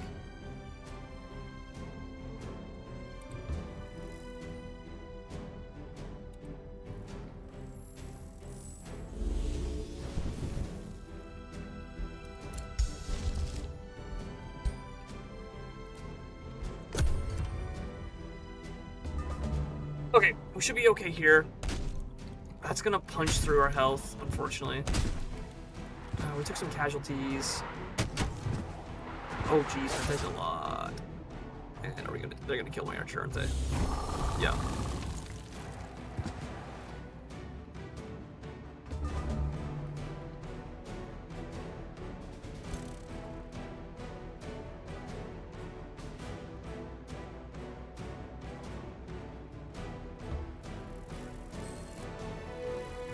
That's 100.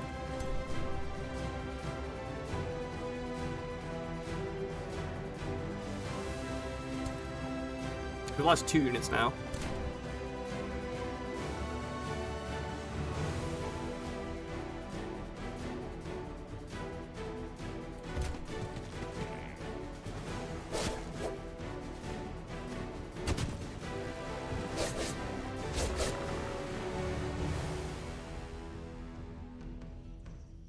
That's times 3. Yeah, let's do that. Let's see if this kills.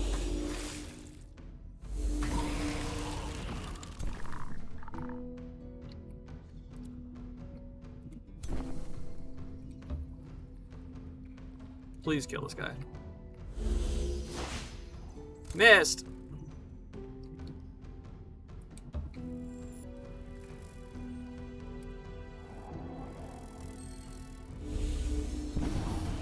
Okay, that unit's dead. We get interned. I really need to make sure these summer fairies don't die, but other than that, we're pretty good. They grazed.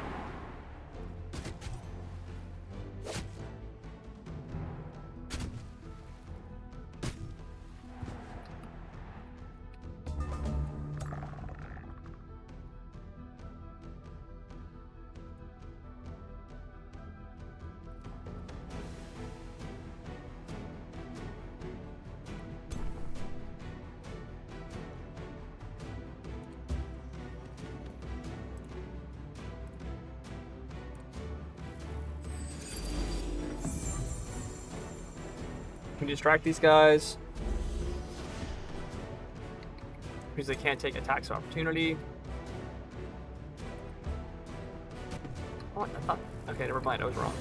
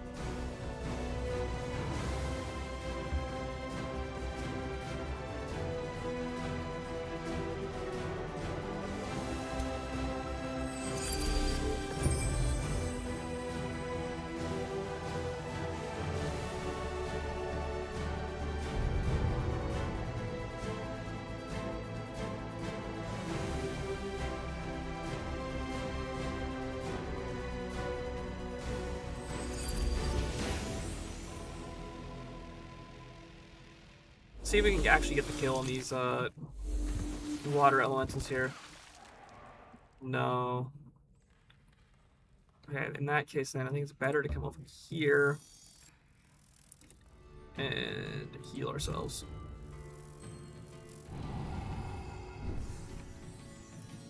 Removal the wet too.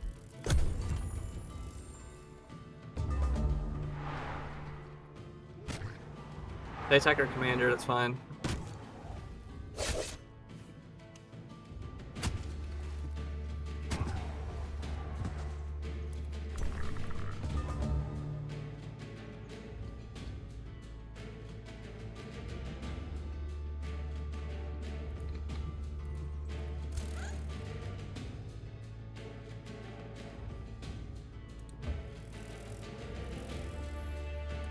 It's enough to kill. This fight has been very long for what it is. Not a very difficult fight, just very obnoxious.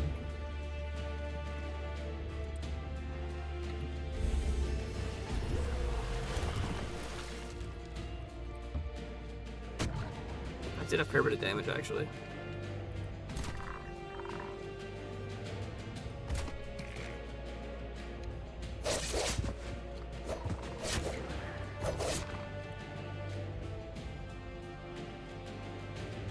Yeah, this guy has the wind barrier, which is why it's so hard to hit him with these ranged attacks.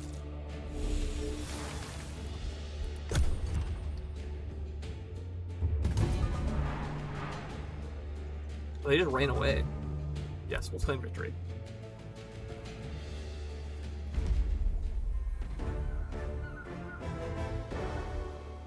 Of course, we did lose our archer to the teleport effect of the greater snow spirit, but that's all we can really take. Sometimes you just don't have a way of preventing something from dying. The guardians have been dispersed, leaving the secrets ripe for the taking. On the altar you find a single book. It's binding, old, and imposing like a testament of time. Whether the mysterious god here shown on the columns left it here, or some preserver of his legacy, remains uncertain. Upon touching the book, you hear the same echoing voice in your head. Which path do you wish to lead? The not hypnotized toads on. So we retrieve a bunch of knowledge, and then... So, Enlightenment gives us an Astral Attunement spell, which alters ability to erase. Angelic Transformation spell. Gaia's Chosen ability. Let's take the Arcane Enlightenment. I feel like that's more hypno of our toad. Your mind is still going over the happenings of the Tower of Destinies. You once more approached by Sundren. Mind-boggling, isn't it? All this knowledge has been buried in it for ages. Only Julia and Merlin were here to ponder its meaning. There's less hope. Those are not highlighted names, which means they're probably not in this campaign, but I'm pretty sure Merlin was a character in the previous campaign. Actually,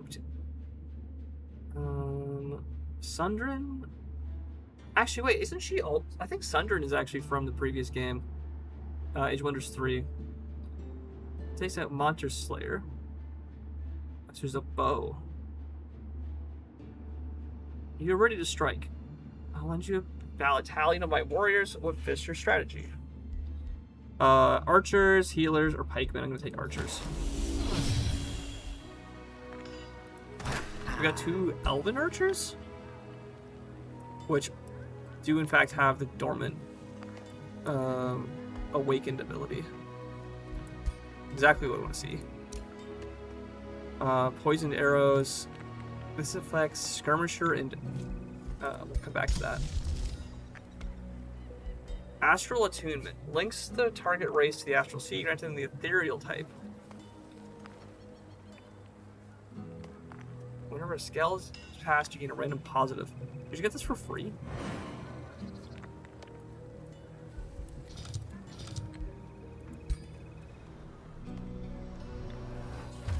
So all of our units now have ghost legs. Ooh.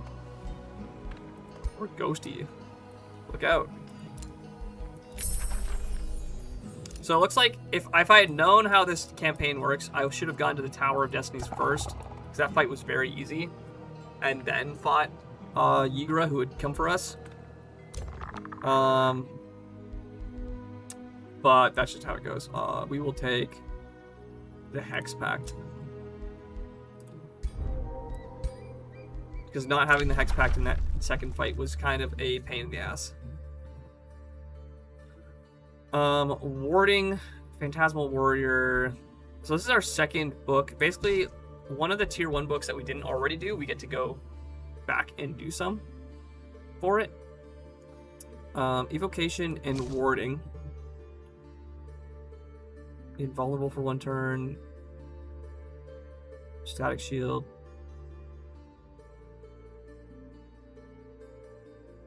I think we take the Evocation Tome. I'll just try this one. I want to get more astral affinity. Just as you may effectively utilize the protective potential of magic, it follows that you can employ it in a more devastating fashion in order to visit harm onto your foes. The thunder and the fury of the skies is at your disposal if you prove yourself worthy. Its tempestuous, destructive force is a perfect tool for blasting apart your enemies. Perfect tool for blasting apart our enemies. I like the sound of that. So, this is a really good damage spell, so I'm probably taking this. That's part of the reason why I wanted this tome, is because it has damage spells in it. And then you went and started founding the city. We do need to try and figure out where what's-his-face is. We have a bunch more Imperium now, so I think we can go over to this town and say, hey. Oh, it only costs 12 because it's so close to being done. We'll be ready in 1 turn. We're still doing our earlier trade agreement. We only have 1 more turn left of that.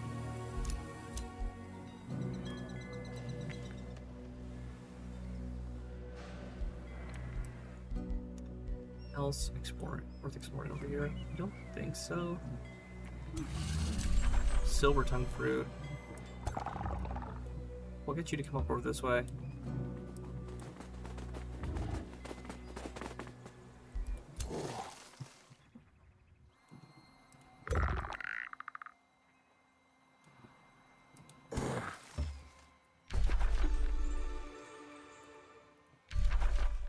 And this whole stack is out of movement, so we'll just leave them there for now. You can enter and come back up on the surface. Oh, we're on this little island. Is there anything even here? There's a boat with a bunch of water elementals. Tide spirits.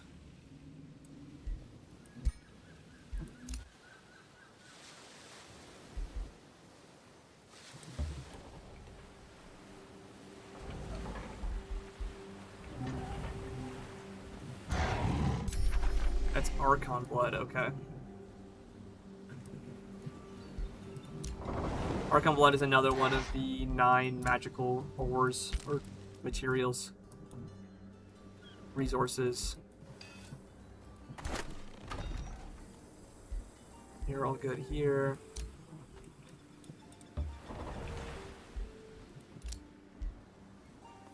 These archers, we need to try and get them over towards what's his face.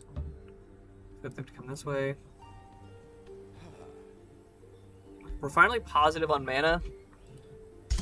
This is ready to launch when we need it. I think I spent the rest of my points on... We don't really have any scouts left. Most of our scouts have died. We should get this free tier 8 Astral Attunement for free. Crazy work. And... those are good. Don't have anything you can muster from those. Second turn.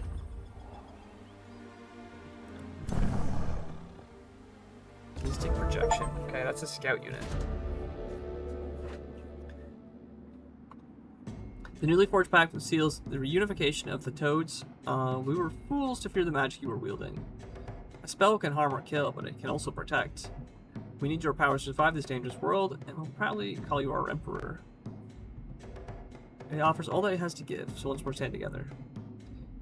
So, all cities of your empire gain city stability for 6 turns. All 3 cities gain 300 relations. And we get an extra bonus, which is a unit, a bunch of food, which gives us 1 population, or a bunch of money. Let's just keep getting 1 food. She has captured one of our claimed provinces. Because of our claims, we have a grievance against her. Okay.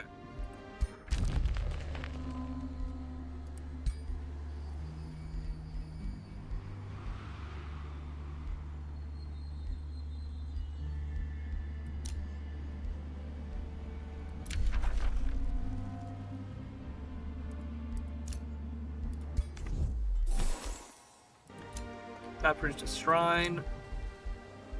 We acquired a bunch of the fruits. Oh, we have all 3. We have a rainbow clover, a silver tongue fruit, and haste berries. How did we get that many? Soul has... That's a silver tongue fruit.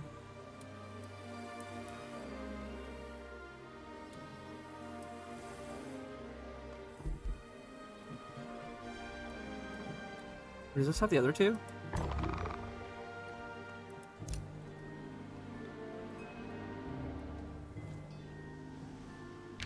Wait, where do we have these? 1? Oh, there's 2 here. They have haste berries as well.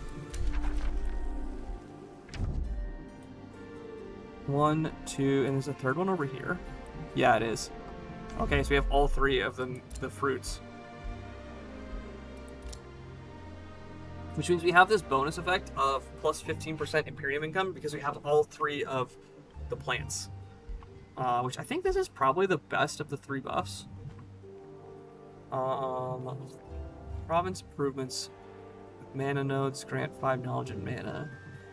And the materials is just a buff for your heroes. Yeah, this is. I think the plants is like probably the strongest of the 3. We can cooperate in a treaty. We want to attack the target selector. Let's buy more food.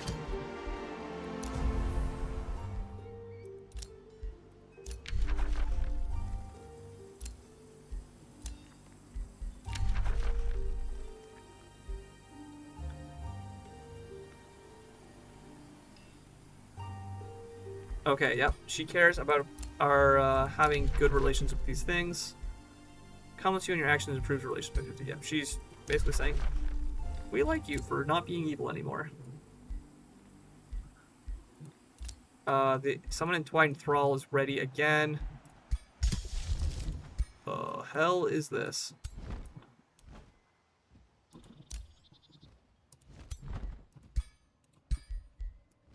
There's just a bone dragon sitting here. I almost said shitting here. That's very bad. What is this sitting on? Nothing? Is it just a wild random unit?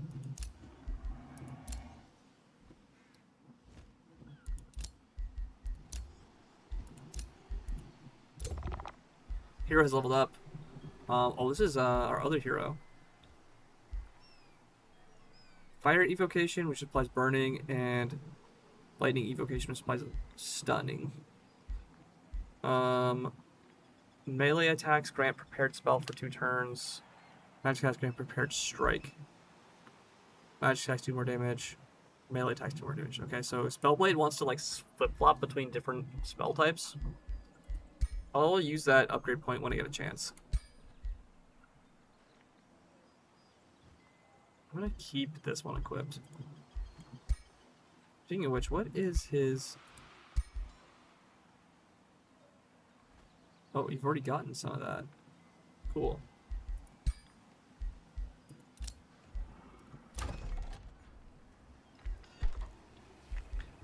Let's start producing. So we could technically, because we have 2 heroes in our dungeon here, in our prison, we could technically use this to get more of them.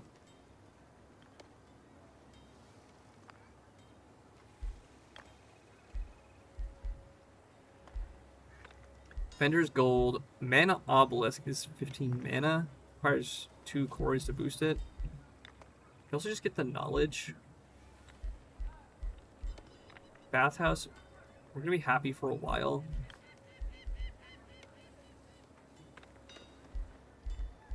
This is production. Oh, sorry, no, this is draft income. This is production. Let's do that. Make things build faster. And we now have access to these development tiers. Foresters gain mana and stability. Farms grant gold and stability. This is mana structures cost less. Conduits grant 3 production and food. How many conduits do I have here? Just 1. You have 2 foresters, 2 farms, and 2 quarries.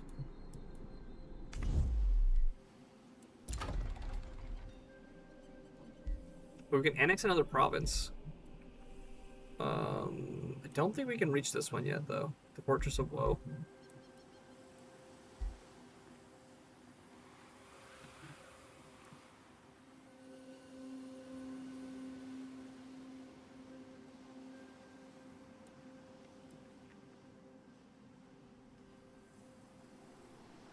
I do need to get some units over here to defeat these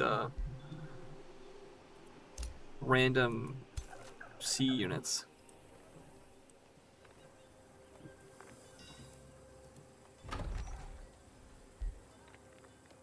We also just get more production. I think production is probably the right answer here. So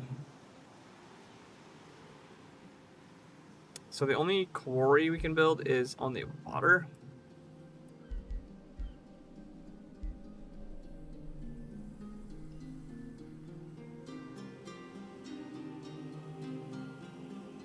Let's just get this forester. I think. Nah. Let's build the mana. We still need to up our mana production because we're so far behind on that.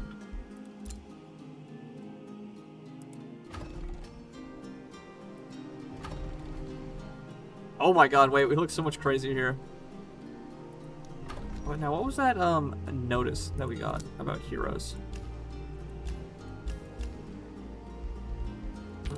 I don't know what that said. That's okay.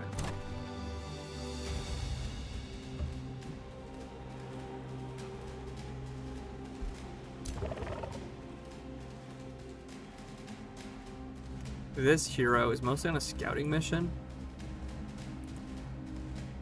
You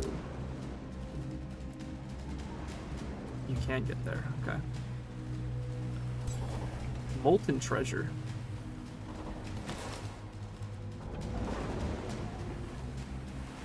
How the heck am I supposed to pick up that if it's on lava? Oh, now so here is some units from what's-his-face. Oh, that's him coming back. He's got a second hero, which is a Spellblade. That makes sense. Some scouts.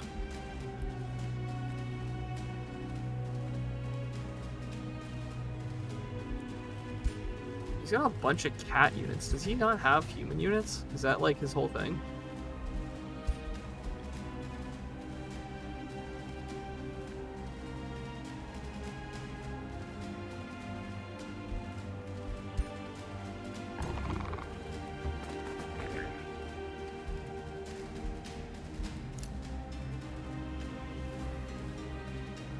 Unfortunately, we're isolated on this island, so we need to get back on the water.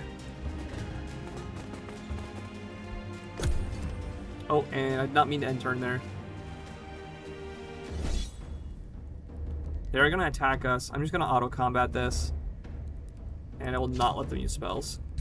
Because they're almost certainly gonna kill my hero. Yeah. We're gonna watch the replay. I'm gonna watch me get my ass whipped by this random encounter.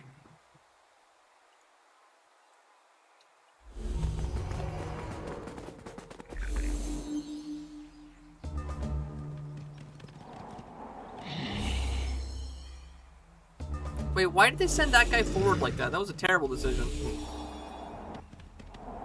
Yeah, they're gonna play defensive here because they have the shielder units. And then now he's gonna run back over here.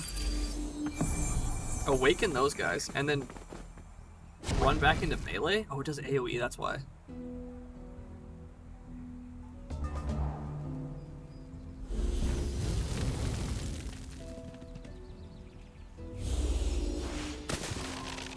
Get the frost attack off too, okay.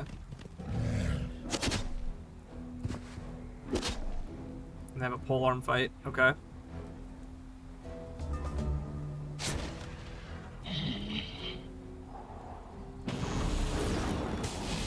Oh, geez. Okay, big lightning train attack. He's gonna do his axe of burning the entire ground apart. They do a whole bunch of spells.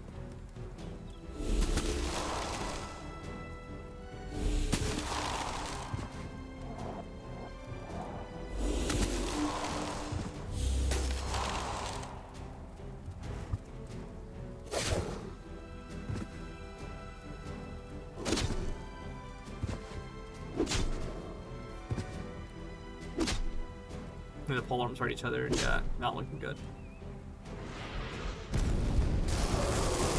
And they also cast a spell which does damage to everything. Dang, okay.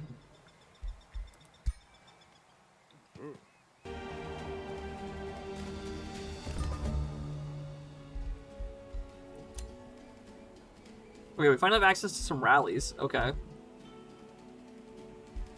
Spell Shield was probably something we're going to try and recruit. These are Firebrand Predators. Lightseeker. You have 4 recruitment points. We have another hero recruitment available. Oh, that's because our hero died. That's why.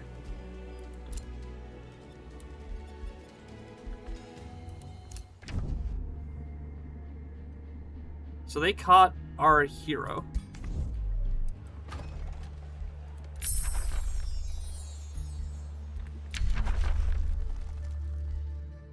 Evoker is a ranged offensive unit.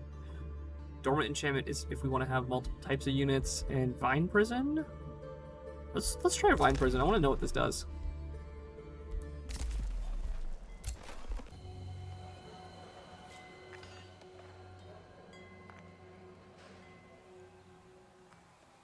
Oh, I see. Their territory is right over there. They only got 5. Their city's only size 5. Okay. They got a small city. He's just put all of his money into units.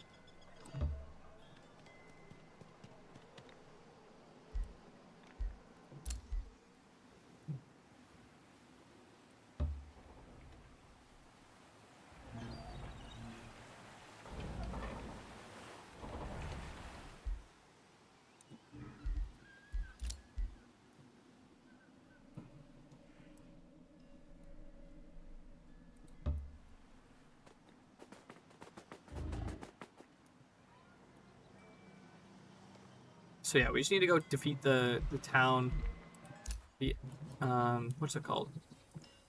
The capital city. This is our pikeman unit we made like forever ago. Except he's astral. This is an ethereal type, which means he has physical damage protection, and he can also walk through things.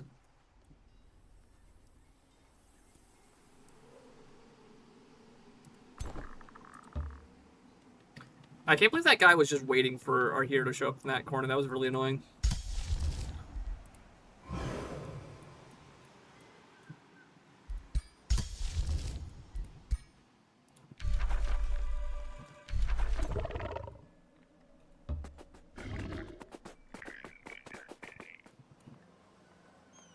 And we don't really have enough money for another hero, do we?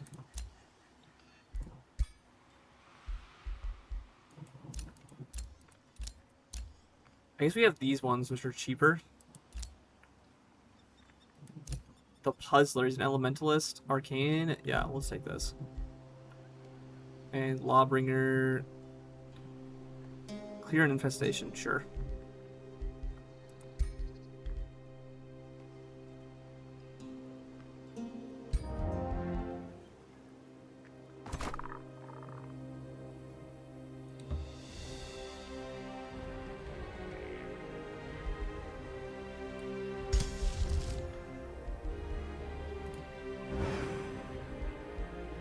There we go. Enchant all of our archers to have poisoned arrows, giving them a little bit of bonus damage and debuffs. And then I think we should probably. We want any of these, yeah. We'll use the Summon Thrall on this stack. We do still need more mana production, but that's fine. We can actually go farms grant gold, forests grant mana. We can buy this. Are we doing anything else with our Imperium right now? I don't think so.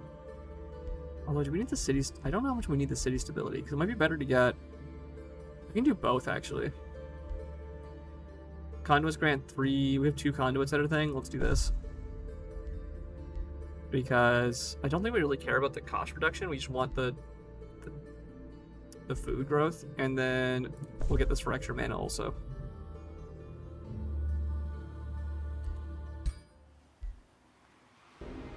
And now our mana is at net 0, which is good.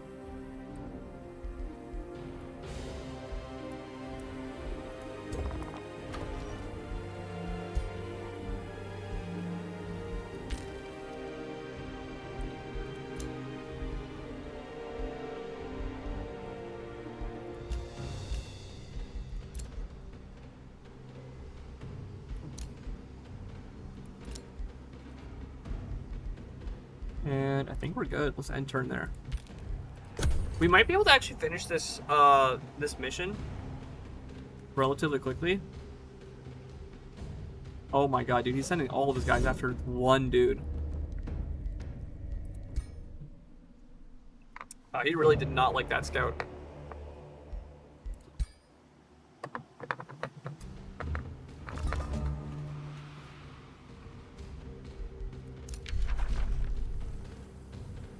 Okay, this is now a bonded vassalage. Good news. We have a new town. We have Dawnsong. We are almost certainly going to build the... Improve our... Oh, I did not mean to do both those. Improve our growth rates, and then we also should probably make a scout. We need a governor. We'll set him. Oi, governor.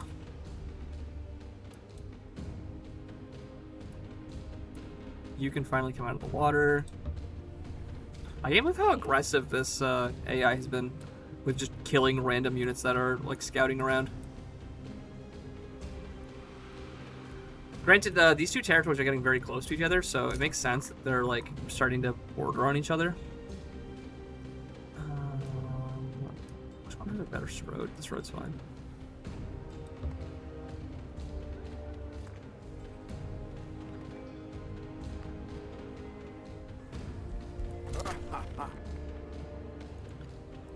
These archers and this guy. Is there any random thing we want to fight here? I don't think so. What has he got for units down here? So he's got his axe, and then a pikeman, and then 2 astral projections, which are just their scout. That's their scout unit.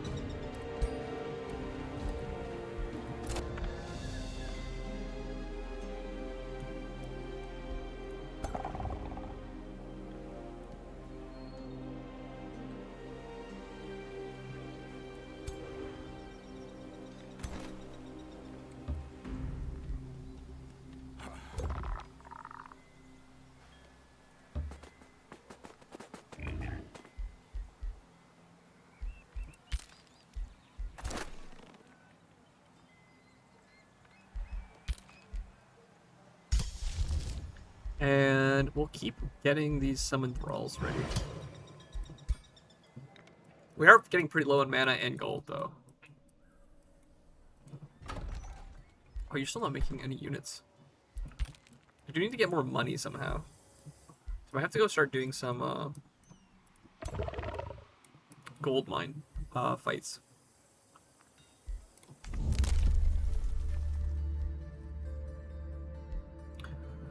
Increase the city cap by 1, and road building.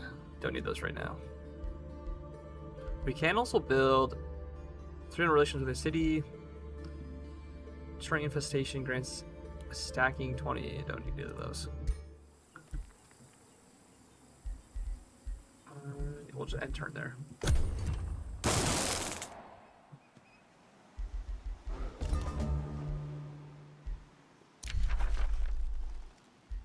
They complimented us, that's pretty normal. We made a stonemason.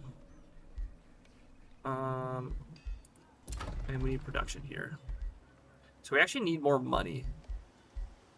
So I want to go get the vendor. And we still don't have enough money for anything else there.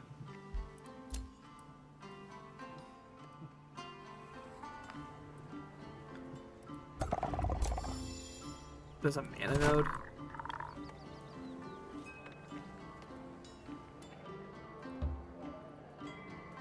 Over here. You need orders. There's no gold mine here. That's what I'd really like to do. Is get some money. Unless this one's open. No, it's been cleared already.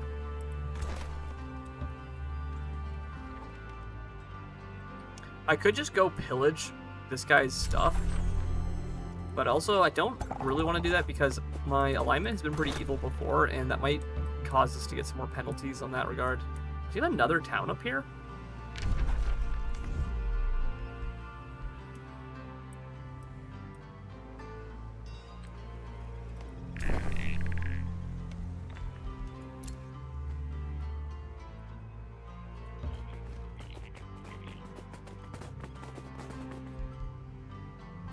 It's just our spell ready, which I'm gonna hold on to for when we need it, because I'm too low on resources to actually keep summoning stuff. I'm trying for money. All out of money. What's that turn?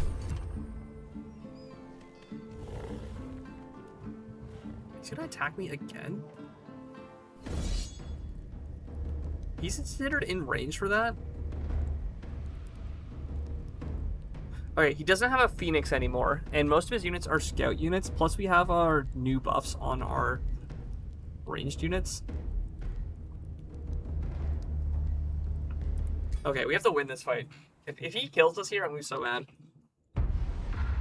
The big thing we have to do is we have to avoid lining our units up for him to do his big axe attack. That's kind of the biggest issue here. We have defensive advantage, though.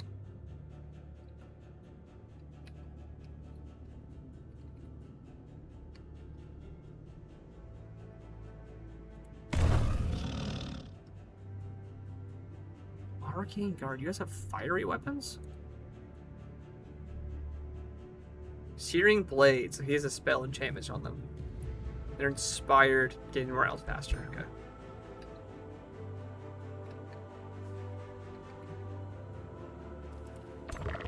So first things first, we need to awaken as many units as we can. Which is going to be probably this. Oh, actually, we want these archers awakened. Absolutely want the archers awakened first.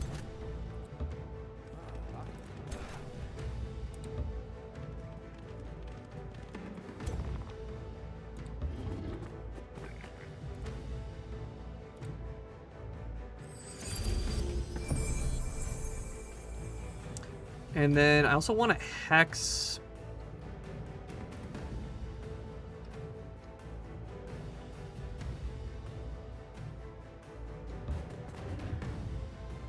Let's hex the defensive unit. Make them more vulnerable to our spells. And transfer life doesn't matter right now.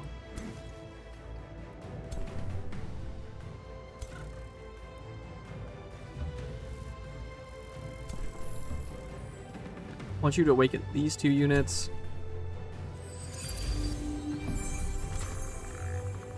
And then you can come down here. Oh, we have Phantasmals, so we can just walk through a bunch of these walls. It's good to know.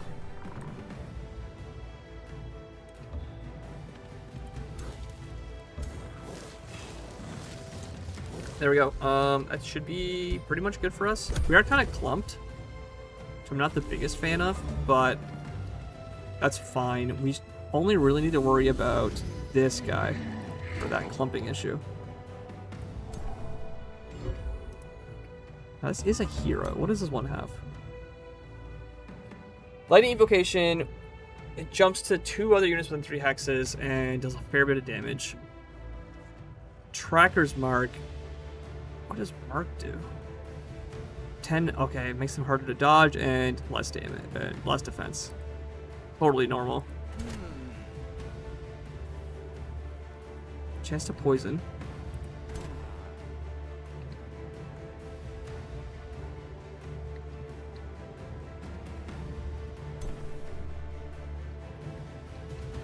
So there's a bunch of units over here. I'm going to cast my lightning spell to hit as many as possible. Ideally, we hit the melee units mostly. No, actually, I want to whittle down the backliner.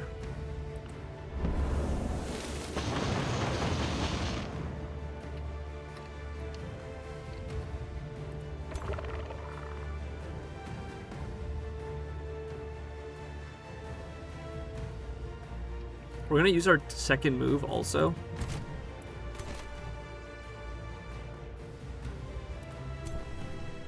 Those are not melee units, and you're a melee attacker, but you also have a ranged spell I don't want you to use. So I would much rather have you run towards these archers and get a melee attack in.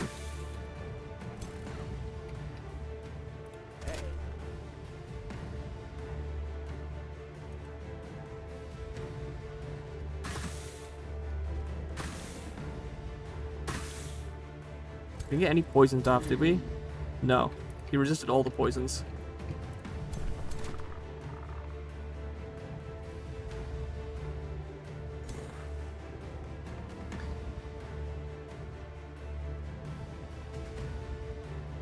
Let's get you to come back this way and needle this guy.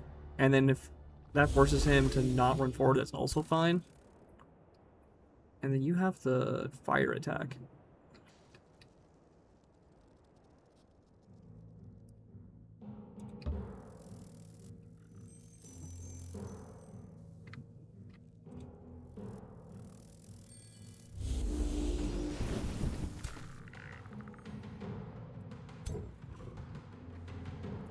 Okay, that's good.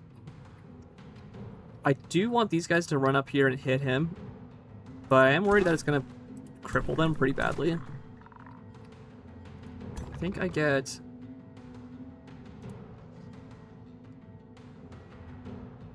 I want these guys to move again.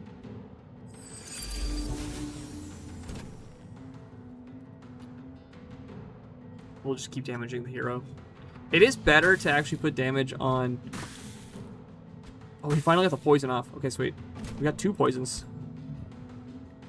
Sweet. Okay, he's taking chip damage now. So he should be pretty much dead by the time he actually gets within range of us.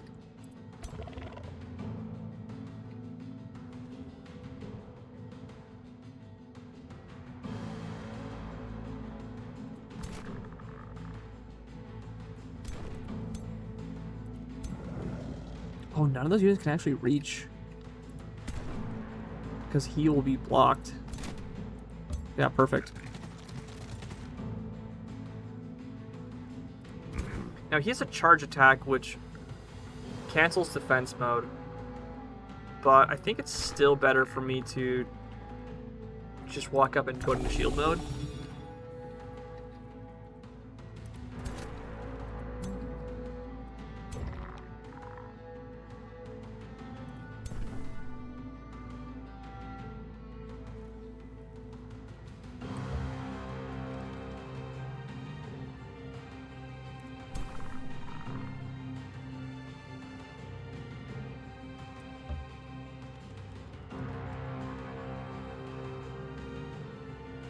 If I want distracted,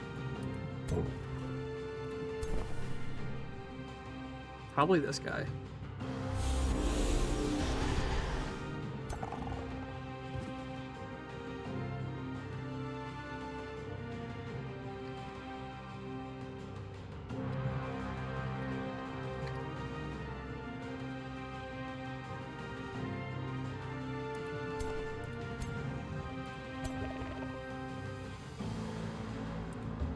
I'm gonna go back here and just take 2 pot shots at Chief over here.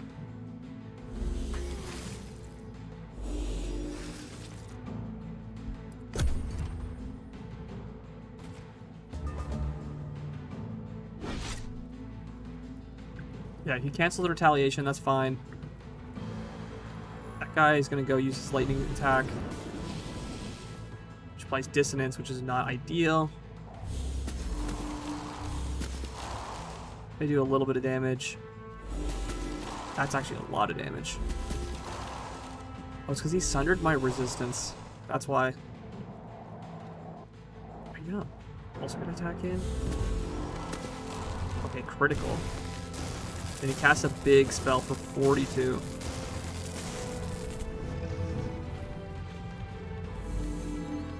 Yeah, and all the melee units just kind of wander around.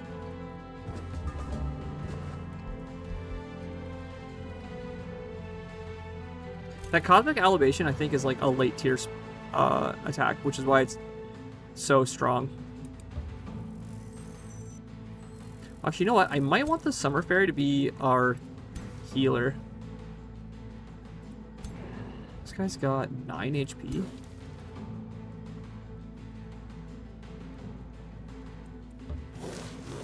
Yeah, flanked kills. Sweet. Take out that hero. Now we're probably going to want to use this AoE buff on as many units over here as we can. This took a lot of damage, Jesus.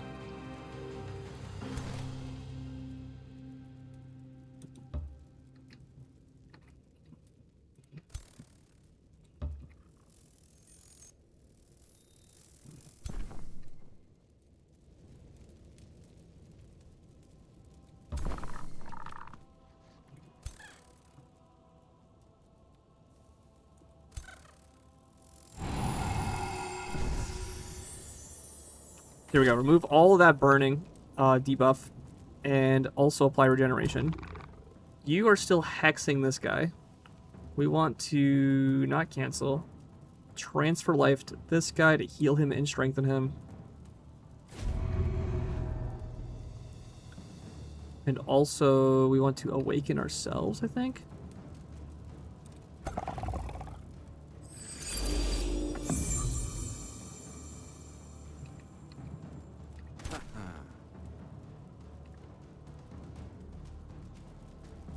The fairy's in the way?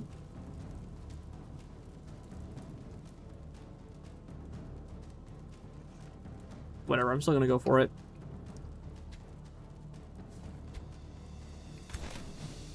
We missed both.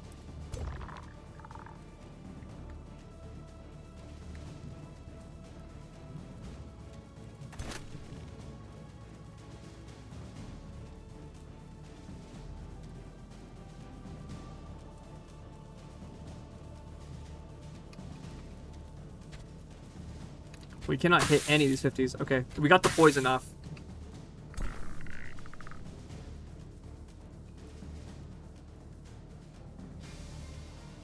We can heal him for another 30. I'm probably going to do that again. I'm going to save that Twin Awakening for later.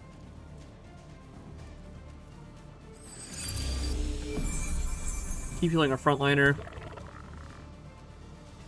And just blast this guy. Yeah. We missed. Dude. The dodging on this guy's been unreal.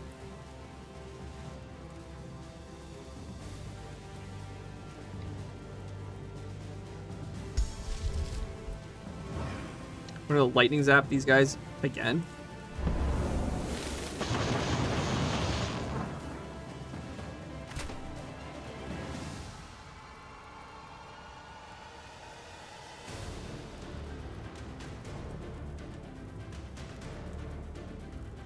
I'm gonna move over one.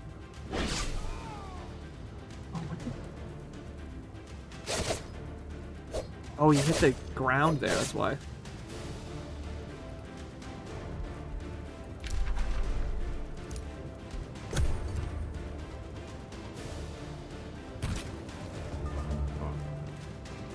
He moves back over here. Oh my god, why'd that do so much? What the heck was that?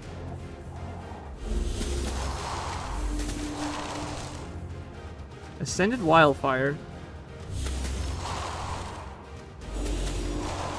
Hits adjacent enemies. I guess, holy.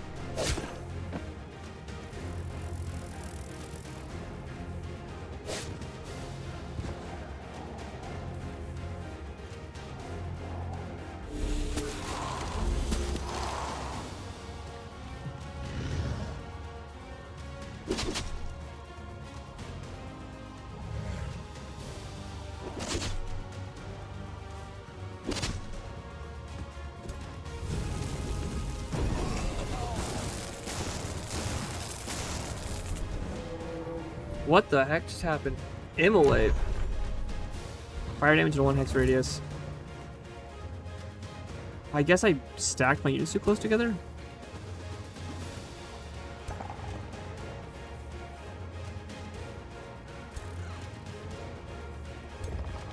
I killed both my archers. Dang.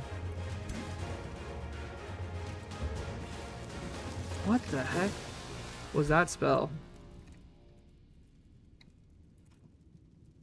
Hey, I'm just playing too aggressive. Maybe I needed to, like, not be running back. I was in friendly domain still, wasn't I?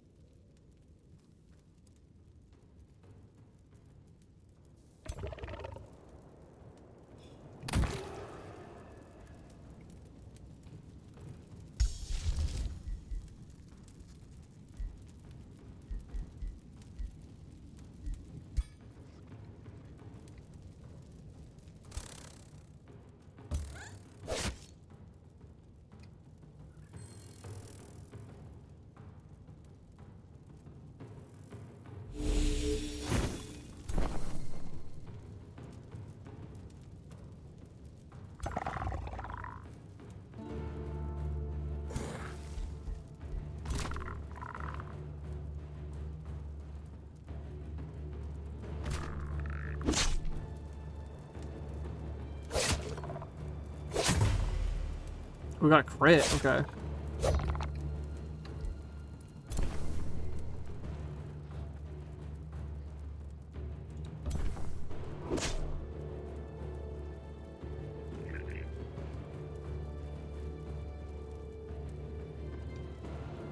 Oh, I should have used the awakening.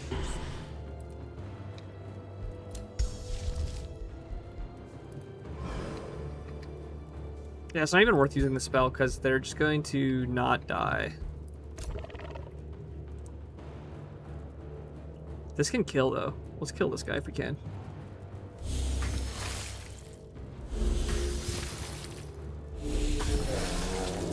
At least we killed one of their scouts. I still am in shock at how much damage their spells did.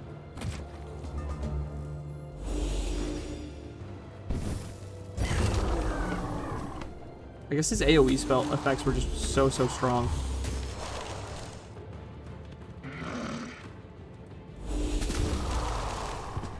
Yeah, they died, and then you're gonna get backstabbed.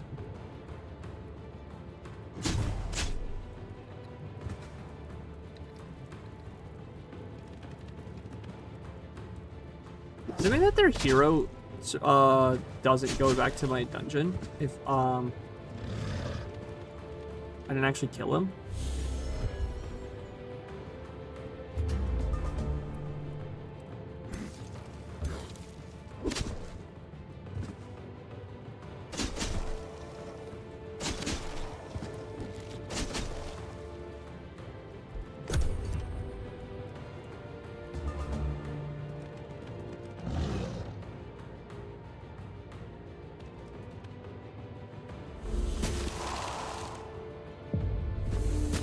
Yeah, they take out my unit. Okay.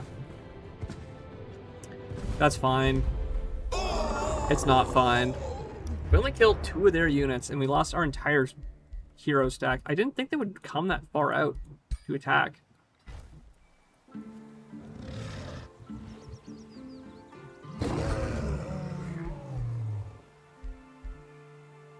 I guess he just has, like, really broken hero equipment.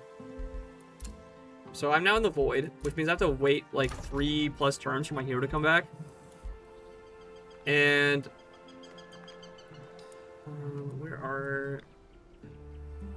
we can still grow our main town though. I think we need more. Would we just get upgrades to mana nodes and farms? No, we've got foresters, I believe. Yeah.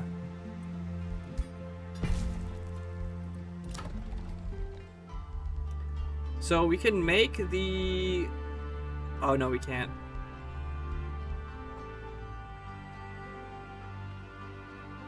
The recall room lets us get our ruler back a turn earlier, but we don't actually have enough money for it. We need more mana. This is our only real unit now. What's our unit count? We have 4 units total. Jesus. And we have like... We need more money income.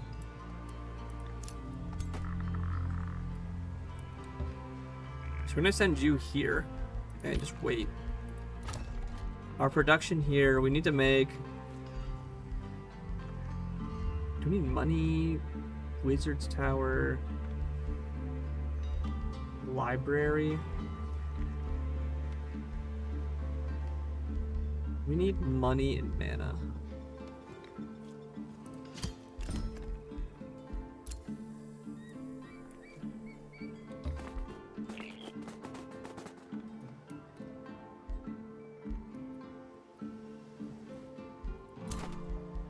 You're gonna sit there.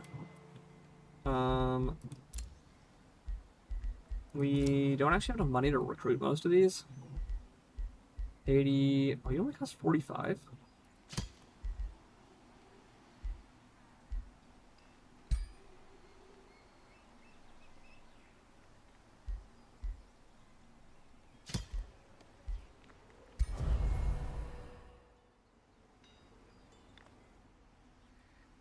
There we go. Well, at least we have 1 unit.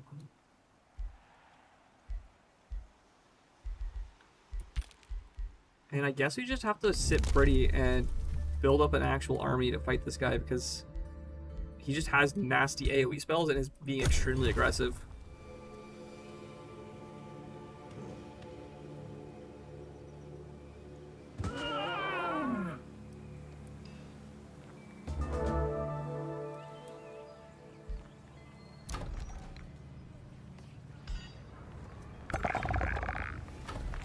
It said routed units have returned. What does that mean?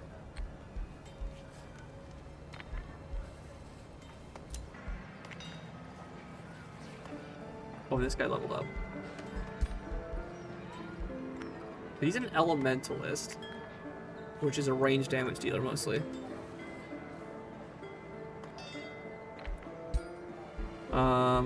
So you can pick Disciple of Storm. Space attacks gain a chance of playing Electrified, Setting on Fire, Sundering Defense, or Slow. I feel like Slow is the best, easily. That said, what we actually want is probably XP. Yeah. We need to level up some of these units here.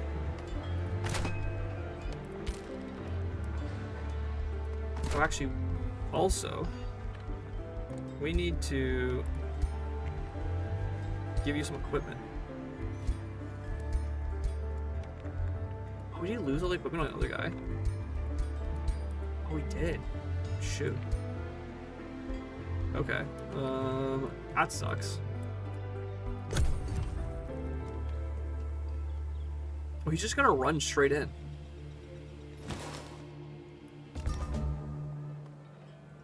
Wait, he just ran straight into this town that we...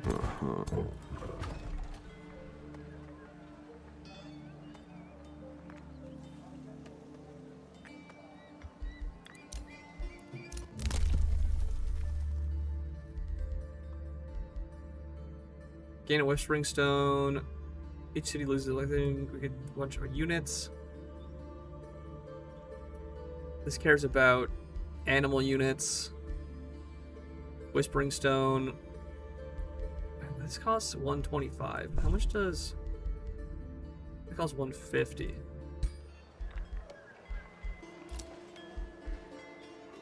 Obelisk. Our hero is back.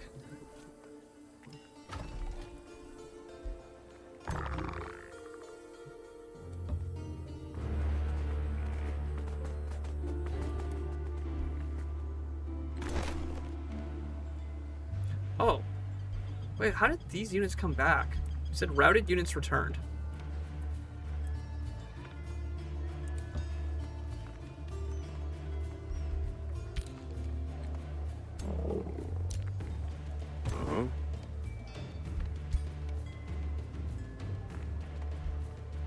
Now, if I attempt to fight this guy, they do join us.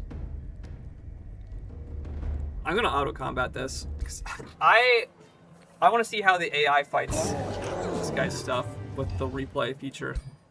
Because I, like, had my entire army get killed by one spell, basically.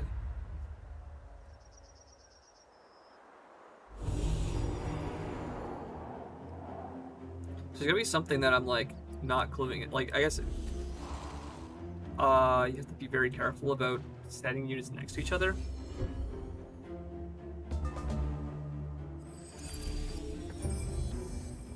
He awakens. The scout unit runs all the way over there for one shot for 5 damage. Okay. Hero is gonna shoot for 20. Okay. And that kills. Okay, that guy was also like half dead.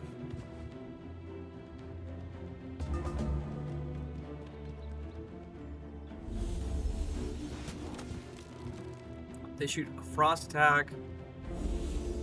I'm gonna make this a little bit faster actually. Let's put it on 2-tick speed. And they get some damage on that guy. That's like a random hero unit.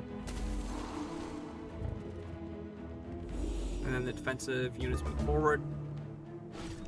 He does his big axe attack. I did like an AoE or something?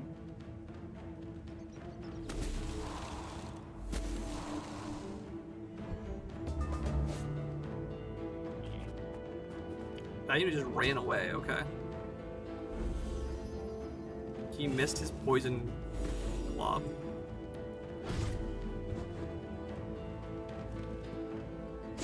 The pikeman ran behind to attack? kill that hero, kill that guy, and then he misses and hits my own guy.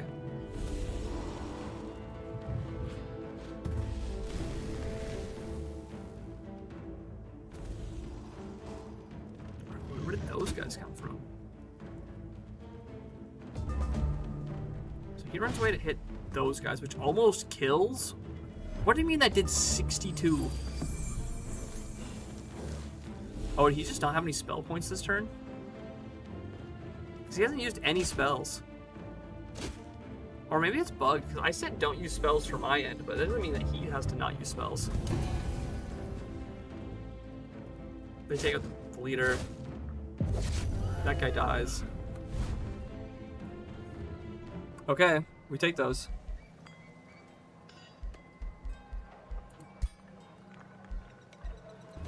He's now back in the Astral Void, which is super good for us.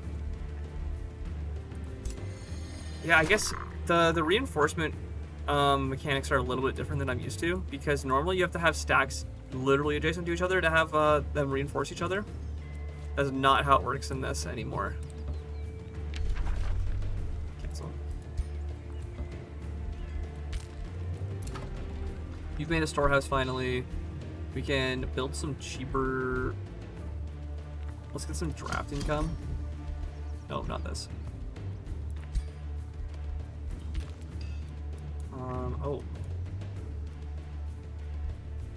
This gives us conduit. There's also haste berries there, which we can get. What do haste berries give again? Draft income. I don't actually need that right now.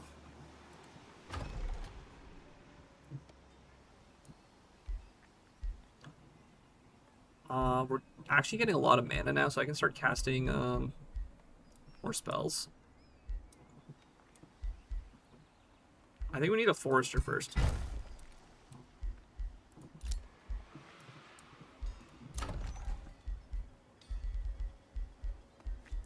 At our home base. -1 turn to respawn the healer with the ruler. +2 knowledge per hero in the prison. This is mana per hero in the crypt. Which reminds me, actually, what's in our... Hypnotoad is... So he's been captured by our enemy. Okay.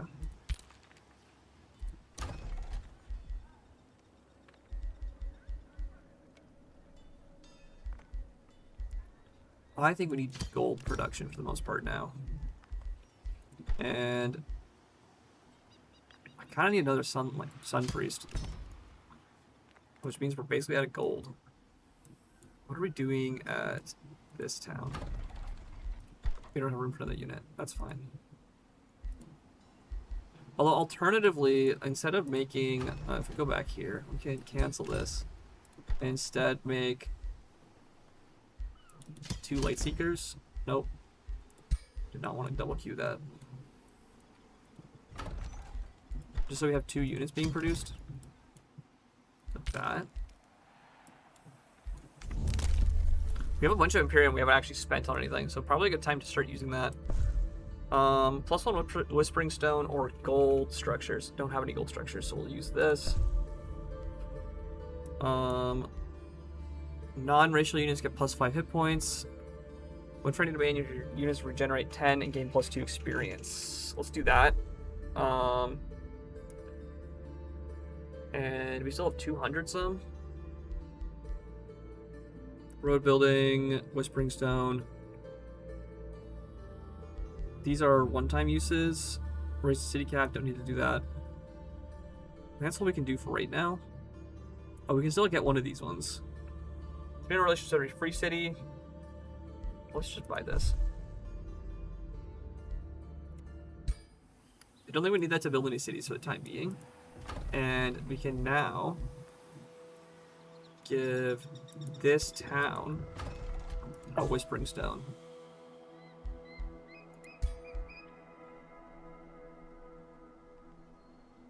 I already have an active trade, which is the research. That's why I have such little money, is because I'm spending so much on these other things.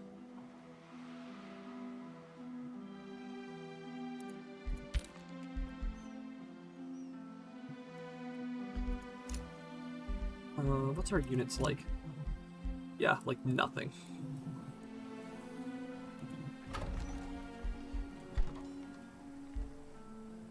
Now, I did see something about...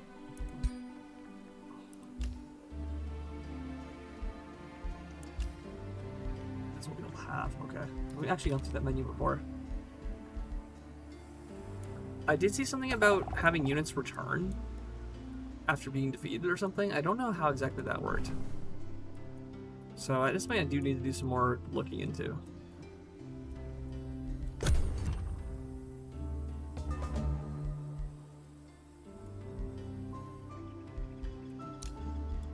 Treaty has expired. Cooperation. Okay, so this is this one. We can get 15 draft return for 10 mana. Or knowledge for money. I think we can come back to that. Let's start casting. Oh, that's actually ready to go. We'll absolutely need over here.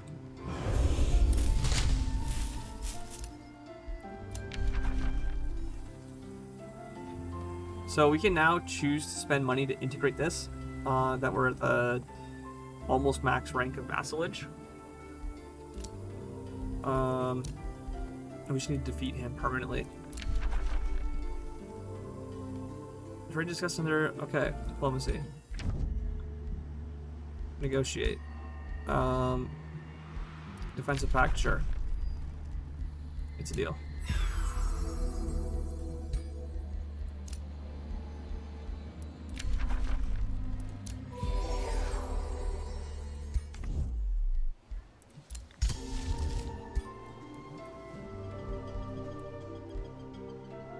Right, I wanted to prep another summon enthralled. Entwined Thrall. Divine Prison has been researched. It's not been research. This gives melee units poison damage and deals additional damage against poisoned units. It's like blight damage and more damage to poison units. And this gives battle mages, supports, and magic fighter units additional lightning damage. This is a spell. All units in target army suffer 20 lightning damage. Oh, this is a overworld spell.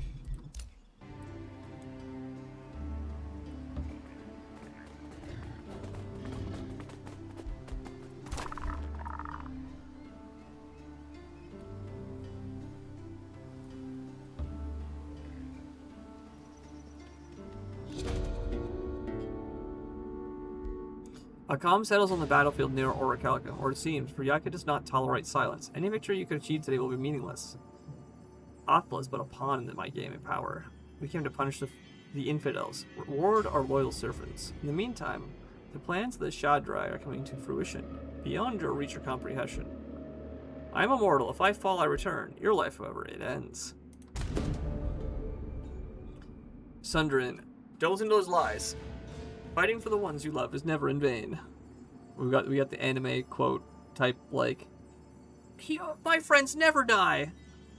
Yaga may claim that Shadrai is undisputed rulers beyond Athra, but they are not. In Mage Haven, they are only one faction among many. We of the Covenant condemn the Covenant, faction with the Pantheon of Gadir, who seek to uphold ancient agreements of peace and stability, as written in the ages past. Okay, so this is probably a connection to Age of Wonders 3. Is the idea that she previously knew about these type of actions. The Covenant are sending you a gift from Mage Haven.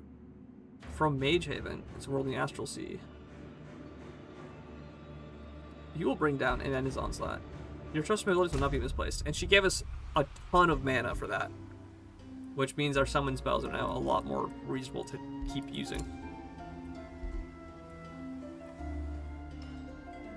So we are going to have to siege his base. which is going to be mildly annoying.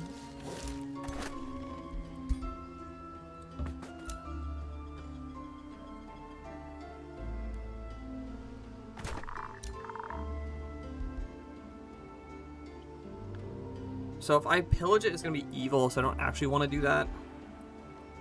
So my evil reputation has been kind of causing problems with my vassals. Everyone moved, right? Yeah, you're all good. You're making a unit. You're making a unit. Sweet.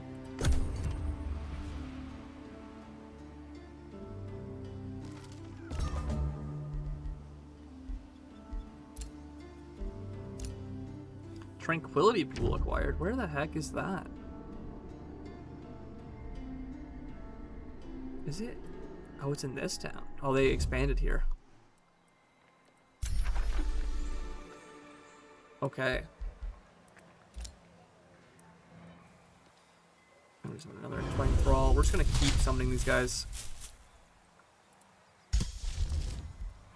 It's the best summon spell we got right now. And we can't have used the poison bonuses. Okay, so we have a new branch in the blue tree here. Enchantment and transformation spells cost less, and whatever. Ancient Wonders, don't have either of those. Okay, we'll worry about those later. We need food production here. We made the market. This also gives money. The Pantheon. +1 annex range and gold income. Alexa Spelljammer. The mint requires a mine to make. Oh, we don't have a mine. We cannot mine or craft. This is gold and draft. So this would make some of our units produce faster. Also boosted by our quarries. This is a one-turn money improvement though.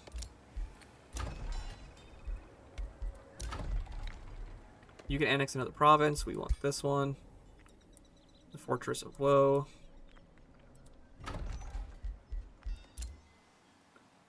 You gentlemen. I'm going to keep moving forward.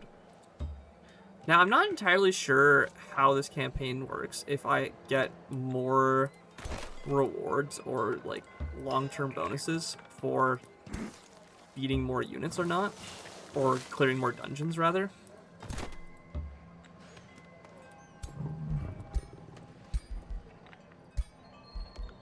How do all these units have so much magic gear?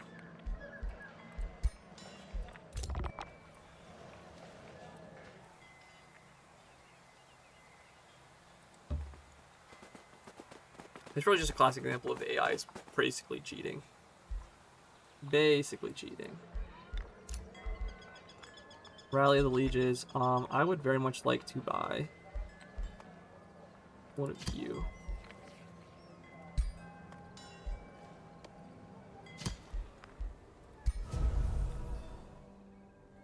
We have one recruitment point left, so we might as well recruit this here. And then Dawnsong. Oh, that's going to take a few turns to arrive. Okay. Oh, that's probably what it meant by it. They have arrived or recuperated.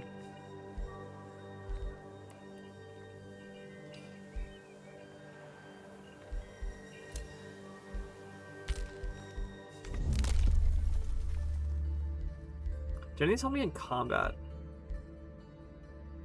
I could just use the Right of the Last Stand, lose a population, and summon some units. I'm gonna wait for that though.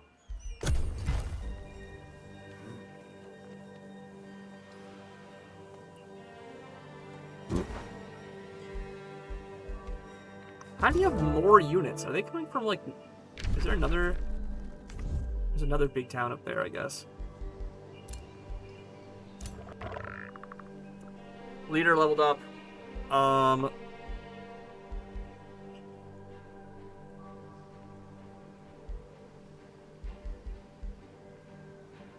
The Hex Pact lowers morale, lowers status effect resistance. heal temporary hit points. Let's do that.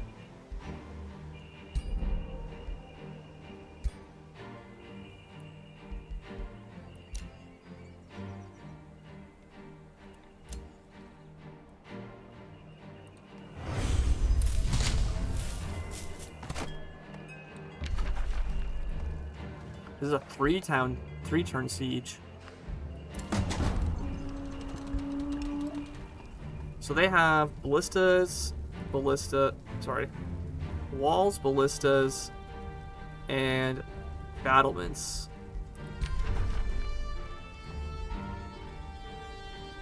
Random tower unit takes 20 damage, repeat 4 times. Headlong assault, 20 units.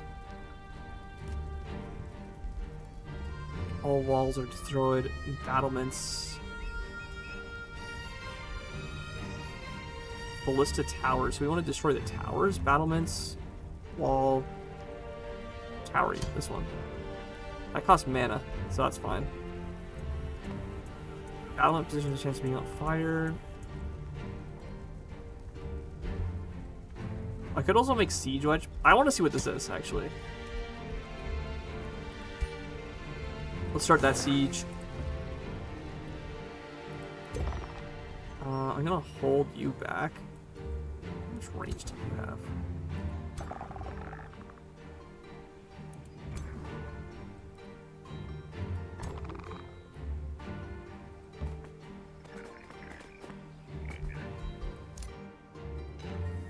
This guy got produced.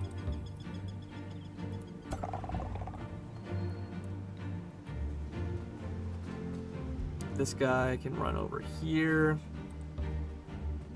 We got a lot of this guy. This guy, that guy.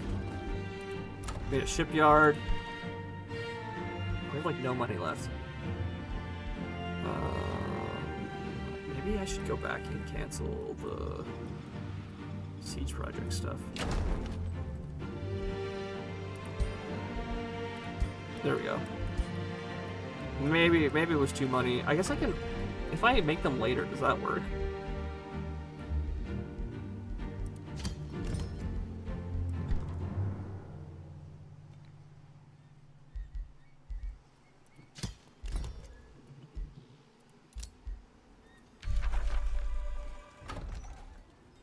He's not running up here, is he? Where'd he go? He's over there.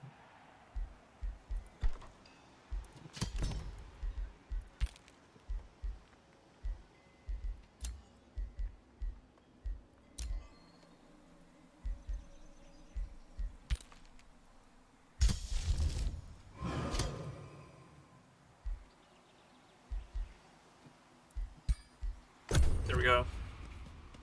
Now he runs back. Seeing that we're starting a siege project, he's not happy about that. Treaty has expired. Oh, I never actually did either of these.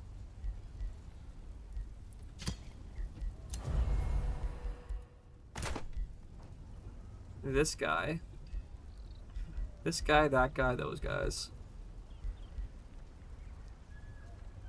Did I take any of these?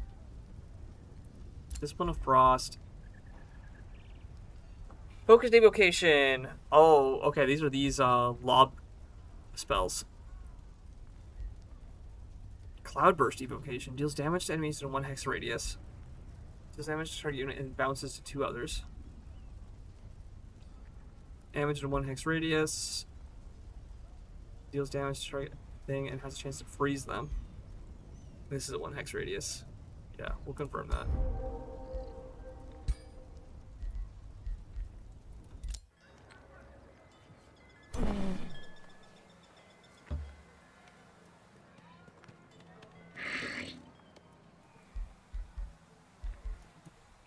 Summon Thrall is ready.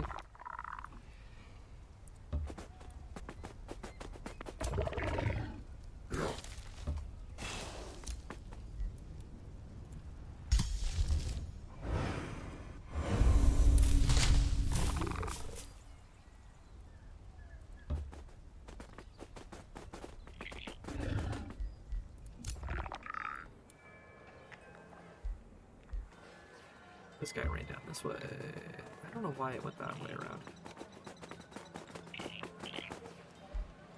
And then, we're almost at the next level of hero cap.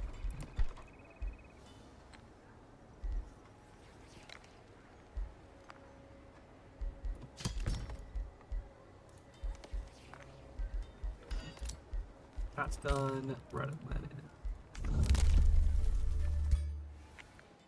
Actually, wait. What was this one?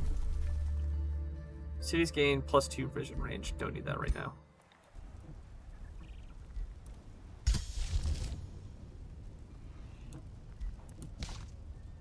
Those are the ones we have active. Yeah, we're gonna keep summoning these enthralled. And I need the siege project. No, it's locked. Okay, I had to choose it from the beginning. I see.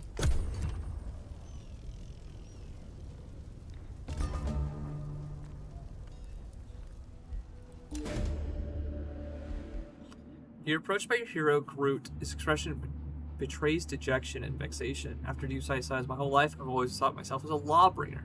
As of late, I'm haunted by doubt. It's my destined path towards renown, or will plotting another course lead me to success and satisfaction? Change him to a fearmonger. Say your course. We'll see what happens if we make him a fearmongerer.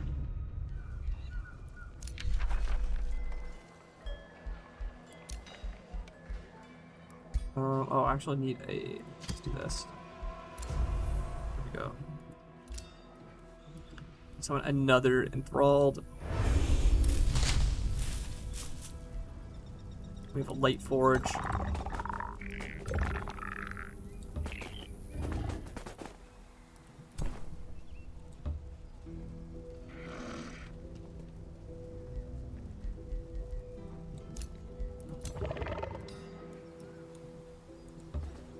More scouts.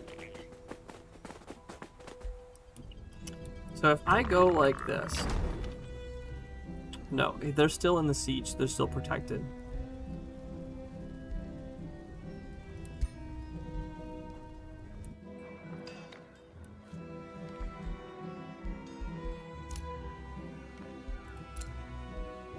Let's go 5 turns until it's ready. Let's go ahead.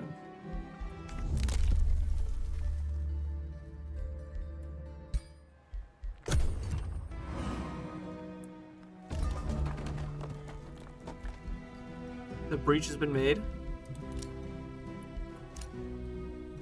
You are now maxed out, so you return the Whispering Stone. We can integrate you. Hit OK. Integrate a free city into your empire. Soul joins your empire. They have joined as an emperor from this day forward. Directive development. Dutifully hear the orders of the first emperor.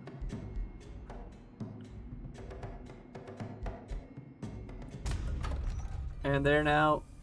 Okay, they're considered one of our actual towns, not just one of our vassals, and we can actually choose what they produce. Sweet. That's what we like to see.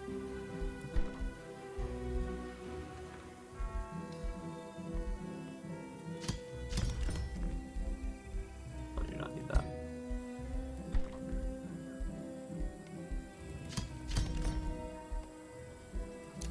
And we got all of our fruit again. We'll come back for the heroes in a minute.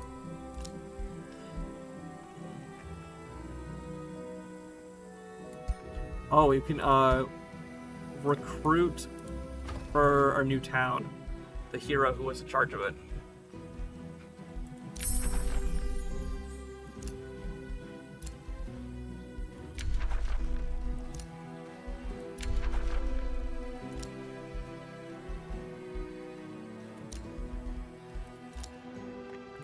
More units up here, that's fine. Let's finally go and get this battle done. I'm so sick and tired of this guy.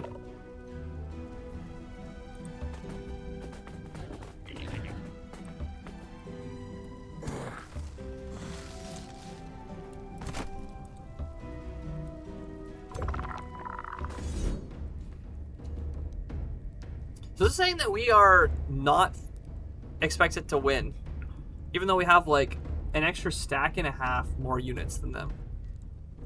Is it just because of their spell synergy bullshit? Or a random tower unit takes 20 physical damage, repeat 4 times. I'm gonna try this out because I don't know.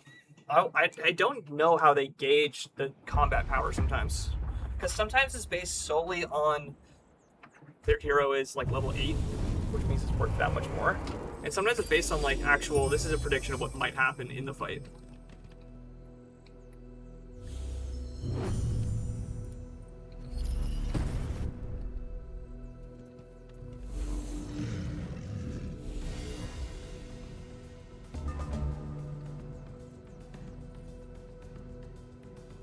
Wait, why did this gain HP? 3 to 12. Jeez, it has a lot of range. Okay, maybe it's just because of the ballista then. I don't really have a good way to deal with those ballistae.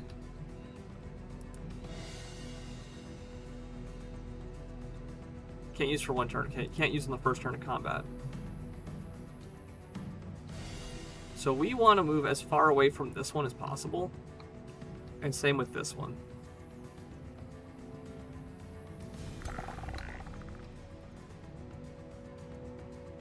It's just because most of our units are scouts and not actually that powerful.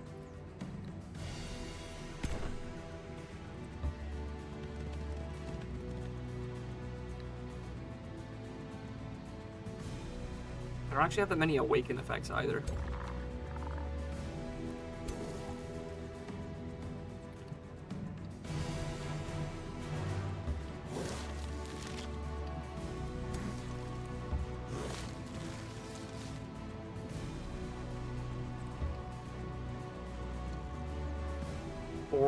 And a chance to poison.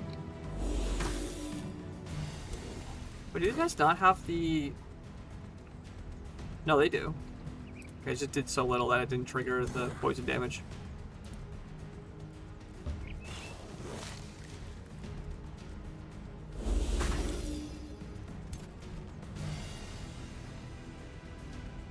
Okay, so because of all these ballista, we want to be as careful as possible. We are as careful as possible about not grouping our units.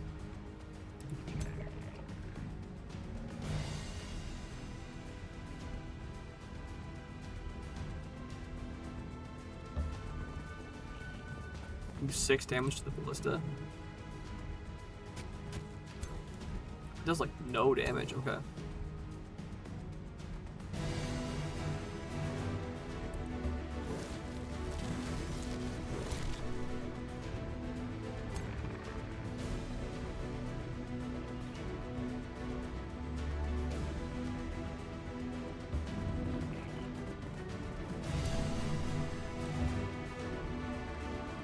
Oh, this is the Soother. This is a different type of unit. Okay, I thought this was the Awakener, but it's not.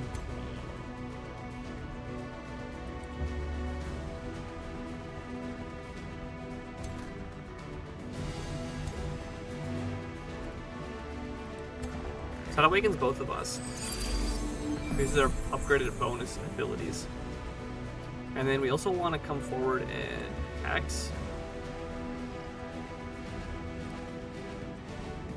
This guy.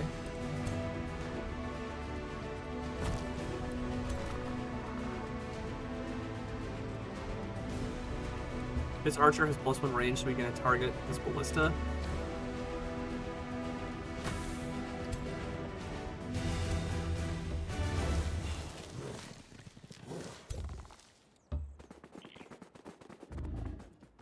I have a very bad feeling that what's going to happen is a whole bunch of units are just going to die simultaneously for no reason. It's going to be like some crazy AoE spell that just kills everything out of nowhere.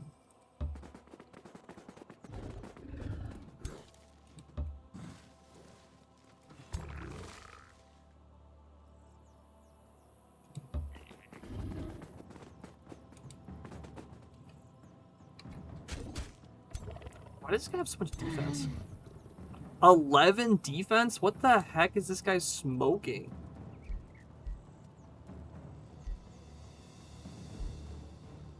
Oh, those are all tier 2 equipments.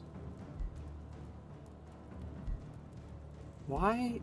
Rod of Great Defense. Grant Defense. Jeez, okay. They just have a whole bunch of random equipment that's boosting their defense by a lot.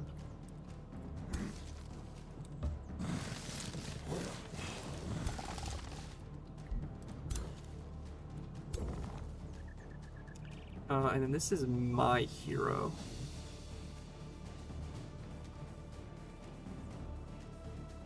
Do I decisive command someone? I can get one of these units up closer. Anyone who would more benefit from this?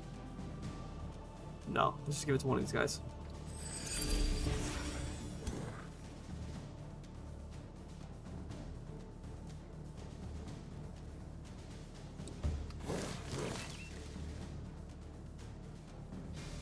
Oh, that has a chance to poison. Let's poison this guy if we can. Did not poison. And send you back one.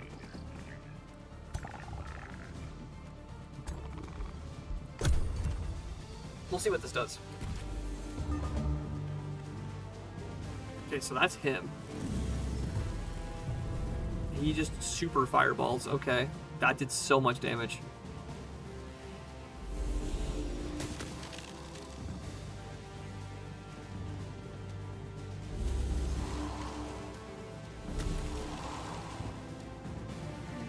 Keeps applying dissonance, which means that when he casts the next spell, it's gonna like super nuke them.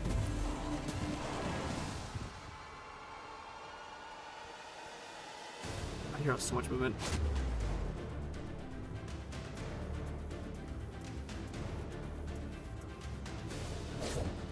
They target our archers there.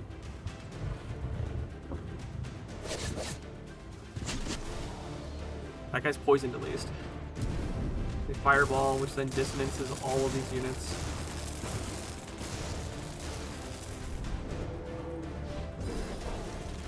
Wait, he still had an action left?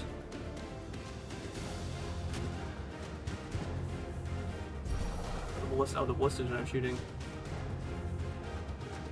31!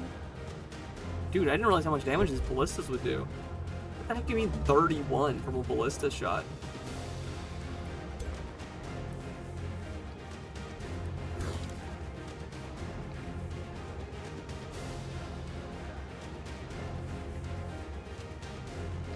So let's come up behind the walls and get these guys at least with flanking attack. This unit's basically dead anyways.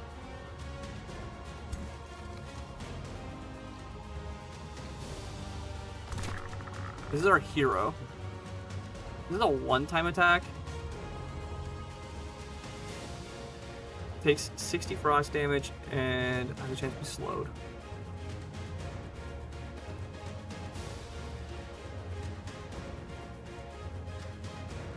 Who is this guy?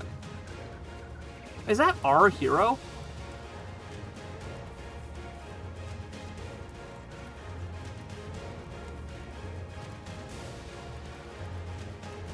Wait, how come they have our hero as a ghost?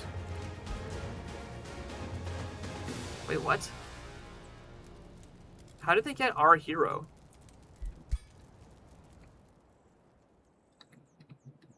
Because I didn't see the option to do that in the, Do I need to, like, get a different structure upgrade to do that? It does 12, it does 15. There's still so much I don't know about this game.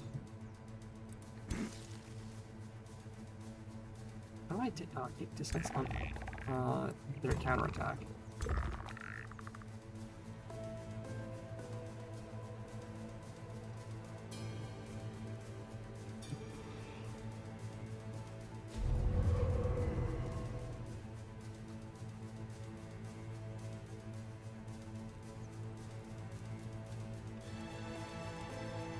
Yeah, we're just gonna go for this damage here.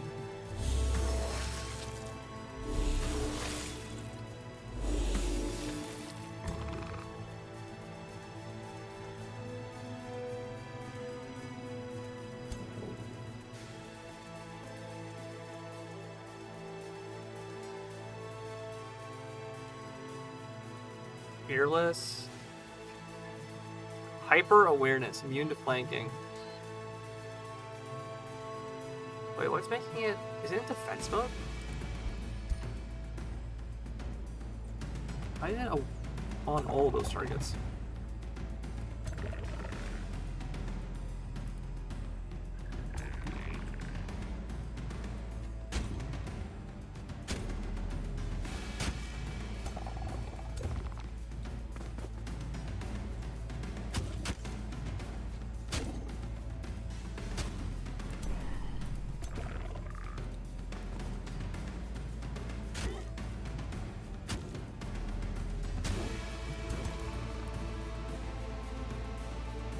Oh, that's a flanking attack. Okay, we want this one for sure.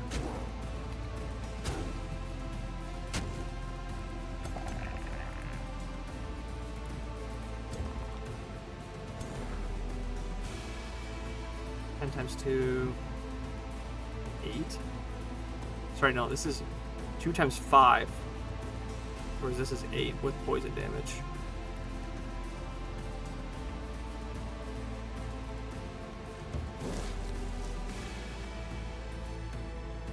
$18. Oh, that's a lot.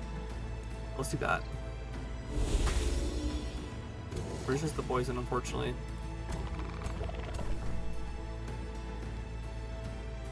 This is not a repeating attack. Soothing Breeze, trigger from the unit and all others within 2 hexes. And another.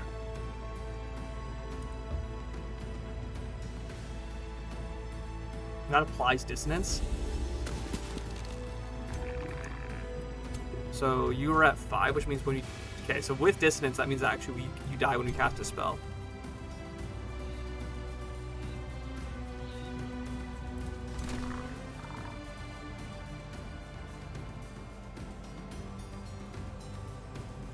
This is the next unit we have to deal with. We'll shoot this guy.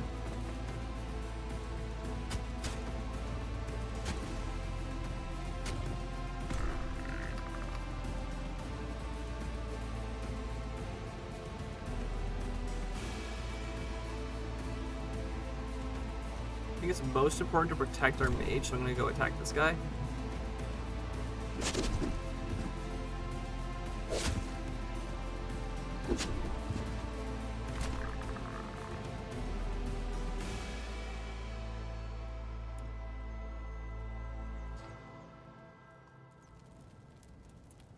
That's a guaranteed slowed? Yeah, let's guaranteed slowed this guy.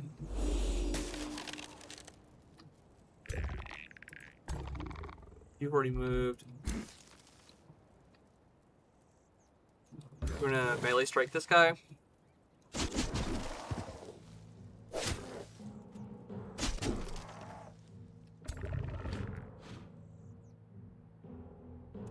So once we get through, we don't have to destroy all these ballista towers, do we?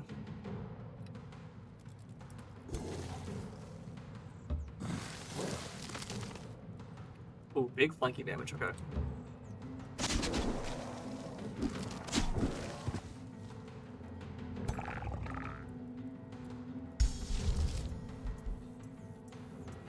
Ooh, actually, I wanted to try the Vine Prison.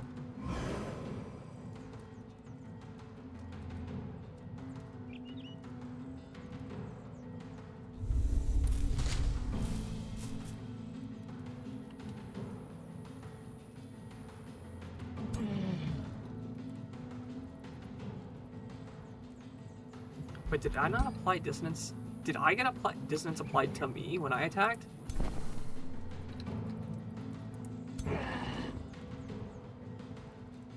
When an enemy overcharge spell may gain overcharge, granting them increased effectiveness based on the type of spell.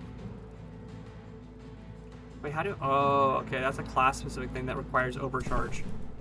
I see.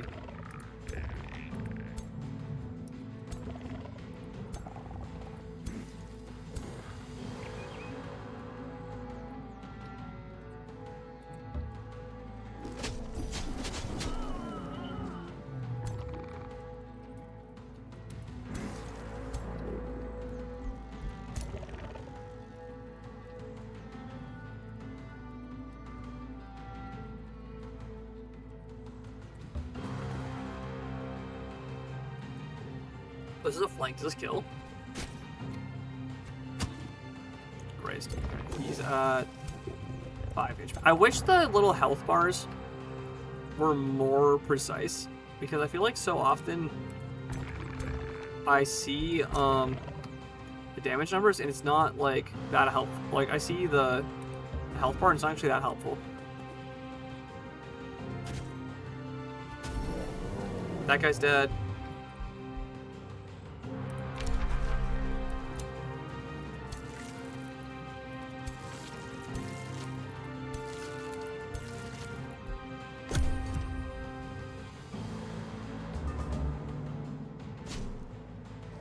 Okay, so we got an attack of opportunity on that guy. And they double dissonance there.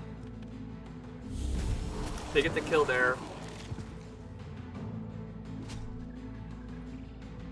We polearm them as they attack us. Oh, and they're enlightened, so they get 2 retaliation attacks. He AoE spells them. The overcharge does get the kill there. Oh, he kills my hero. Okay.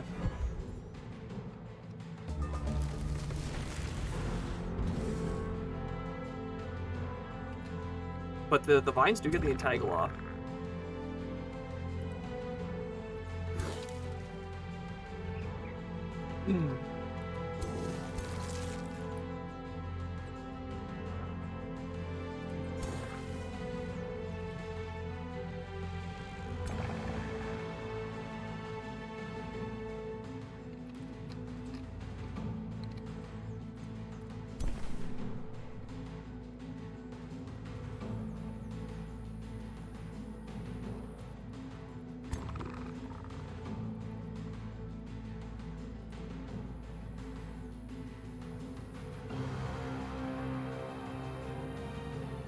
Who needs awakening specifically?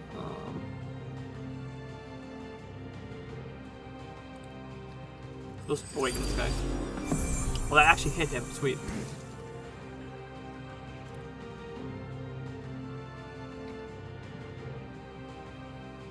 Well, let's go up here and hit this guy with a poison needle.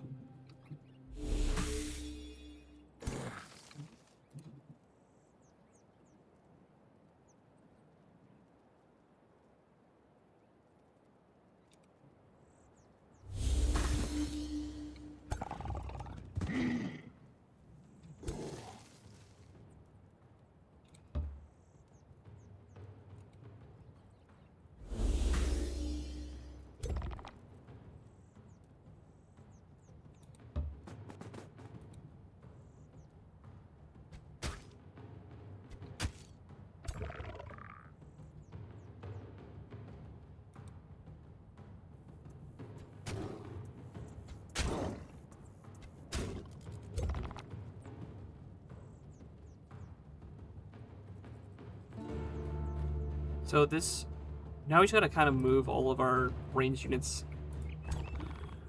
to where they can actually get attacks off.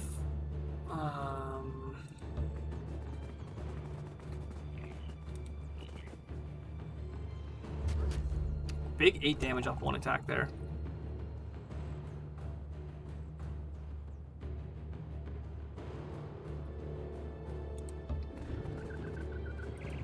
$16?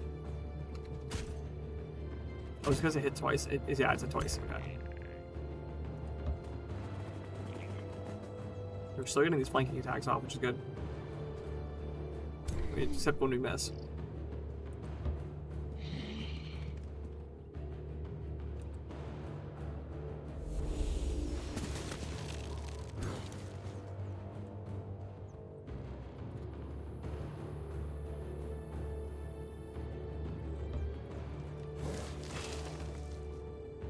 Oh, that does big damage. Okay.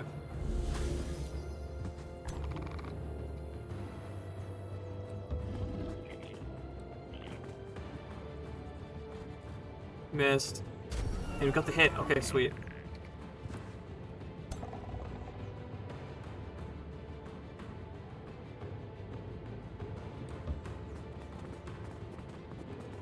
That kills. That's a big attack.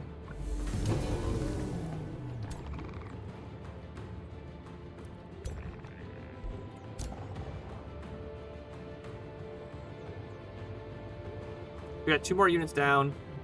These guys have pass wall. Oh, I forgot about that. That's right, you can run through walls because you're like ghostly.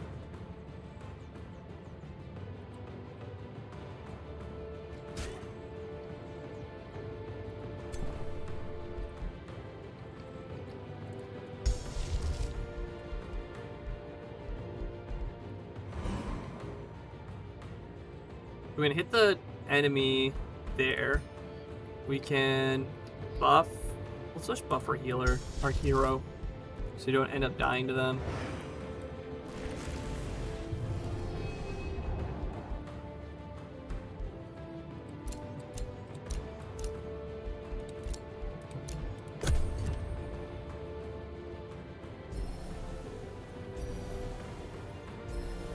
Okay, and the vines go away, I guess.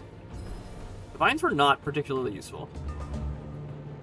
It felt a lot less interesting than 63 damage? What the heck?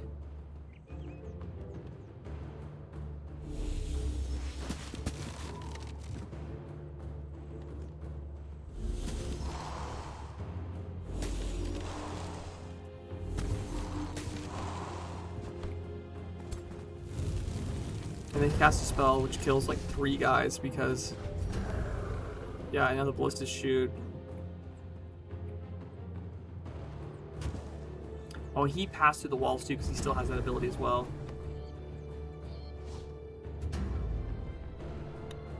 Wait, that's what 12 range means? What the heck?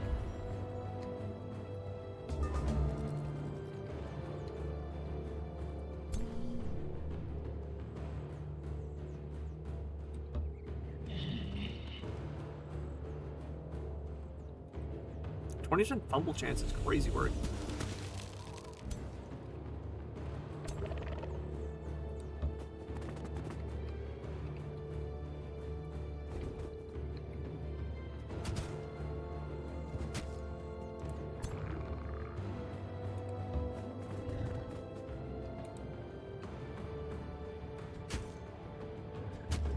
Okay, that was like raise because we fumbled.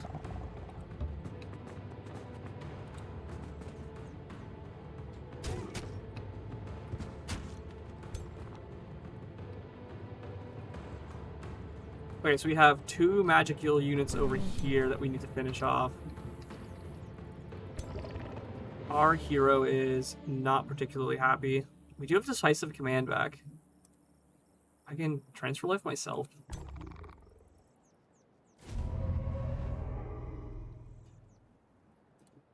I can hex pact you again.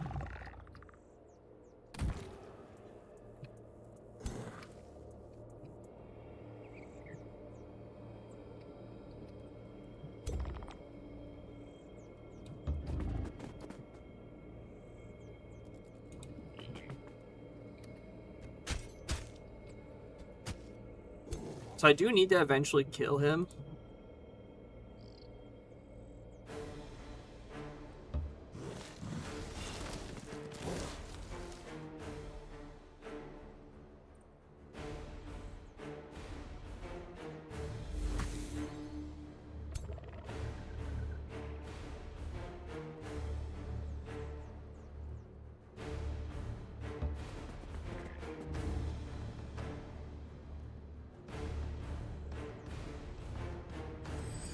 Give you your action points back.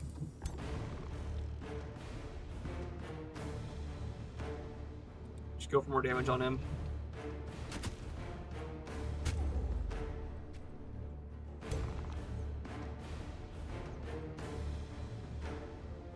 %40 fumble chance. Why is it 40%? What?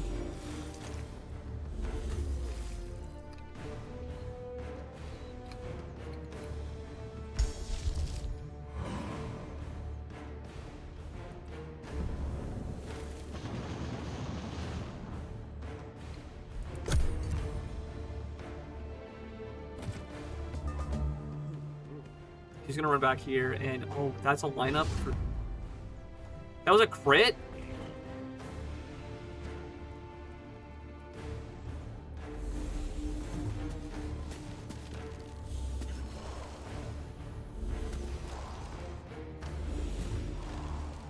It's just because they've defeated more of our units that they're getting these crits.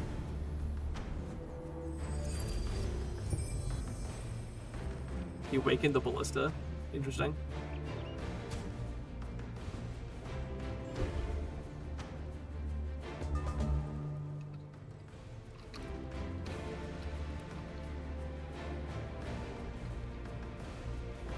This guy's still right here. We can still get this attack.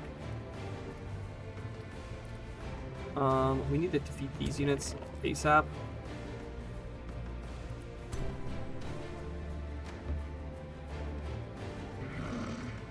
That doesn't kill. How much health does this guy have? 8 health. Only does 6, even with flanked. This is the fumble chance, probably. You have the lowest health, 21.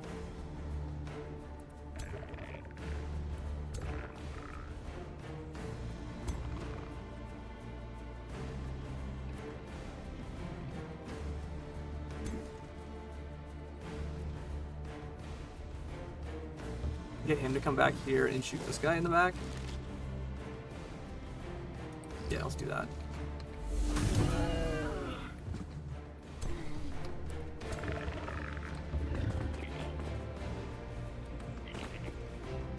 I'm gonna pepper this guy down.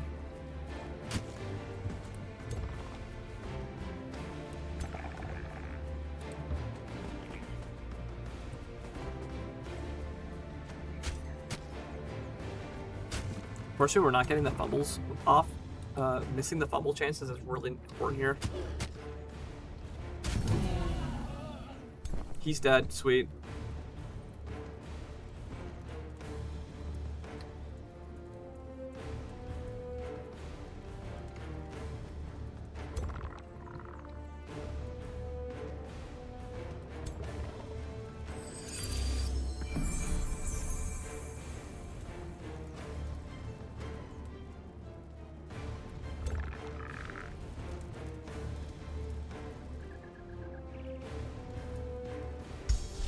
I'm out of spell points, unfortunately.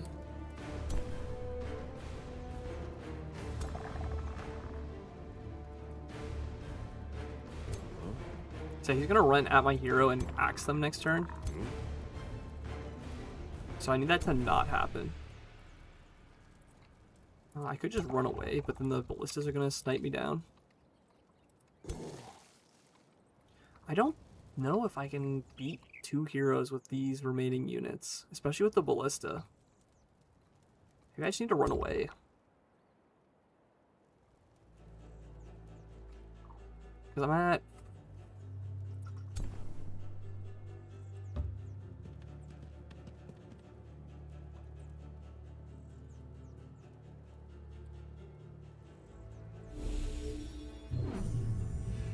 That heals both of them. And I could just run all the way back here and retreat. Because I don't know if I can beat these 2 heroes on only what I have left. You have 81 HP. You've got 90. The rest of these units have like 55. So they're dead to a stiff freeze. You're almost dead. Wait, did this... That did hit me.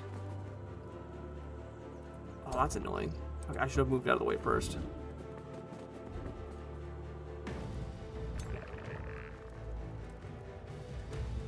Wait, why does he have so much extra health also? Plus 31. Wait, what is he getting health from? Well, how does he have so many buffs?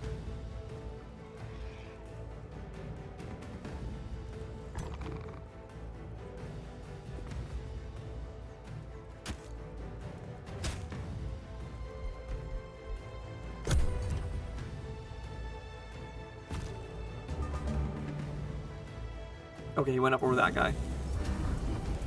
57. Yeah, sure.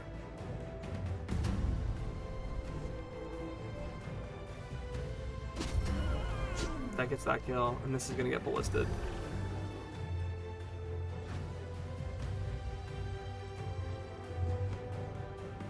31 from the ballista. Yeah, okay.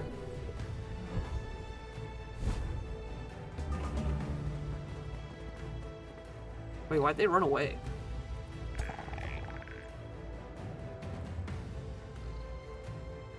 Okay, well, I guess we'll just... Wait, did all my units retreat? Is that what happened? It didn't give me the option to move anything. I have no idea.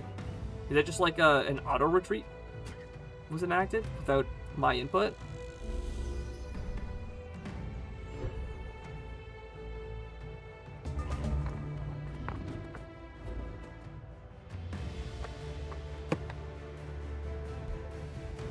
Moved by itself. Okay.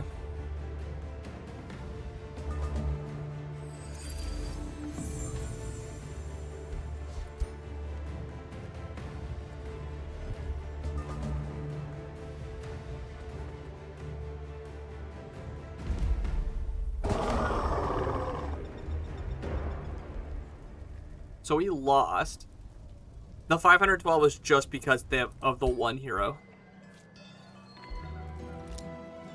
Forced into the void. But wait, does retreating put you in the void? Wait, what? Why am I in the void for 3 turns? I thought did I die to something? I should have watched the replay. There were so many weird things I didn't know about. Okay.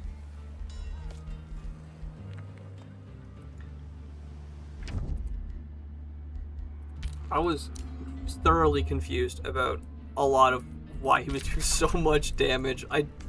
Absolutely insane. I guess I did put it on medium difficulty instead of easy difficulty. I also have not been doing any of the other structures. I have just been kind of rushing the fight boss there without knowing what's going on, but that seemed kind of ridiculous.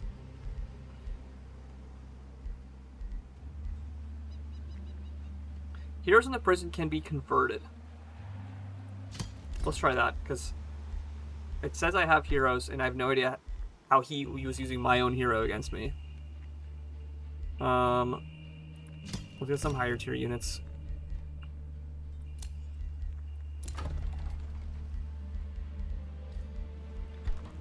You're unhappy because of global upset. Okay.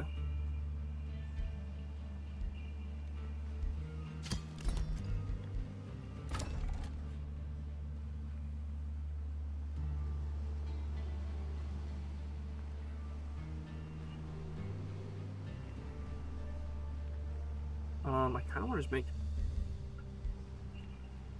I don't even know what I'm doing anymore.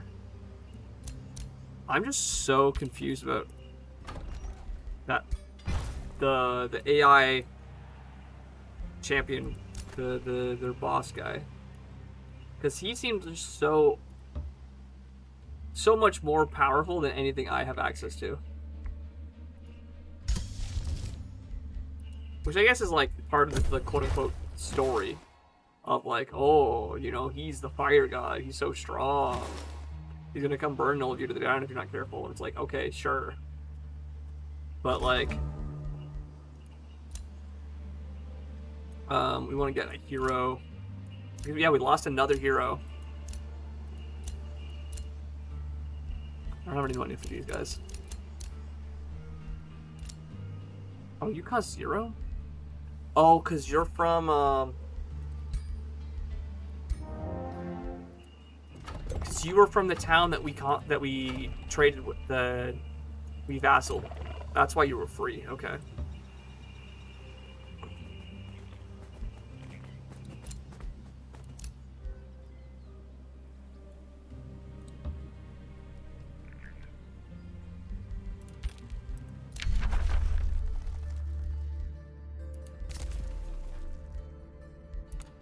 We'll research the Storm Spear to try and get a different type of unit.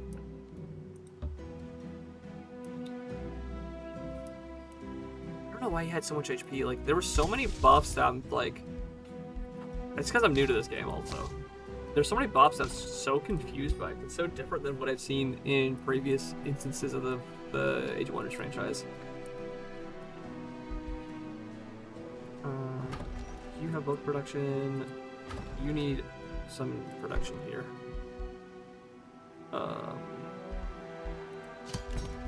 Actually, no.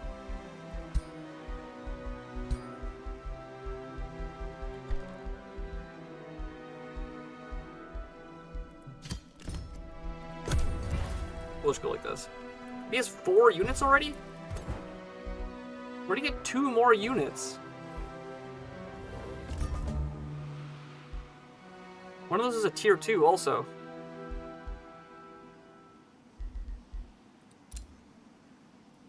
Where'd he get more haste berries from? Oh. They got this province, I see. Okay, so I have the prison cells now. So if I go to heroes,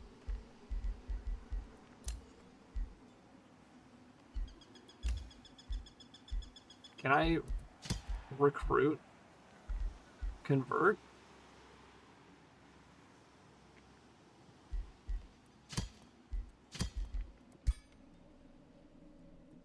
Interesting.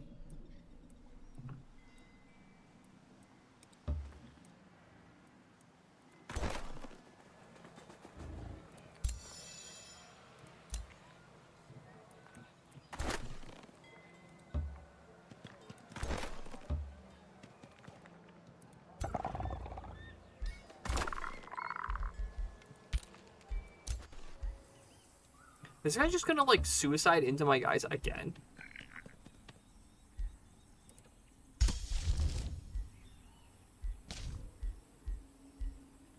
Your leader's in the astral void. You can't cast spells when your leader's in the void, okay. I didn't know if that was a mechanic that was returning or not.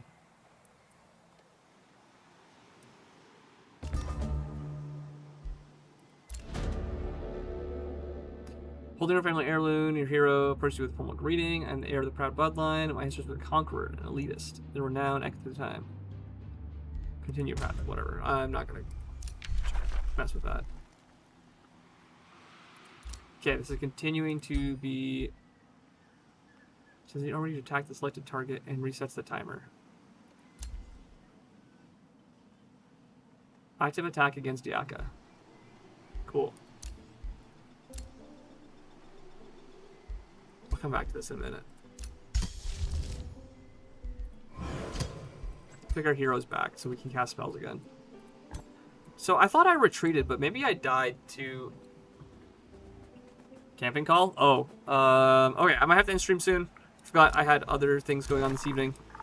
To plan for future weekend plans.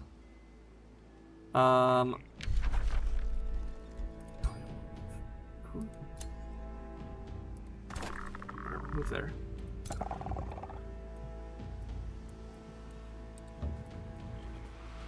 Now, where did he go?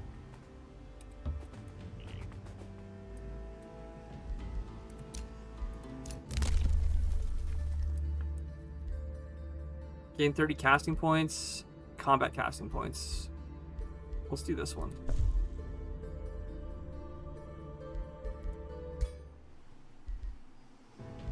Then we can summon another Entwined Thrall on the stack and prep another one.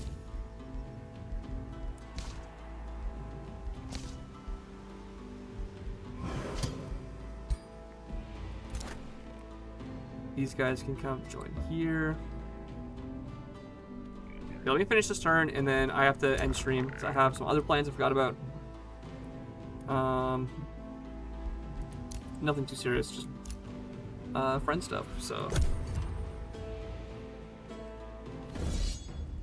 He just runs right at us and attacks.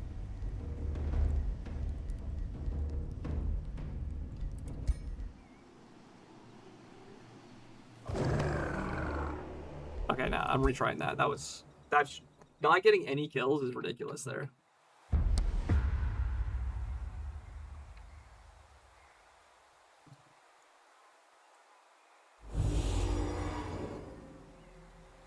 Huh?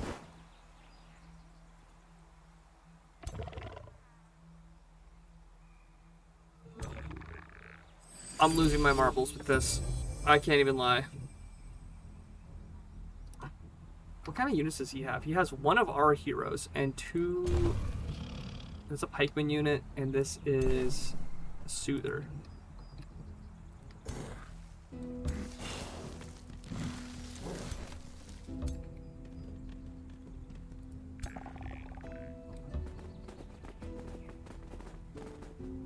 Wait, you don't take debuffs for walking through that. This is the ghost effect or whatever.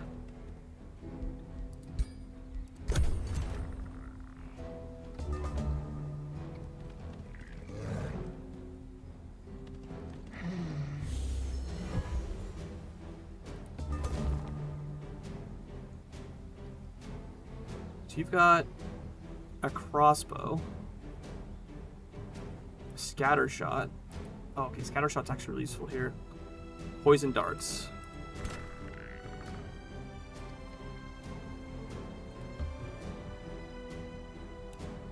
%30 chance of being poisoned. Let's go for it.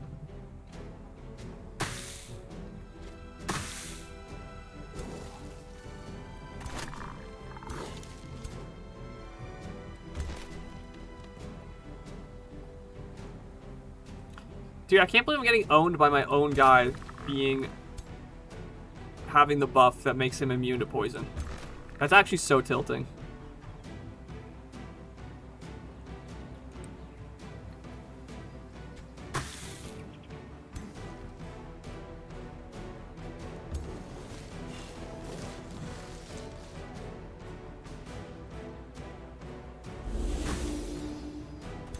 We're just gonna keep spamming poison on that guy.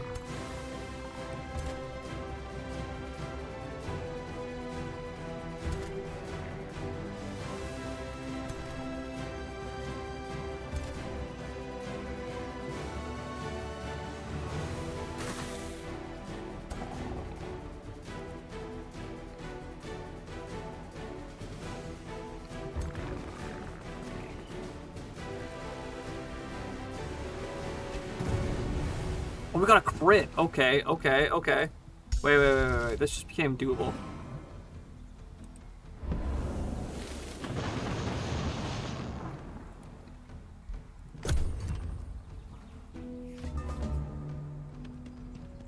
He's gonna run up to these guys and do 44. Sure, buddy. Yeah, that's fair.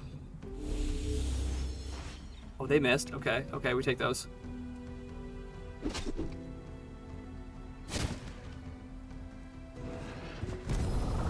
And then they cast a spell, which dissonances and empowers him for some reason.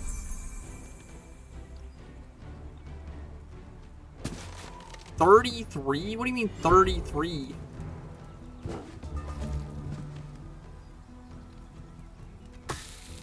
Wait, why did he attack without my input?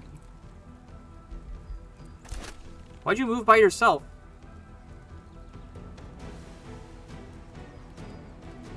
Taunted. It's uncontrollable attack. Okay. Please kill this man. Oh my god. Screw that guy.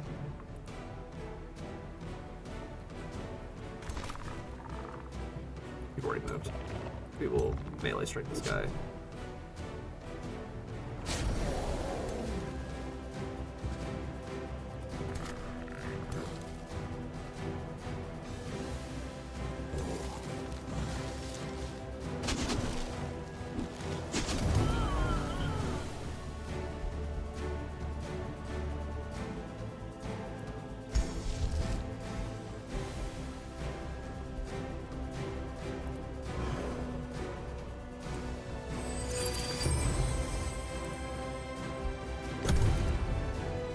I don't know if that's going to actually save him or not. Oh, he's burning, so never mind. I just wasted a spell on that for nothing.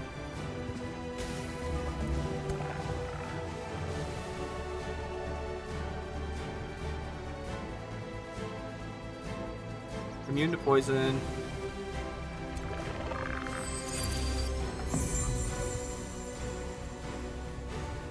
$24 plus spirit damage. 26. Can I get flanking? That's flanking.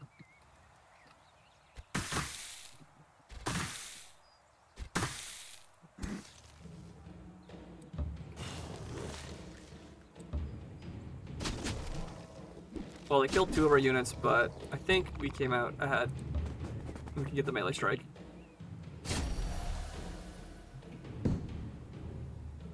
We slipped away. What? What the heck?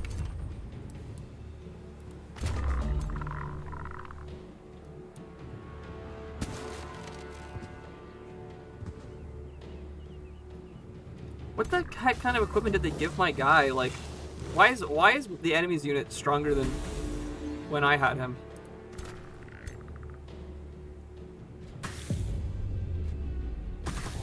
Well, that's why we did manual combat. I guess, to be fair, we also got pretty bailed out by a crit. So, there was that. But we take those.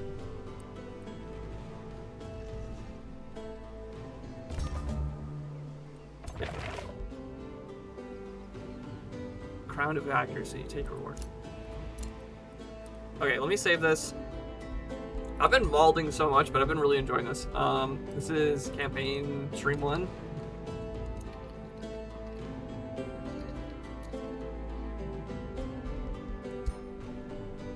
And I'm gonna end stream there. Thank you guys for coming out. I don't have time to do a raid right now, so I am sorry for anyone who was expecting a raid, but I will be back with more of this tomorrow and later this week as well. I almost, if we had won this siege, we would have actually just ended the whole first story mission there, but we didn't. So no, routed units have returned to Dawnsong.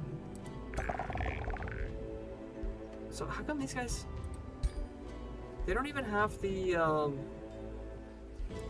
didn't cast the buff that does it to them, so I don't know why it keeps bringing back units like that. Because that must be some interesting mechanic I'm not sure about. But anyways, I'll try and learn more about this. And then I will know what exactly is going on. But thank you for coming out. It's going to be the end of my stream for today. I'll see you on the flip side. Thank you, everyone. Bye-bye. Bye-bye.